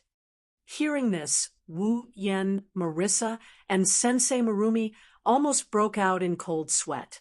Only now did the three remember that Ling Meng was indeed lazy to the point of infuriating the heavens. She was also very slow-witted. However, it was this Ling Meng that had a mysterious constitution that others couldn't match. Firstly, Ling Meng was extremely lucky. Her luck was so good that it was off the charts. Although there was no way for Ling Meng to pick up money on the streets or wash clothes until they turned into gold, there were still some lucky occurrences. For example, when she accidentally stepped on air and almost fell into a river, a turtle would float up from the river and form a stepping board. Ling Meng would be able to step on it and not fall into the water. Another example would be when it snowed. There would be a large number of animal traps buried in the snow. Basically, there would only be a path for people to walk through. Ling Meng, who was completely unaware of this, would not even step on a single trap when she walked through it. During the banquet, Princess Ling Meng had casually guessed the numbers of the dice many times. In the end, she had always guessed correctly.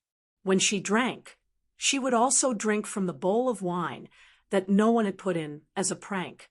She was simply extremely lucky. Thinking of Ling Meng's luck, Wu Yen, Marissa, and Sensei Marumi began to worry. They were worried that the traps in the shrine might have been coincidentally avoided by Ling Meng due to certain circumstances. In addition to her extreme luck, Ling Meng's other special trait was her extremely sharp intuition. So many strange occurrences had occurred in the fantasy village. Among them, there were some that were very suspenseful. Even the mastermind behind these occurrences was unknown. However, Ling Meng was able to rely on her intuition and judgment to find the mastermind behind these occurrences every single time. When shopping, she would often rely on her intuition to choose the best item. If she lost something, she would also rely on her intuition to find it. Unfortunately, the lost item would always be there.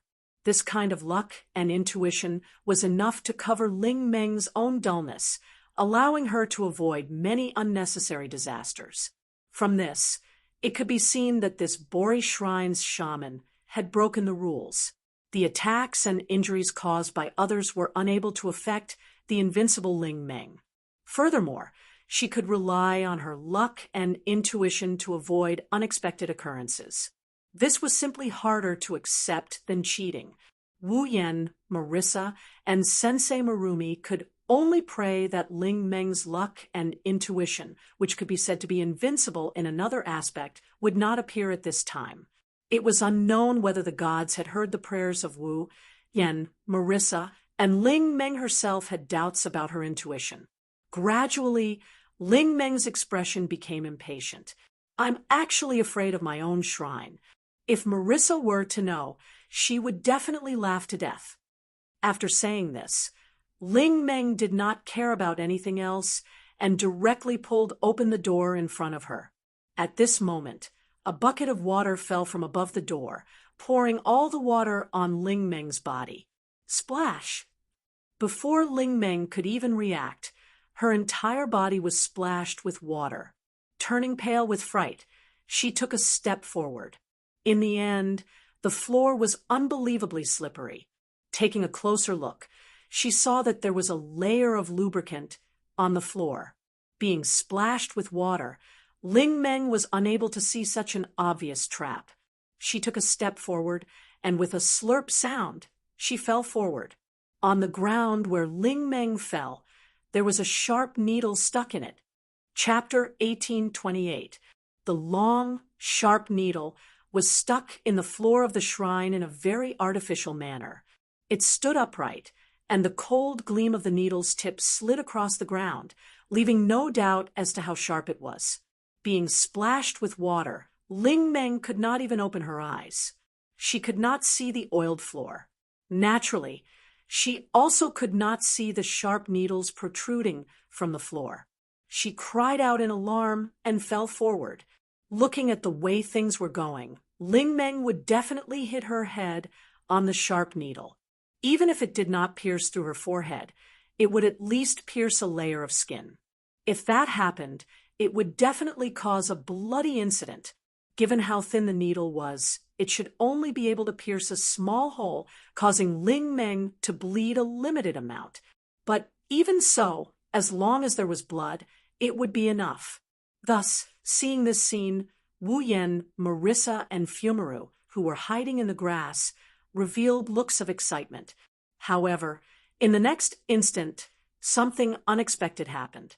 Everyone, including the person involved, Princess Ling Meng, and when Ming Wan, who had created this childish yet effective trap, did not expect it to happen. Dang! They saw the bucket of water that was stuck above the shrine's door, which had been splashing Ling Meng with water, fall to the ground. With the help of the lubricant, the bucket slid to the front of Ling Meng. When a person falls, they would subconsciously extend their hand to support themselves on the ground. It was the same for Ling Meng. Then Ling Meng subconsciously extended her hand. Her hand pressed down on the bucket of water that was sliding in front of her, causing it to slip. This caused Ling Meng to fly over the sharp needles on the floor and fly out. Yuwa! Ling Meng could only let out a cry of alarm. In the next second, her entire body smashed into the shrine's wall. Bang! A very heavy muffled sound rang out. Ling Meng's cries of pain traveled out of the shrine and into Wu Yan, Marissa, and Sensei Marifumi's ears. This is possible.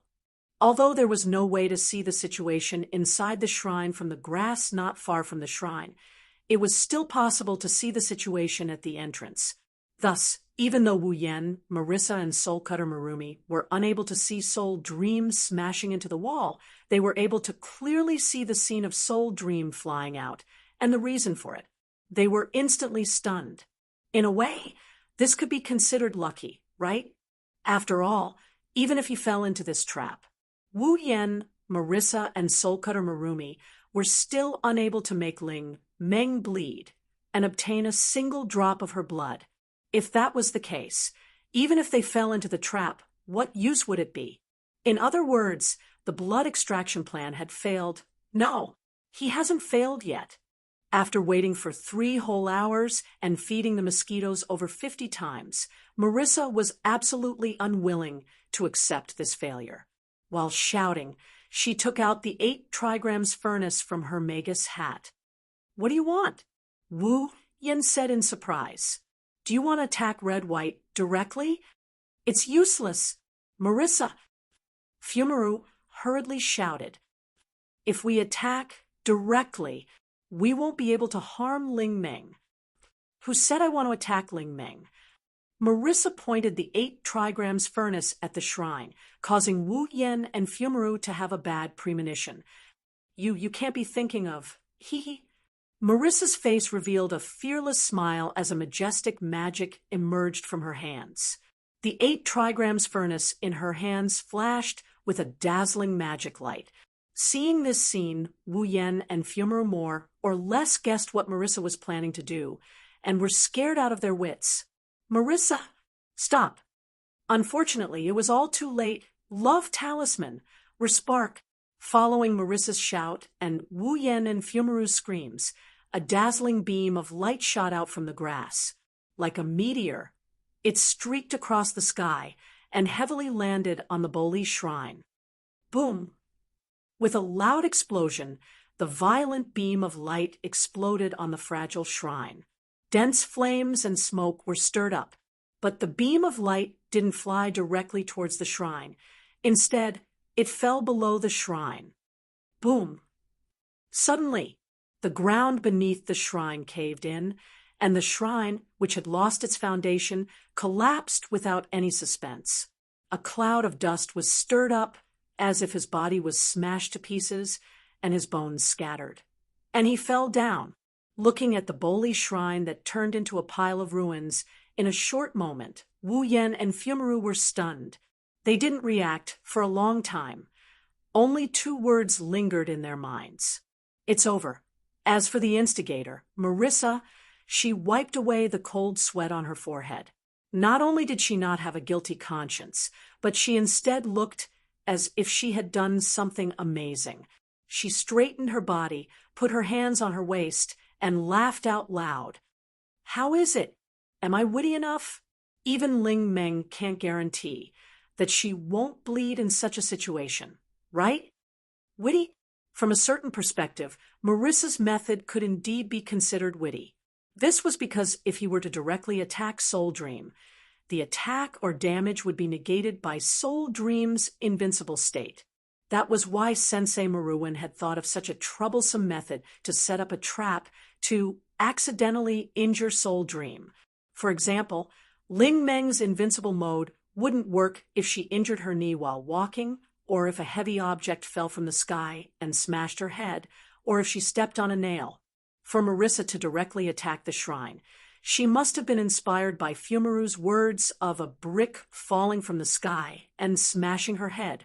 Instead of attacking Ling Meng, she attacked the ground of the shrine, causing the shrine to collapse. This way, Ling Meng's head would be smashed by the falling ceiling, causing her to bleed. That was what Marissa thought. It has to be said that this idea wasn't wrong. But Wu Yen and Fumaru knew that no matter how correct this idea was, it couldn't be considered witty. Setting up some small traps would be fine, as the danger is too low. For the person being tricked, it would be too insignificant. Even a demigod might be careless and fall for it. However, who has ever seen a 7th or 8th rank attack a demigod without being discovered by the demigod? Even if the attack wasn't aimed at the demigod rank expert, the demigod rank expert would definitely be able to detect the attack that appeared around him. Marissa's magic cannon was so powerful, not to mention a demigod. Even a Type 7 divine warrior would be able to sense it. Would Ling Meng not be able to sense Marissa's attack and defend herself? The answer was naturally no. Rumble. Suddenly, in the collapsed shrine in front of them, the ground in the middle of a pile of debris suddenly shook and exploded, blowing away all the debris in the middle of the collapsed shrine. Amidst the fragments of the shrine that had been blown up into the air, Ling Meng held onto the imperial coin in her hand. Droplets of water still remained on her body, but she was not injured in the slightest, let alone bleeding. Her head was lowered, and her expression was indiscernible as she slowly floated up into the air. Wu Yen, Marksman Marumi, as well as the complacent Marissa froze on the spot, like statues, unable to move. Floating in the air, Ling Meng kept her head lowered. No one was able to see the expression on her face. However, the aura surrounding Ling Meng's body was even more valiant than Yonglin's. It was as though a heavy mountain was pressing down on everyone present. Marissa and Sensei Marifumi both revealed terrified expressions. Wu Yan's body stiffened as well. He's screaming inside. Ha ha ha ha. A low laughter like that of a devil, like the announcement of a death sentence, resounded. You are dead for sure. Without any hesitation, Wu Yan, Marissa, and Sensei Maru all had the same idea. They turned around and prepared to run. But would Ling Meng let them go? The answer was also no. Raising her head, Ling Meng's eyes were filled with murderous intent and anger. She formed a seal with one hand and waved the coin in her other hand. A frightening amount of spirit chi gushed out from her body. Dream seal. In the sky above the Boli shrine, a huge ball of light like the sun appeared without any warning, and like a meteor, it smashed down viciously. Dong! A thunderous sound resounded in the sky above the fantasy village. Chapter 1829. Remilia sat at the head of the round table in the Scarlet Devil Mansion's main hall. She crossed her arms and squinted her eyes. Her gaze was filled with annoyance. Patrice sat beside Remilia. It was rare for her to come out from her library. She sat there with a book in her hands. She lowered her head and read with her usual calm and intellectual expression. Aside from Ramilia and Patrice, Yi was also present. He stood behind Ramilia, but his expression was also filled with helplessness. Taking a closer look, in front of Ramilia, Patrice, and Yi was Wu Yan. However, at this moment, Wu Yan's image wasn't very good. His clothes were very messy, and there were burn marks on every part of his body. His hair was also messy, although there were no obvious marks on his face. His expression was very sloppy, as if he was a victim who had just run out of the scene of a fire and had only wiped his face with his hands. To think that you dared to do such a thing. Patrice lowered her head and said without a change in expression, to actually destroy the Bori Shrine. In the entire fantasy village, you guys are probably the only ones who have done such a thing. Soul Dream should be furious, right? Ramilia looked at the sloppy Wu Yan with an amused expression. It's hard to tell if she's taking pleasure in Wu Yan's misfortune. Otherwise, you wouldn't have ended up like this. Sir, even Yi couldn't help but speak out, speechless. This time, you guys went overboard. I'm not fooling around. Wu Yan shrugged as he replied in a weak tone. That was all the fault of that despicable black and white. The paparazzi and I were only implicated. After speaking, Wu Yan recalled what happened in the morning and couldn't help but shiver. In the past, Wu Yan also heard that Soul Dream would transform into various forms due to her emotions. Wu Yan doesn't know if this is true or not, but, however, after witnessing the destruction of the Bori Shrine, Soul Dream didn't transform but went completely berserk. Even the spirit energy in her body went berserk. In such a state, Soul Dream immediately unleashed her ultimate move. A single dream seal caused Marissa and Sensei Marumi's bodies to emit smoke. Their eyes rolled back as they collapsed to the ground. As for Wu Yan, due to his strength, he was able to teleport and teleport. With the help of the teleportation magic, he was lucky enough to escape the fate of being insta-killed. However, Ling Meng lived up to her reputation of being invincible in Gensokyo. She managed to beat Wu Yan into such a sorry state before he could escape. As a result, Wu Yan ended up in such a sorry state. Wu Yan can't imagine the fate of Marissa and Sensei Marumi, who were taken down by Princess Ling Meng in one move. He only knows that he witnessed Princess Ling Meng's brutality not too long ago. Ramilia seemed to have seen her past when she was brutally defeated by Soul Dream in the fantasy village from Wu Yan's expression. The gloating expression on his face turned into one of sympathy. Fortunately, you were only implicated. Otherwise, Soul Dream wouldn't have let you go so easily. Even if she chased you all the way to the Scarlet Devil Mansion, it would be the same. At that time, the Scarlet Devil Mansion would be destroyed. The more Ramilia spoke, the more she felt that it was possible. She also shuddered and glared at Wu Yan.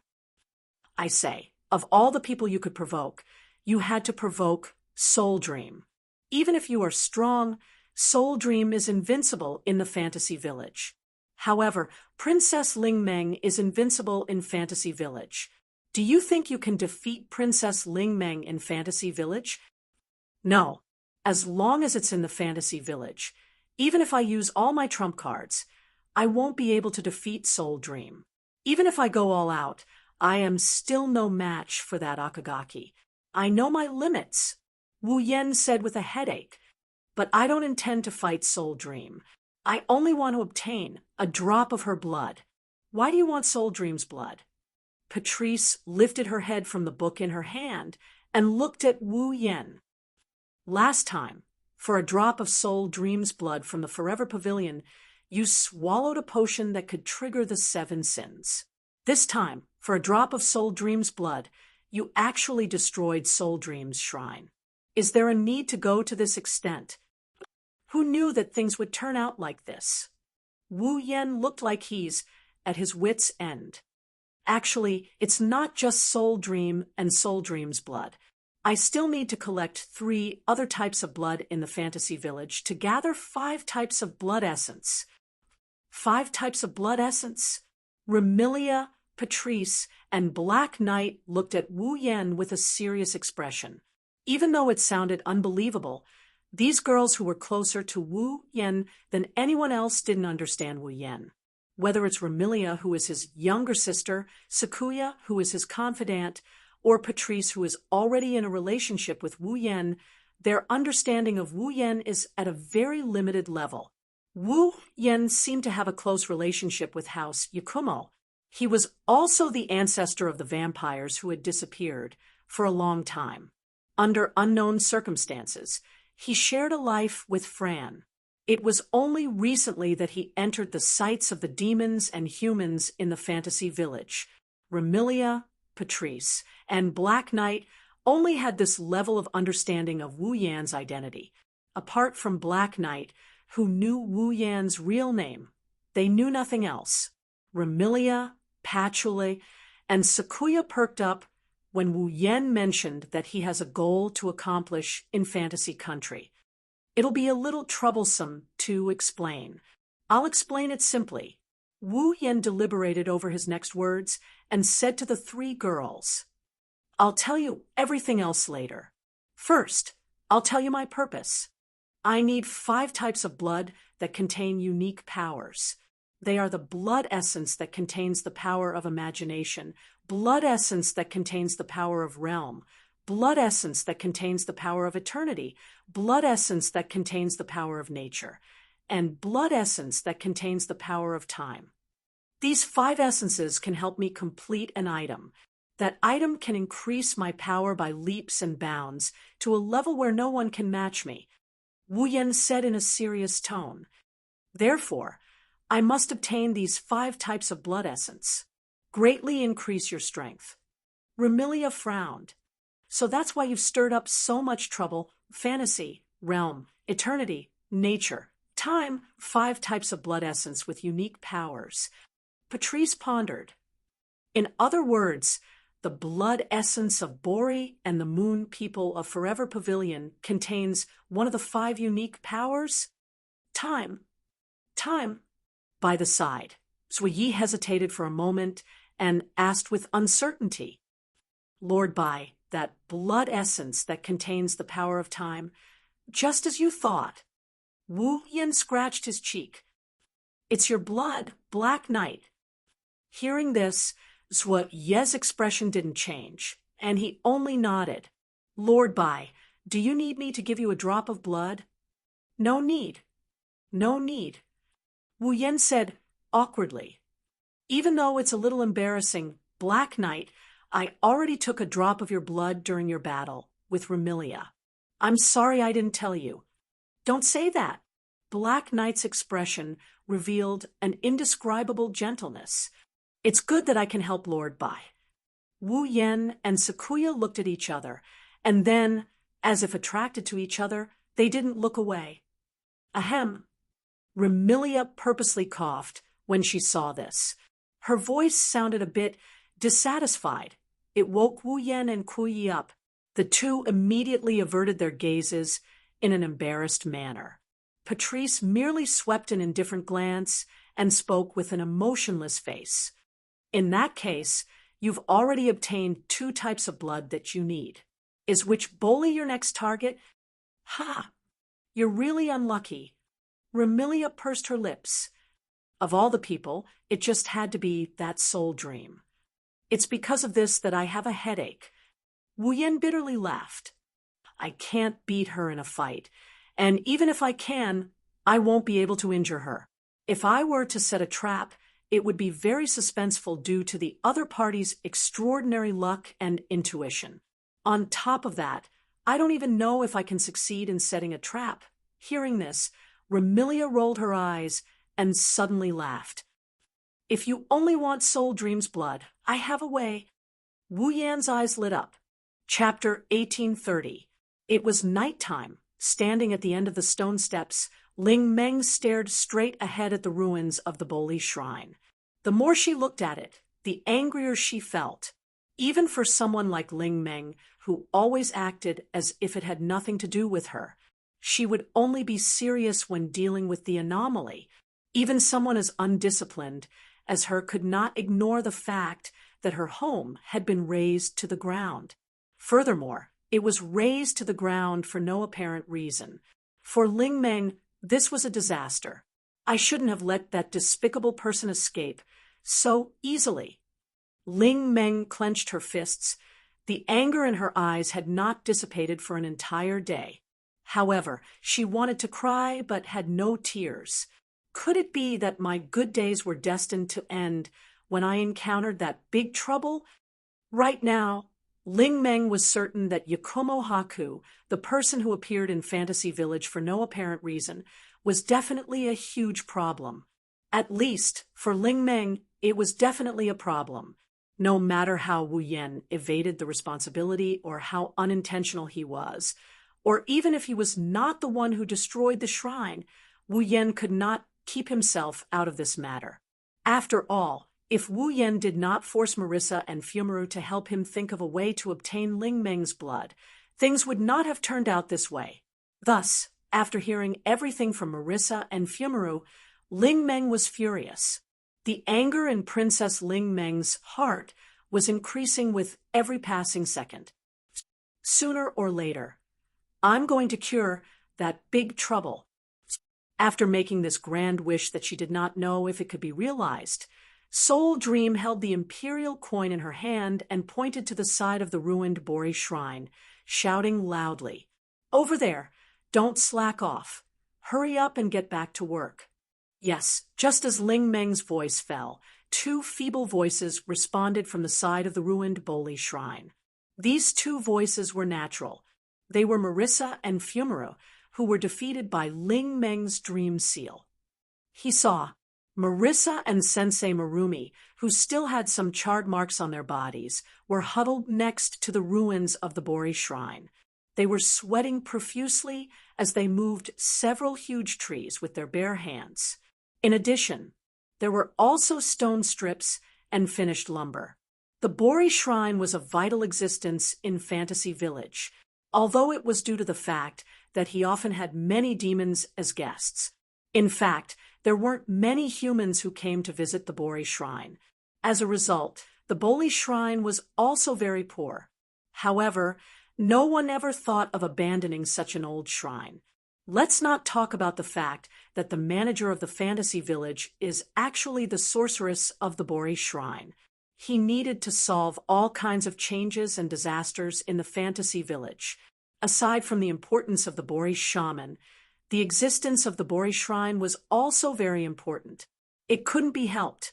No matter how unpopular it was with humans, how poor it was, and how old it was, the Bori shrine was the border between the outside world and the fantasy land.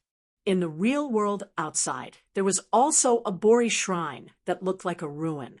If there were no accidents, the people or things that got lost in the fantasy land would enter the fantasy land through the Bori shrine in the outside world. Therefore, the Bori shrine would sometimes have many things from the outside world appear out of thin air. Most of the people who got lost in the fantasy land from the outside world would also appear near the Bori shrine. Of course, the people who got lost in the fantasy land due to a certain demon sage were an exception. From this, it could be seen how important the Bori shrine was. Ling Meng was even a little worried. Strictly speaking, the Bori shrine in the fantasy land and the Bori shrine in the outside world were actually the same. They were like two sides of a mirror. If the Bori shrine in the fantasy land was destroyed, then would the Bori shrine in the outside world be affected? For example, the Bori shrine in the outside world had also collapsed, causing the only border between the outside world and the fantasy land to disappear. Things from the outside world would no longer be able to enter the fantasy land. This was still considered light. If it was serious, it might even affect the Bori Great Barrier. That was not certain. Therefore, the reconstruction of the Bori shrine was a must. Obviously, In order to make up for their mistakes, the reconstruction work would be done by Marissa and Fumaru, who caused the collapse of the Bori shrine. Even if Fumaru was only implicated by the unfortunate Black and White, fortunately, since the collapse of the Bori shrine until now, the Bori Great Barrier did not have any obvious problems. At most, the connection with the outside world was broken. Let's not worry about the barrier for now. In any case, even if there is a problem, the spirit-branded retainer in the Yukari family should be able to maintain it. Yukari won't let the barrier have any problems. Ling Meng sighed. I should rebuild the Bori shrine first. Saying so, Ling Meng was like a foreman in a construction site. Or, rather, she was like a domineering landowner. She held the imperial coin in her hand and commanded Marissa and Fumaru, hurry up. We need to at least prepare the tools and materials needed to rebuild the shrine by today.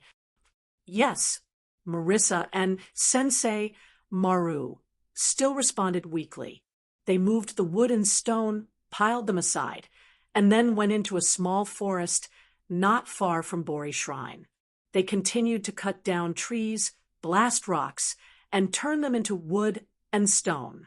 Marissa's firepower was originally very strong. Fumaru's speed was not only fast.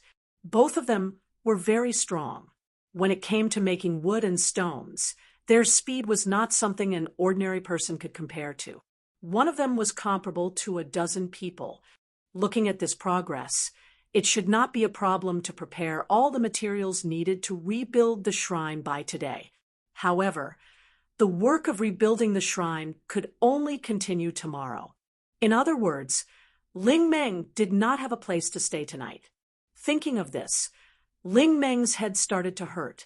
I can only sleep in Marissa's house for the night. Marissa, who had just carried a piece of wood back, just happened to hear these words and unwillingly called out, Why my house? Do you have a problem with that? Ling Meng revealed a fierce expression as she looked at Marissa.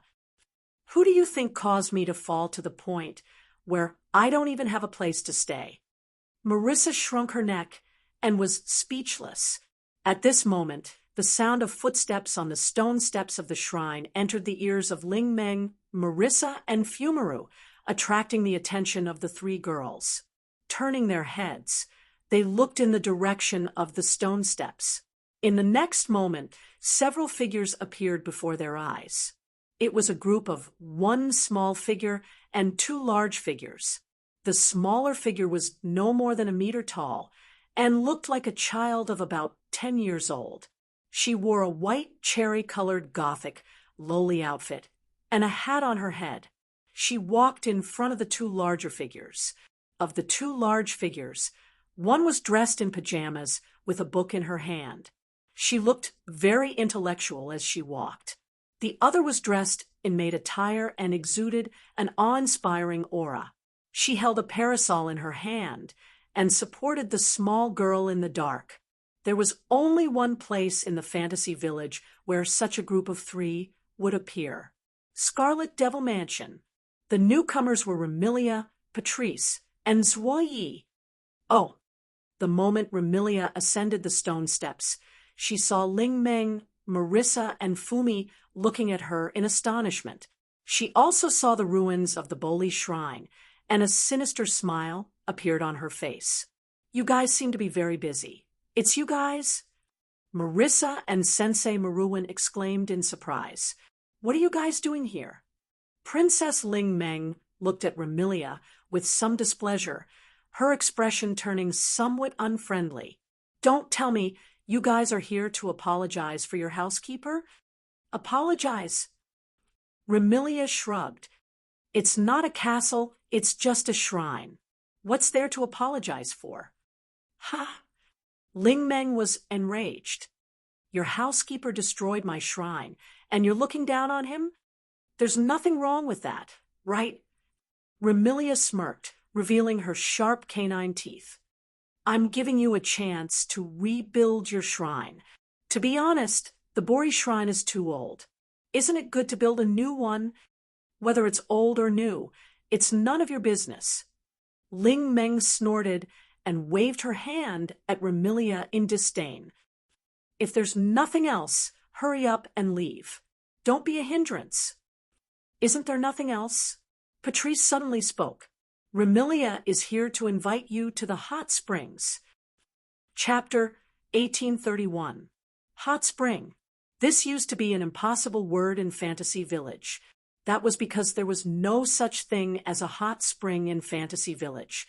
Not long ago, there was a strange phenomenon caused by demons in the subterranean world. Due to various coincidences, a hot spring was born on Demon Mountain. Since then, hot spring had truly entered the sights of the people and monsters in the Fantasy Village. It had also begun to be mentioned by people and monsters.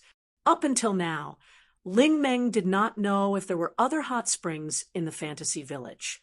However, for Ling Meng, who had not soaked in a hot spring not long ago and had not soaked in a hot spring ever since she resolved the mutation, the term hot spring was somewhat fresh to her. When she heard Patrice say that Remilia invited her to soak in the hot spring, Soul Dream didn't know how to react. On the other hand, Marissa and Sensei Maruin's eyes lit up, revealing expressions of reminiscence. Hot spring? Ever since the last mutation was resolved, he hadn't soaked in it again, right?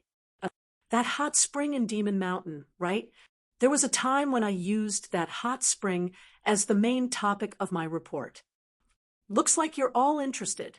Remilia smiled proudly as she looked at Ling Meng. How about it? Do you want to come along? Why do you suddenly want to soak in the hot spring? Princess Ling Meng looked at Remilia with a doubtful expression. Also, why would you invite me to soak in the hot spring?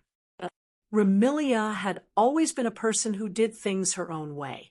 Otherwise, she wouldn't have used the red mist to cover the entire sky of Fantasyland to block the sunlight just to be able to move around during the day. That time, it was Ling Meng who had taken action and knocked Remilia out. Only then was the red mist's mutation resolved. Since then, Remilia would occasionally visit the Bori Shrine. She even used the Bori Shrine as a venue to hold banquets, causing Soul Dream a lot of trouble. However, Remilia would invite Soul Dream to a place to play. This was the first time. Remilia's reply was unusually willful and casual. Nothing much. I just suddenly wanted to invite you to soak in the hot spring. Hearing this, Princess Ling Meng subconsciously felt that something was wrong, but she couldn't pinpoint what exactly was wrong. It had to be said that Ling Meng's intuition was accurate. It was so accurate that it made one's heart palpitate. Patrice seemed to have noticed that Ling Meng was using her intuition. She shot a glance at Ling Meng and said, "I've destroyed your shrine for nothing. Remy would like to invite you to the hot springs as an apology." Ha! Hearing Patrice's words, even Remilia was stunned. Even Raven Knight had a look of surprise on his face as he revealed an expression of astonishment. Apologize? Marissa nodded in relief. In the end, it's still an apology. That's not. Remilia wanted to explain, but she was interrupted by Patrice before she could finish her sentence. Remy is just embarrassed. Don't mind her. After speaking, Patrice shot a glance at Remilia, causing Remilia to recall something. Remilia opened her mouth slightly and unwillingly turned her head away, no longer denying it. Still feeling that something was amiss, Ling Meng narrowed her eyes as though she wanted to see through Remilia's thoughts. That's not right. Right at this moment, Sensei Maru said to Remilia in surprise, "Aren't you a vampire? I thought you couldn't touch water." With Sensei Maru's reminder, Ling Meng and Marissa recalled something. As a vampire, Remilia's bloodline wasn't very high. Even though she had the power that most vampires with higher bloodlines didn't have, she still had the weakness of vampires. She wasn't afraid of crosses or holy light, but Remilia unexpectedly had weaknesses like sunlight and water that could only counter low-level vampires. If Remilia were to soak in the hot springs, she would probably melt in the water. Do you think I would be so stupid as to joke around with my life for a hot spring? Remilia crossed her arms. This time, a sincere smile appeared on her face. Don't worry, I can already touch water. Ling Meng, Marissa, and Sensei Maru were stunned. You can touch water? Isn't water your weakness? You've already suppressed your weakness. Well, Remilia didn't explain and waved her hand. You can say that. Seeing that Remilia didn't seem to have any intention of explaining, Ling Meng turned her gaze to Kuo Yi. Actually, I can't say that young Miss has suppressed her weakness. Kuo Yi hesitated for a moment before deciding not to hide it. It's just that Lord Bai has a tool that allows young Miss to touch water for a short period of time. That's right. The reason Remilia could touch water wasn't because she overcame her weakness. It was because Wu Yen had exchanged for a tool that targeted this weakness and gave it to Remilia. Wu Yen originally wanted to exchange for a tool that could eliminate Remilia's weakness like sunlight and water. However, after thinking about it, he gave up on that idea. With his relationship with Remilia, Remilia would definitely become his summon in the future. Once she becomes Wu Yan's summon, she would be cleansed by the system just like Flan and get rid of all her weaknesses. Rather than spending points to exchange for an expensive tool, it would be better to wait for the system to eliminate Remilia's weaknesses when he summons her in the future.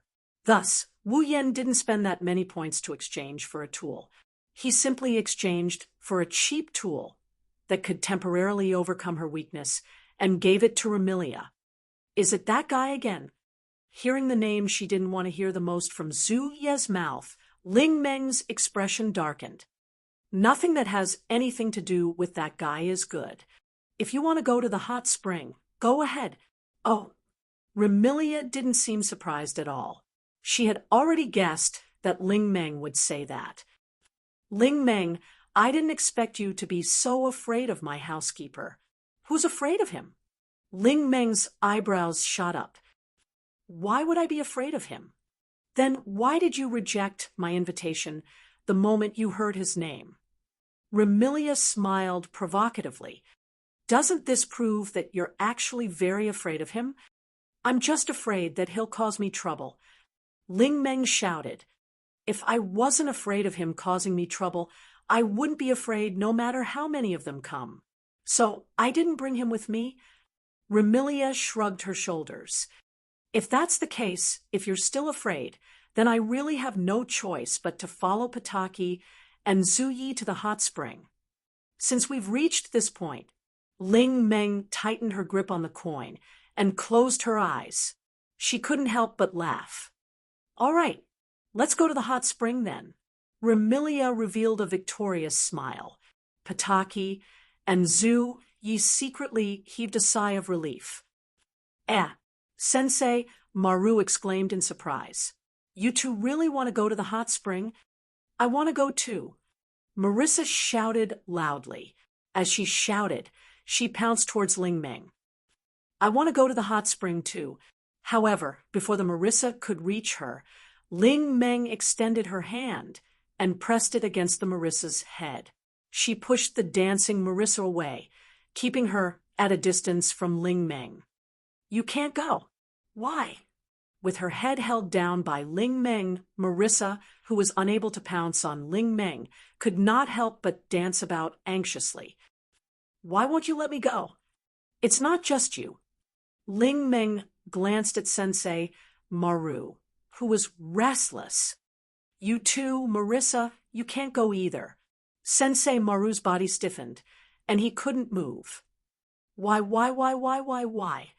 Marissa started to argue. Why won't you let us go? Why? You're still asking why. Ling Meng said angrily, You destroyed my shrine, and you still want to go to the hot spring? Continue to work here. Can't you do it tomorrow? Sensei Maru smiled apologetically. How about you let us go today? Don't even think about it. Ling Meng warned. If I find out that you're following me, I don't mind letting you taste the taste of being roasted again." Marissa and Nora Marabunla shrugged their shoulders and hung their heads dejectedly. Chapter 1832. In the fantasy land, generally, whether it was humans or monsters, they would use a very simple word like mountain to call the monster mountain. That was to say, if someone mentioned a mountain, then most of them were referring to the monster mountain. On the monster mountain, there were many ancient monsters and gods.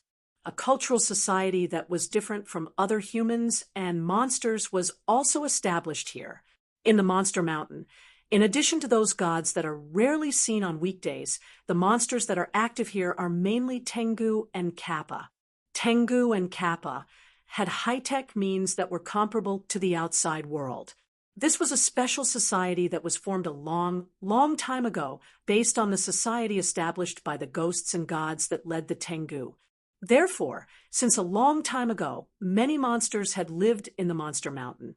The monsters that lived here had a longer history than the humans in the fantasy land.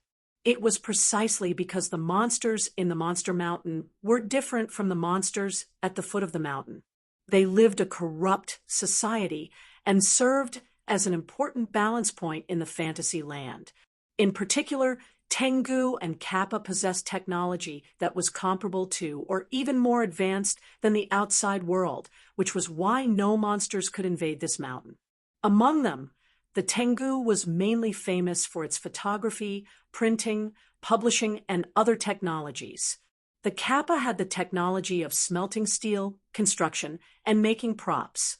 It could be considered an extremely special existence in the fantasy land, but it did not seem out of place.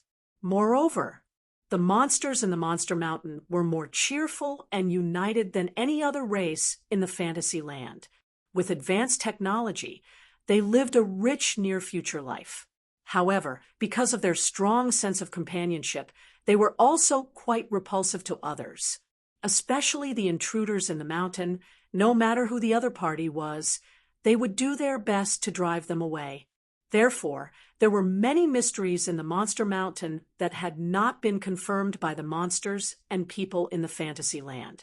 For example, there was a rumor that inside the Monster Mountain, it was an incomparably huge hole. The monsters in the Monster Mountain secretly lived in this hole, living the same life as the outside world. For example, there was a rumor that in the Monster Mountain, there was a technology. It only needed the light energy of the sun for a day. It could automatically produce the necessities of modern life. The monsters in the Monster Mountain only needed to drink wine and read newspapers. Chatting was enough. There was no need for any labor. There was even a rumor that there was a barrier cave in the Demon Mountain that was supposed to be forbidden from connecting to the real world, the fantasy town's Great Bali Barrier. The monsters in Monster Mountain used this cave to disguise themselves as humans. They obtained modern technology in the real world and interacted with humans in the real world. Therefore, they did not have to interact with other monsters and humans in Fantasy Village. Of course, these were all just rumors. Whether or not such a thing was true, even Ling Meng, the manager of Fantasy Village, did not know. Most of them were just nonsense. After all, the monsters came to live in the Fantasy Village because they had no place to stay in the real world. Basically, it was impossible for them to have any contact with the real world. If the Boli Great Barrier really opened a hole that could lead to the outside world, Violet would not turn a blind eye to it. She would definitely do something. At the very least, she would not allow the monsters in the Monster Mountain to casually use the hole to enter and exit the outside world and Fantasy Village, so as not to expose the existence of Fantasy Village. As for the empty rumor in Monster Mountain, only Tengu and Kappa knew whether it was true or not. When it was almost midnight in a certain corner of Monster Mountain, several figures visited a hot spring that was emitting steam. The newcomers were naturally Remilia, Patrice, Zuoyi, and Ling Meng. The monsters in Monster Mountain were very xenophobic. Usually, there were guards formed by monsters patrolling the mountain, even at night. Once they found an intruder, they would eliminate them. Even if the monsters in Fantasy Village came to Monster Mountain for some reason, they had to be interrogated by the guards. If only Remilia, Patrice, and Zuyi came to Monster Mountain, they would definitely be interrogated like this. However, it was different with Ling Meng around. Who didn't know the shaman of Boli Shrine? She was the manager of Fantasy Village, and Monster Mountain was also under her jurisdiction. Although Boli Shrine wouldn't interfere with Monster Mountain's matters, it didn't mean that they could exclude her unless they didn't want to stay in Fantasy Village. Therefore, as soon as they confirmed that Shaman Boli was among the newcomers, the guards tacitly retreated and continued their patrol. Ling Meng, your face is quite useful, Remilia said helplessly. If only we came, there would definitely be a dispute. That's why I said that you guys are a bunch of troublemakers, Ling Meng said with an expressionless face. She then extended her hand and slowly unbuttoned her clothes.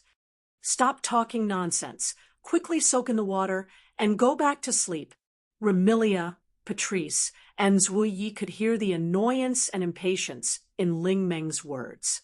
This annoyance and impatience wasn't directed at Remilia and the others, but Ling Meng was still angry at the culprits who destroyed her shrine.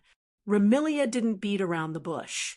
She took out a bottle, poured out a pill, and swallowed it. This piqued Ling Meng's curiosity. Then what kind of item can allow you to touch water temporarily? It's said to be. Remilia frowned as she weighed the bottle in her hand.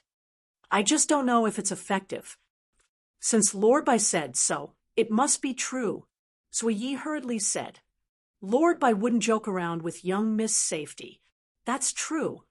Patrice looked at Remilia. Remilia, for the sake of caution, you should try it first and see if it's effective. I got it. Remilia started to feel nervous at this point. After living for 500 years, Remilia had never touched a source of water other than drinking it. No, it should be said that she didn't touch large amounts of water. A small amount of water naturally wouldn't affect Remilia. However, if she came into contact with large amounts of water, she would be affected. If Remilia were to touch the hot spring in front of her, she would probably feel pain. But if she were to soak herself in, she would probably melt right away. Thus, Remilia couldn't be blamed for being nervous. Remilia could only put on a brave front and pretend that she didn't care.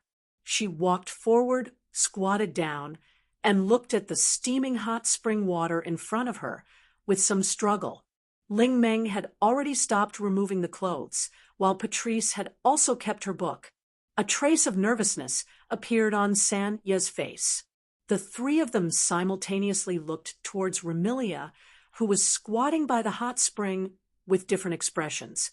While Ling Meng said that she didn't want to have anything to do with Wu Yan, she was curious as to whether Remilia could really touch water with the item he gave her. Patrice was also curious, but at the same time, she was also concerned for Remilia. Only Zhu Yi didn't have any curiosity or concern, only worry and nervousness. Under the gazes of the three, Remilia couldn't help but swallow her saliva. She nervously extended her hand and paused on the surface of the hot spring for a moment. Then she shut her eyes and threw caution to the wind as she stretched her hand in. Ling Meng, Patrice, and Zuyi immediately took a step forward and shifted their gazes to Remilia's hand. Ugh! Remilia let out a sound. Hearing this sound, Ling Meng, Patrice, and Zuyi understood. Remilia could really touch water now, because this sound didn't contain any pain, only satisfaction. So comfortable. Remilia opened her eyes. Her scarlet eyes were filled with joy. Also, it's so warm. Young miss, Zuyi carefully asked. Is there anything strange about it? Don't worry, I don't feel anything strange. That medicine should be able to let me touch water. Remilia happily waved her hand in the water. I am clear about my body, you can rest assured. Later, let me study that medicine. Patrice nodded. Perhaps you can find a way to overcome your weakness. And Remilia gladly agreed. Since there's no problem, hurry up and get down. Ling Meng's tone was impatient as she continued undressing. I still have to find a place to stay later. Remilia and the other two exchanged glances and also started undressing. Chapter 1833. Soaking in a hot spring in the middle of the night wasn't a rare occurrence. However, soaking in a hot spring in the middle of the night in a desolate place with no other source of light apart from the moonlight and starlight in the sky was an extremely rare occurrence. At this very moment, Ling Meng, Remilia, Patrice, and San Yi each occupied a different location and soaked in the hot spring of the Demon Mountain. Only those with good eyesight and careful observation would be able to discover the situation in the hot spring. Ling Meng was alone in a corner of the hot spring. Not far from her side was Remilia, and San Yi was beside Remilia. Opposite Remilia and Zai Yi, on the other side of Ling Meng, was Patrice. She was clearly here to soak in the hot spring, but for some reason she had brought a book with her. She was doing her own thing, soaking in the hot spring while reading her book with an expressionless face. In this manner, Ling Meng, Remilia, Patrice, and San Yi sat in the hot spring and leaned against the rock wall. Basically, everything below their shoulders was submerged in the water. Remilia, who was originally happy to be able to touch the water, was hesitant to share a bath with Remilia. Due to various reasons, Ling Meng was unhappy. But at this moment, all of them cast their gazes in the same direction and remained silent. The three of them cast their gazes in the direction of Patrice. No, more accurately speaking, it should be Patrice's half-exposed chest that was submerged in the water. Because they were in the hot spring, it was needless to say that everyone was completely naked. If one were to observe carefully, no, there was no need to observe carefully. As long as one's vision didn't have a problem, they would be able to clearly see the differences in the figures of the various young ladies that were originally not very good-looking due to the existence of the clothes. First, it was Remilia. As for Remilia, one could only say that. Her figure was that of a proper young lady. She looked like she was only 10 years old. Her body hadn't fully matured and couldn't even be said to have grown a little. However, Remilia's figure was very slender. It was surprisingly watery, as if it was made of glass. Although it wasn't transparent, it was like a solidified white jelly. It gave people the feeling that if they pressed their fingers on it, they would be bounced back by the skin. It couldn't be said to be tempting, but it was quite easy to make people gasp in amazement. On the other hand, although Ling Meng's figure was more outstanding than Remilia's, she did not have the same feeling as Remilia. Instead, she appeared more refreshing and smooth. Even though she was soaked in water and surrounded by white steam, Ling Meng's fair skin could still be seen.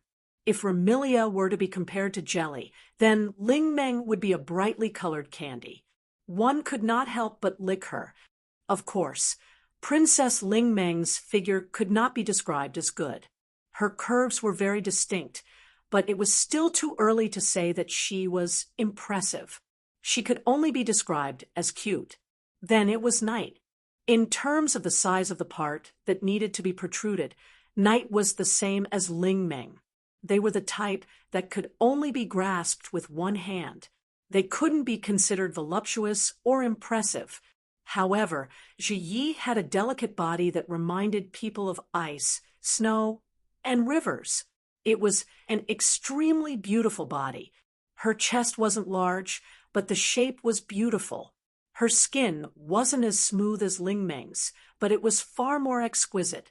It wasn't as watery as Remilia's, but it was soft and tender like a blooming cherry blossom. It gave people an indescribable sense of beauty. The water from the hot spring dripped down, from her cherry blossom-like skin. It was a beautiful sight that could take one's breath away. It was very alluring. Remilia, Ling Meng, and Night. Out of the three of them, Night's figure should be the most suitable and the most attractive. However, compared to Patrice, it was still child's play. At first glance, the feeling that Patrice gave people could only be described with one word: soft and velvety. Just by looking at it with the naked eye, one would feel that it was extremely soft. If one was lucky enough to hug Patrice, they would definitely feel as though they had thrown themselves into a bed. It would be extremely comfortable and blissful. Compared to this softness, Patrice's most prominent part was still the most eye-catching part.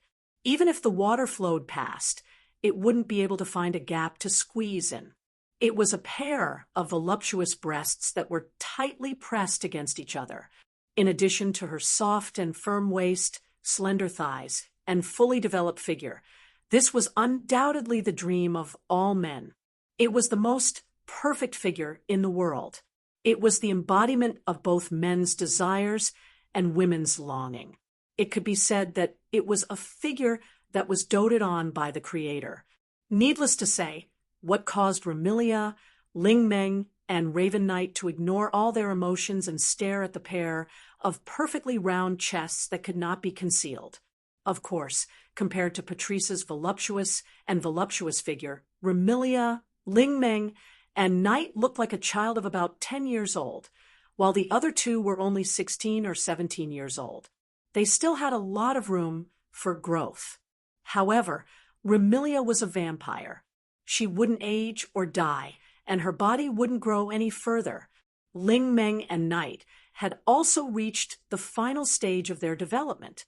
Not long after, their figures would be fixed unless they were developed by their destined other halves. Even so, with Ling Meng and Knight's current state, if they were to allow their bodies to grow freely, they would definitely not be able to reach Patrice's level. Furthermore, Patrice gave off a feeling of being too weak to stand up to a gust of wind. She also had an intelligent and steady appearance. Even if their bodies were to grow to Patrice's level, Ling Meng and Knight didn't have the confidence to compete with Patrice in terms of attractiveness to men. Thus, Remilia, Ling Meng, and Knight gazed at the enviable semicircle floating on the water surface. Their eyes were filled with unwillingness. Patrice, to think that I've always treated you as a good friend. I didn't expect you to betray me so early on. I'm displeased that my shrine was destroyed, and I'm also displeased that I didn't get rid of that super troublemaker. I'm displeased with Marissa, and I'm displeased with Wenwen as well. But I'm most displeased with this moment, right? Lady Patrice, to think that you could hide so deeply, Patrice tilted her head and asked in bewilderment. She could faintly hear a few muttering voices. What's wrong? Humph. Facing Patrice's question, Remilia, Ling Meng, and Zui Yi responded with cold snorts, leaving Patrice somewhat stunned. Did I offend them? Ling Meng.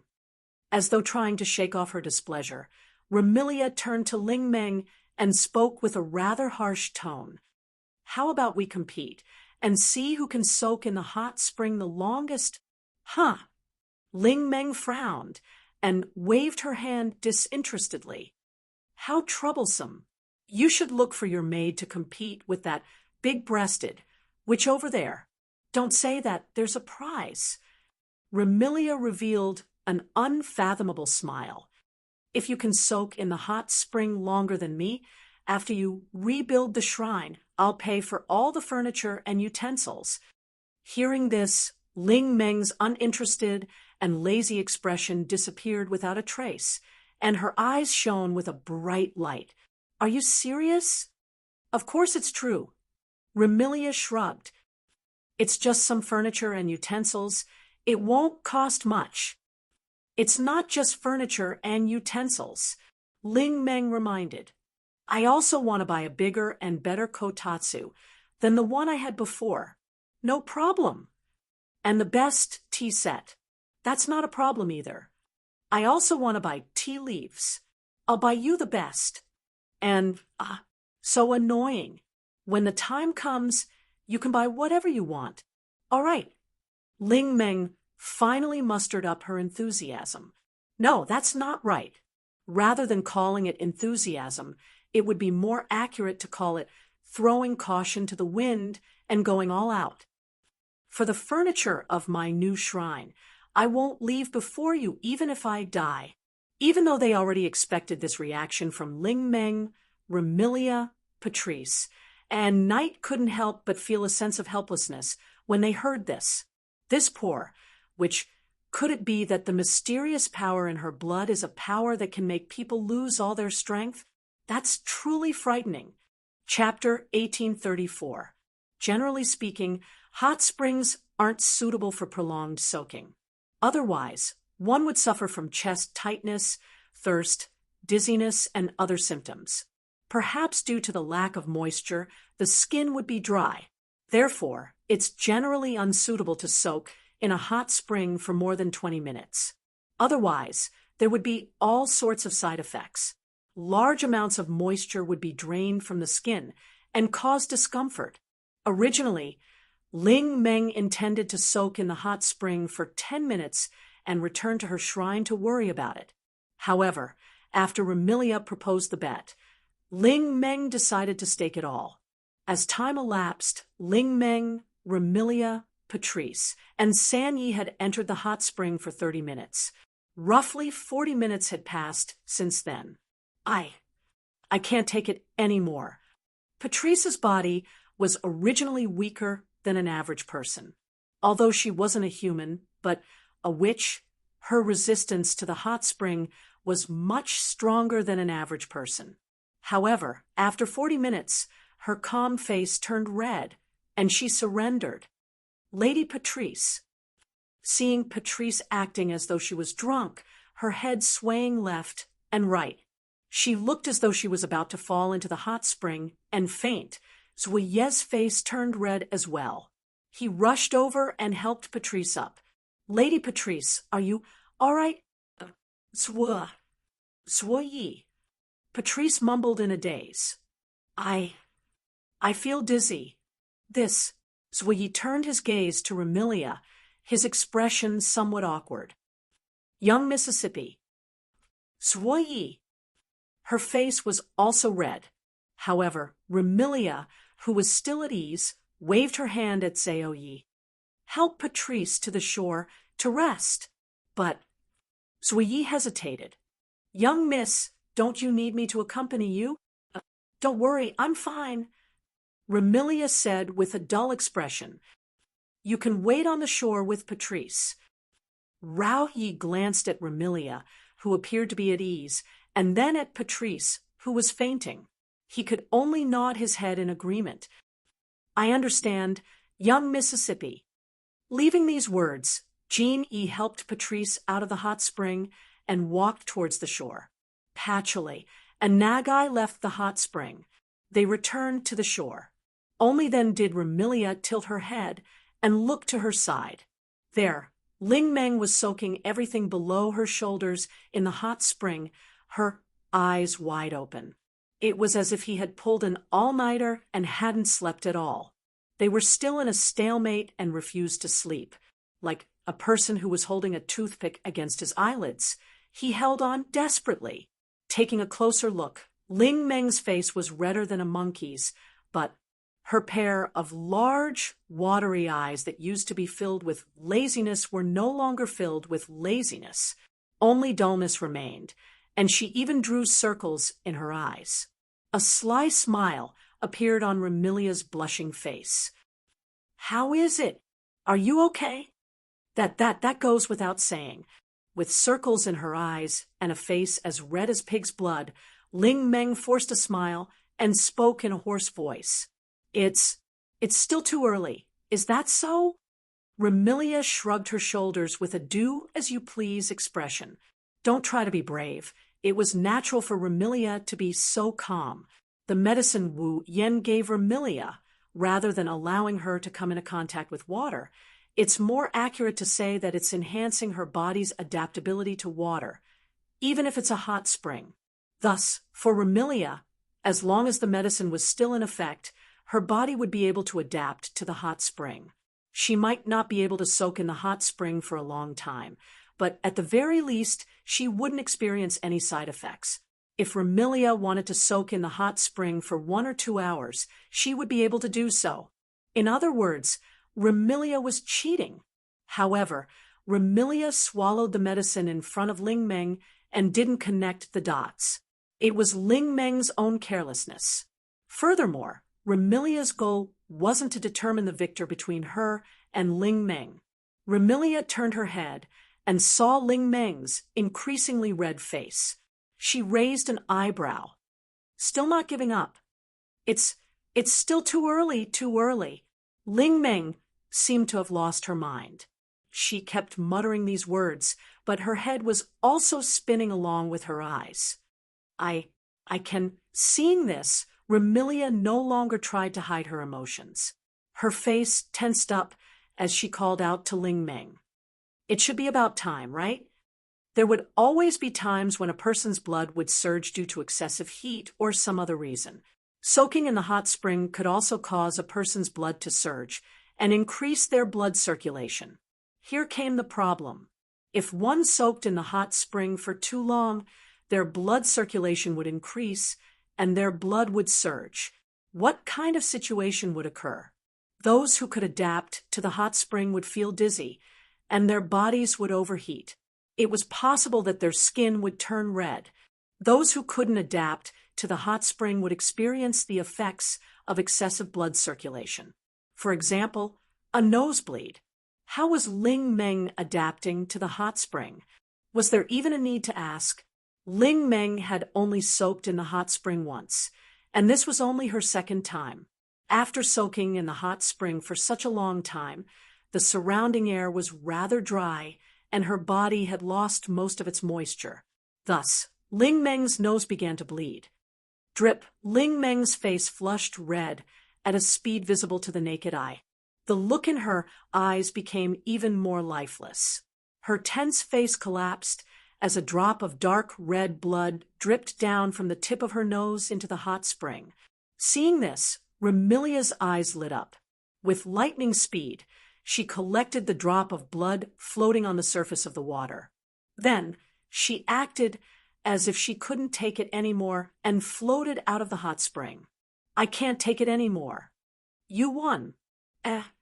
Ling Meng, who did not realize that she was having a nosebleed and did not react in time, was stunned for a moment before she realized what had happened and said foolishly, I won. That's right.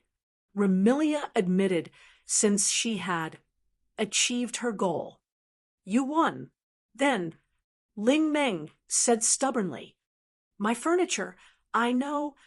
Remilia said helplessly, I will have someone send it to you when the shrine is rebuilt. Ling Meng seemed to have relaxed as she giggled foolishly. That's great. Ling Meng's head hit the surface of the hot spring, and her entire body sank into the hot spring. Ling Meng, Remilia, Patrice, and Black Knight's exclamations reverberated through the steamy mountain and into the night sky. Fantasy Village, Scarlet Devil Mansion, looking at the gem-like drop of blood floating above his palm. Wu Yan was speechless. Soaking in the hot spring until she gets a nosebleed? To think that you guys could come up with such a method. Wu Yan didn't know what expression he had when he said that. Soaking in the hot spring until she gets a nosebleed? Not everyone can do that, right? How did you know that Ling Meng would get a nosebleed? As long as the blood reaches a certain level, humans will have a nosebleed. Patrice calmly said, I think that Remy must have made up her mind. As long as Bully doesn't get a nosebleed, she will continue to soak in the hot spring. Are you for real? Wu Yan looked at Remilia, who was sipping her tea at the head of the table. What will you do if the potion's effects disappear? What will I do? Remilia said with a smile that wasn't a smile. Can't I just eat another one? Ugh. Wu Yan was at a loss for words. He had achieved his goal, but he wasn't happy at all. He only felt conflicted. Although Ling Meng's blood is essence infused with fantasy power, Wu Yan had the urge to throw it away when he remembered that it was Ling Meng's nosebleed. Forget it. In the end, Wu Yan couldn't muster up the courage to throw it away. He sighed and said weakly, "Thank you, you've done me a big favor, although I think so too." Remilia frowned. "But you don't look like you're happy." Wu Yan could only laugh dryly. He could only pray that the item that allowed him to ascend to the demigod rank wasn't to be eaten. Otherwise, he couldn't guarantee that he could harden his heart and swallow Ling Meng's nosebleed. Chapter 1835. Today's weather was unusually clear. It couldn't be said that the sun was shining, but the sky was indeed blue, without a single wisp of cloud. In the cloudless sky, a streak of light, like a colorless shooting star, cut through the air as if it wanted to cut the sky in half. It flew past with a long tail of light and landed in a dense forest. From the very beginning, the owner of the flowing light already had its own destination. It did not slow down at all as it shuttled back and forth in the dense forest, passing by trees of different sizes that were equally lush, flying towards one of the directions in the forest. Not long after, a medium-sized manor house appeared in front of the streak of light. The streak of light didn't slow down until the manor house appeared. It landed in the open space in front of the manor house and showed its original form. It could be worn as casual clothes or as a suit. It had a very modern style of clothing. It was pitch black all over, and only the shirt under the jacket was white. The newcomer had black hair and red eyes. It was Wu Yan. Looking at the manor house in front of him, the corners of Wu Yan's mouth slowly rose until they reached a rather happy arc. He stopped and walked over. When he arrived in front of the manor house, Wu Yan didn't knock on the door. It was as if he knew that the owner of the manor house didn't lock it. He pushed the door open and walked into the manor house. He crossed the hall and went up the stairs to the second floor of the manor house. He didn't know if it was intentional or not. Wu Yan tried his best to eliminate the sound of his footsteps. He went up the stairs very slowly and crossed a corridor. He came to the door of a room. He tilted his head and listened with his ears. Wu Yan tried to hear the sound in the room. Faintly, Wu Yan could hear a very subtle knocking sound echoing in the room. If he didn't listen carefully, he wouldn't have heard it at all. This also proved that there was indeed someone in the room. This confirmed it. Wu Yan smiled and pushed open the door in front of him. What entered his field of vision was a Western-style, slightly dreamy room. Just like a dollhouse where dolls lived, the room was brightly lit and there were some pink decorations in different places. The color of the furniture was also relatively bright, and it was quite girly.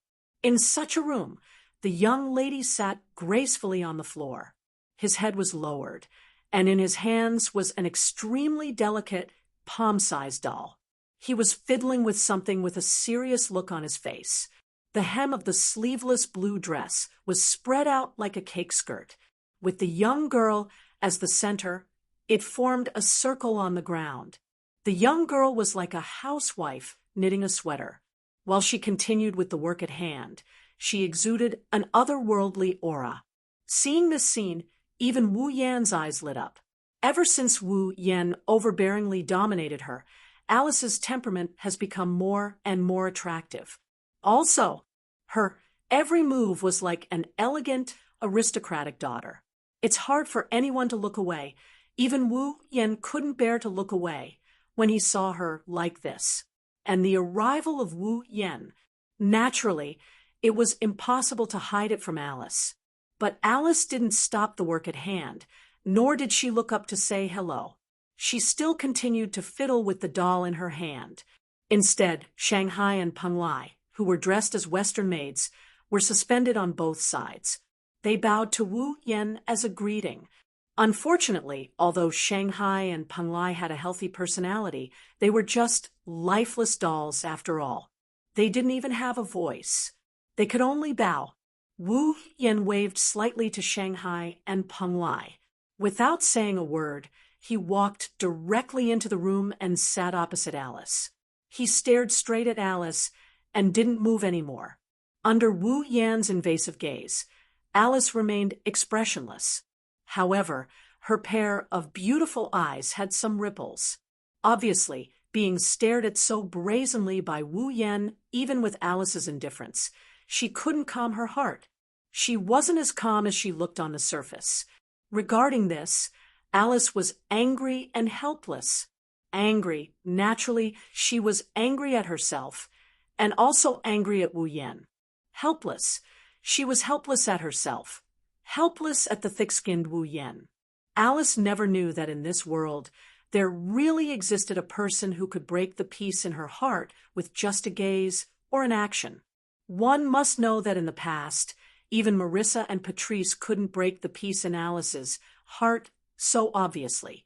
Ever since this man appeared, Alice realized that she was becoming more and more different from her past self. At least, not in front of this man. Could it be that this guy was really her nemesis? With such a helpless thought, Alice stopped what she was doing and raised her head to meet Wu Yan's eyes. Is there something? Hearing this, Wu Yan smiled faintly as though he had won some sort of victory. Can I visit you if there's nothing? It was the same conversation and answer as the last time they met, when he shamelessly begged for Alice's forgiveness. This made Alice's heart unable to calm down, and anger and helplessness surged up once again. If there's nothing, then don't disturb me while I'm making dolls. Am I disturbing you? Wu Yan purposely put on an innocent look. I remember that I didn't speak, nor did I touch you. How could I disturb you? Are you doing this on purpose? Alice furrowed her brows. Since you don't intend to disturb me, then don't look at me like that. Wu Yan cried out in a pitiful tone. I can't even look at you. Isn't this too much of a bully? Bully? Who's the bully? Alice didn't know how she should react. She could only let out a faint sigh. What do you want? Wu Yan retracted his joking expression and stared straight at Alice. When he saw Alice's expression turning unnatural, he opened his mouth and said something like that. How long have you not been out? Alice was slightly stunned. She was puzzled. Why are you asking this? Well, Wu Yan didn't answer the first time. Instead, he said seriously, answer me first. How long have you not been out? Noticing that Wu Yan isn't just chatting and that he's asking this question in a serious manner, Alice fell silent. How long have you not been out? Of course, no one knew this better than Alice. Sigh. Wu Yan sighed and said straightforwardly, as far as I know, you haven't been out since that day, right? Yes. Ever since the day she had sex with Wu Yan, Alice hasn't left the house. She didn't appear in front of anyone. It's as if she's sealed herself away from the world. She's been staying at home making dolls. Usually, Alice wouldn't run around everywhere, but she wouldn't stay at home for a few days. Alice might seem casual, but she was actually very afraid of loneliness. Otherwise, she wouldn't have attended Remilia's banquet. It was because of this that Wu Yan came to find Alice. Alice. Wu Yan looked at Alice, and his tone became melancholy. Do you hate me that much? No. Alice quickly shook her head and lowered her head. It's not like that. Alice did have complicated feelings about Wu Yan. After all, this person took her by force, didn't he? But surprisingly, among these complex emotions, there were no negative emotions such as hate or hatred. At most, there were only emotions such as anger and anger that were neither painful nor itchy.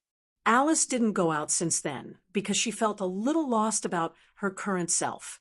She wasn't mentally prepared, so she subconsciously lived a life of isolation. She didn't know if Wu Yen noticed this. He stared at Alice, who lowered her head and didn't dare to look at him. He reached out and held Alice's hand. "Come with me for a walk." This time, Wu Yen took a rare, forceful tone. His tone is unquestionable. Under such a tone, Alice actually subconsciously obeyed and nodded her head unconsciously. Chapter 1836. Fantasy Village, Bori Shrine. Wu Yen held Alice's hand as they walked up the stone steps in front of the Bori Shrine. Wu Yen held Alice's hand as they walked up the steps at a steady pace. At this moment, Alice was like a child who was afraid of strangers. She didn't object to Wu Yen holding her hand. She lowered her head and followed Wu Yen to Bori Shrine. Alice looked up and saw the end of the stone steps getting closer and closer.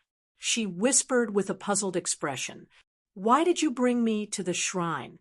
It was obvious that Alice didn't know that an earth-shattering event had happened at the Bori Shrine yesterday. That is, the collapse of Bori Shrine. Now, this matter was basically known to everyone in the illusory village. There is no other reason. As long as there is no problem with eyesight and perception, they should be able to see that yesterday the dream seal released by Ling Meng fell from the sky like the sun. That dream seal move was indeed powerful. It was so powerful that no one in the entire fantasy village couldn't feel it. Even the ordinary humans in the human realm could see it even if they couldn't feel it. So, who wouldn't be curious after witnessing such a powerful attack? It was impossible to hide the collapse of the Bori Shrine. Under such circumstances, Alice, on the other hand, had a puzzled look on her face. She probably didn't know about this matter that was known to everyone. One could only imagine what kind of isolated life Alice had been living for the past few days. If Alice was allowed to go on like this, perhaps Alice would completely become a reticent person who no longer saw people. That was hard to say. Wu Yen once again confirmed that his decision to drag Alice out of this mess was the right one. He scratched his cheek. "Well, yesterday I caused quite a bit of trouble. I have to go check it out, right?" "Trouble?" Alice's face was still filled with confusion. "What trouble?" Wu Yen bitterly smiled and told Alice what happened yesterday in a concise manner, causing Alice to reveal an astonished expression. "You destroyed the Bori Shrine? Actually, that's not my fault." Wu Yen tried to shift the blame. "It's that hateful black and white who attacked the shrine without permission. I didn't want to destroy the shrine at all." "Marissa?" Alice shook her head, helplessly. "Indeed, she's the only one who can cause such a big trouble."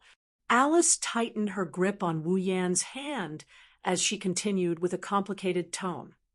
"Then, is Marissa at the shrine now?" "You can say so." Wu Yan looked at Alice with a smile. "What? You don't dare to see Marissa?" Alice opened her mouth slightly as if she wanted to refute, but she couldn't say anything. Dare to see Marissa? It wasn't that she didn't dare to see Marissa. It's just that Alice didn't know how she should react to Marissa. It couldn't be helped. Who asked Alice, who had a Yuri plot towards Marissa, to be eaten alive by a certain wolf? Who asked Alice to truly follow the harmony of yin and yang and the great Tao of male and female pairing? That's why Alice was so conflicted. In this regard, Wu Yan only said one sentence. "Marissa is your best friend in Fantasy Village. She's the closest person to you. I don't want you to be afraid to face her." Hearing this, Alice's heart calmed down. That's right. Marissa was Alice's best friend and the closest person to her in Fantasy Village. Even if she had a relationship with Wu Yan, her Yuri plot towards Marissa couldn't be realized. She couldn't stay away from Marissa because of this. This was the kind of friendship that only existed between women. It was far more intimate and delicate than the friendship between men. Following Wu Yan's footsteps, Alice followed behind Wu Yan and walked to the end of the stone steps. After the two of them walked down the stone steps, the current state of Bori Shrine was presented before their eyes. The wreckage of the original Boli Shrine, which was supposed to be in ruins, has been cleaned up, leaving only a vast open space. On the side of the open space, there were piles of wood and stone. Under the processing of two listless girls, they were turned into materials needed to rebuild the shrine. Needless to say, those two girls were Marissa and Soul-Shooting Maru. As for Soul Dream, she was still holding on to her imperial coin as she stood in front of Marissa and Soul-Shooting Maru. She had a hangover look on her face as she clutched her head. Faint, whimpering sounds could be heard clearly by everyone present. Oh, my head is still a little dizzy, and my body is still very hot, very uncomfortable. But to be able to get a lot of furniture and tools for free, it is worth it. Such a sentence made Marissa and Soul-Shooting Maru feel even more powerless. Damn it, why can Soul Dream soak in the hot spring until she gets dizzy while we have to work here for so long and take care of the unconscious Soul Dream? Woo, I really want to soak in the hot spring. I really want to write a report. There is no report today. I wonder if everyone will have a bad impression of Wunwin Daily. Seeing this, Wu Yan and Alice looked at each other speechlessly. Soul Dream, who was still holding her head, inadvertently turned her head to look in the direction of the stone steps. She saw the man and woman standing at the end of the stone steps and was momentarily stunned. When she saw Wu Yan, her eyes widened and she shouted, "You actually dare to come!" The sudden shout startled everyone present. It also caused Marissa and Soul-Shooting Maru to notice Wu Yan and Alice. The two of them ignored Alice and shouted at the same time, "You absconding bastard! You finally appeared. What do you mean absconding?" Wu Yan retorted, "The one who destroyed the shrine was not me. Why should I abscond? You were the one who told me to destroy the shrine." Marissa shouted, "If you didn't want Soul Dream's blood, I wouldn't have become like this. It is all your fault." "I didn't destroy the shrine, either," Soul-Shooting Maru said indignantly. "Then why do I have to be responsible for rebuilding the shrine?" Marissa and Soul-Shooting Maru's resentment has been accumulating for a period of time. Now that they have an opportunity to vent, the two of them showed signs of not being able to stop. "Don't just focus on talking." Soul Dream pointed at Marissa and Soul-Shooting Maribun as she issued an order. "Hurry up and continue." Marissa and Soul-Shooting Maru wanted to say something, but under Soul Dream's imposing gaze, they immediately withered and obediently continued processing the wood and stone in their hands. Wu Yan could only bitterly smile at Alice before he looked at Ling Meng and awkwardly said, "Sorry, Ling Meng. Do you need my help?" "No need," Soul Dream said, without hesitation. She even looked at him as though he was an unwelcome person and waved her hand disdainfully. "Nothing good will happen when you appear. Hurry up and leave. Don't hinder me from rebuilding the shrine, and don't give me any trouble." After saying that, Soul Dream snorted coldly. "Of course, don't expect me to give you any blood and cause any trouble. Even if you are someone from Yukari's family, I will still treat you." It seems that Soul Dream still doesn't know that she was tricked by Remilia yesterday. She had already used some furniture and tools as bait to lure out the blood. Wu Yan didn't intend to expose her and shrugged his shoulders. "This time, I am not here to ask for blood." "Not here to ask for blood?" Soul Dream was startled and immediately became vigilant. "If you are not here to ask for blood, then what are you here for?" Looking at how Ling Meng is acting as if she's guarding against some dreadful beast, Wu Yan felt a bit depressed. "Can't I be here to make amends and to help?" I already said that I don't need your help. Soul Dream was unmoved. Just don't cause any trouble. All right, all right. After being rejected by Soul Dream, Wu Yen could only compromise. You really don't need help? No need. You don't need to apologize? No need. You can't even use gold coins as a gift? No. Just as Soul Dream was about to reject him, the word gold entered her ears. She suddenly choked and crossed her arms. With a thoughtful expression, she nodded her head. That's fine. Wu Yen, Alice, Marissa, and Sensei Marumi were speechless.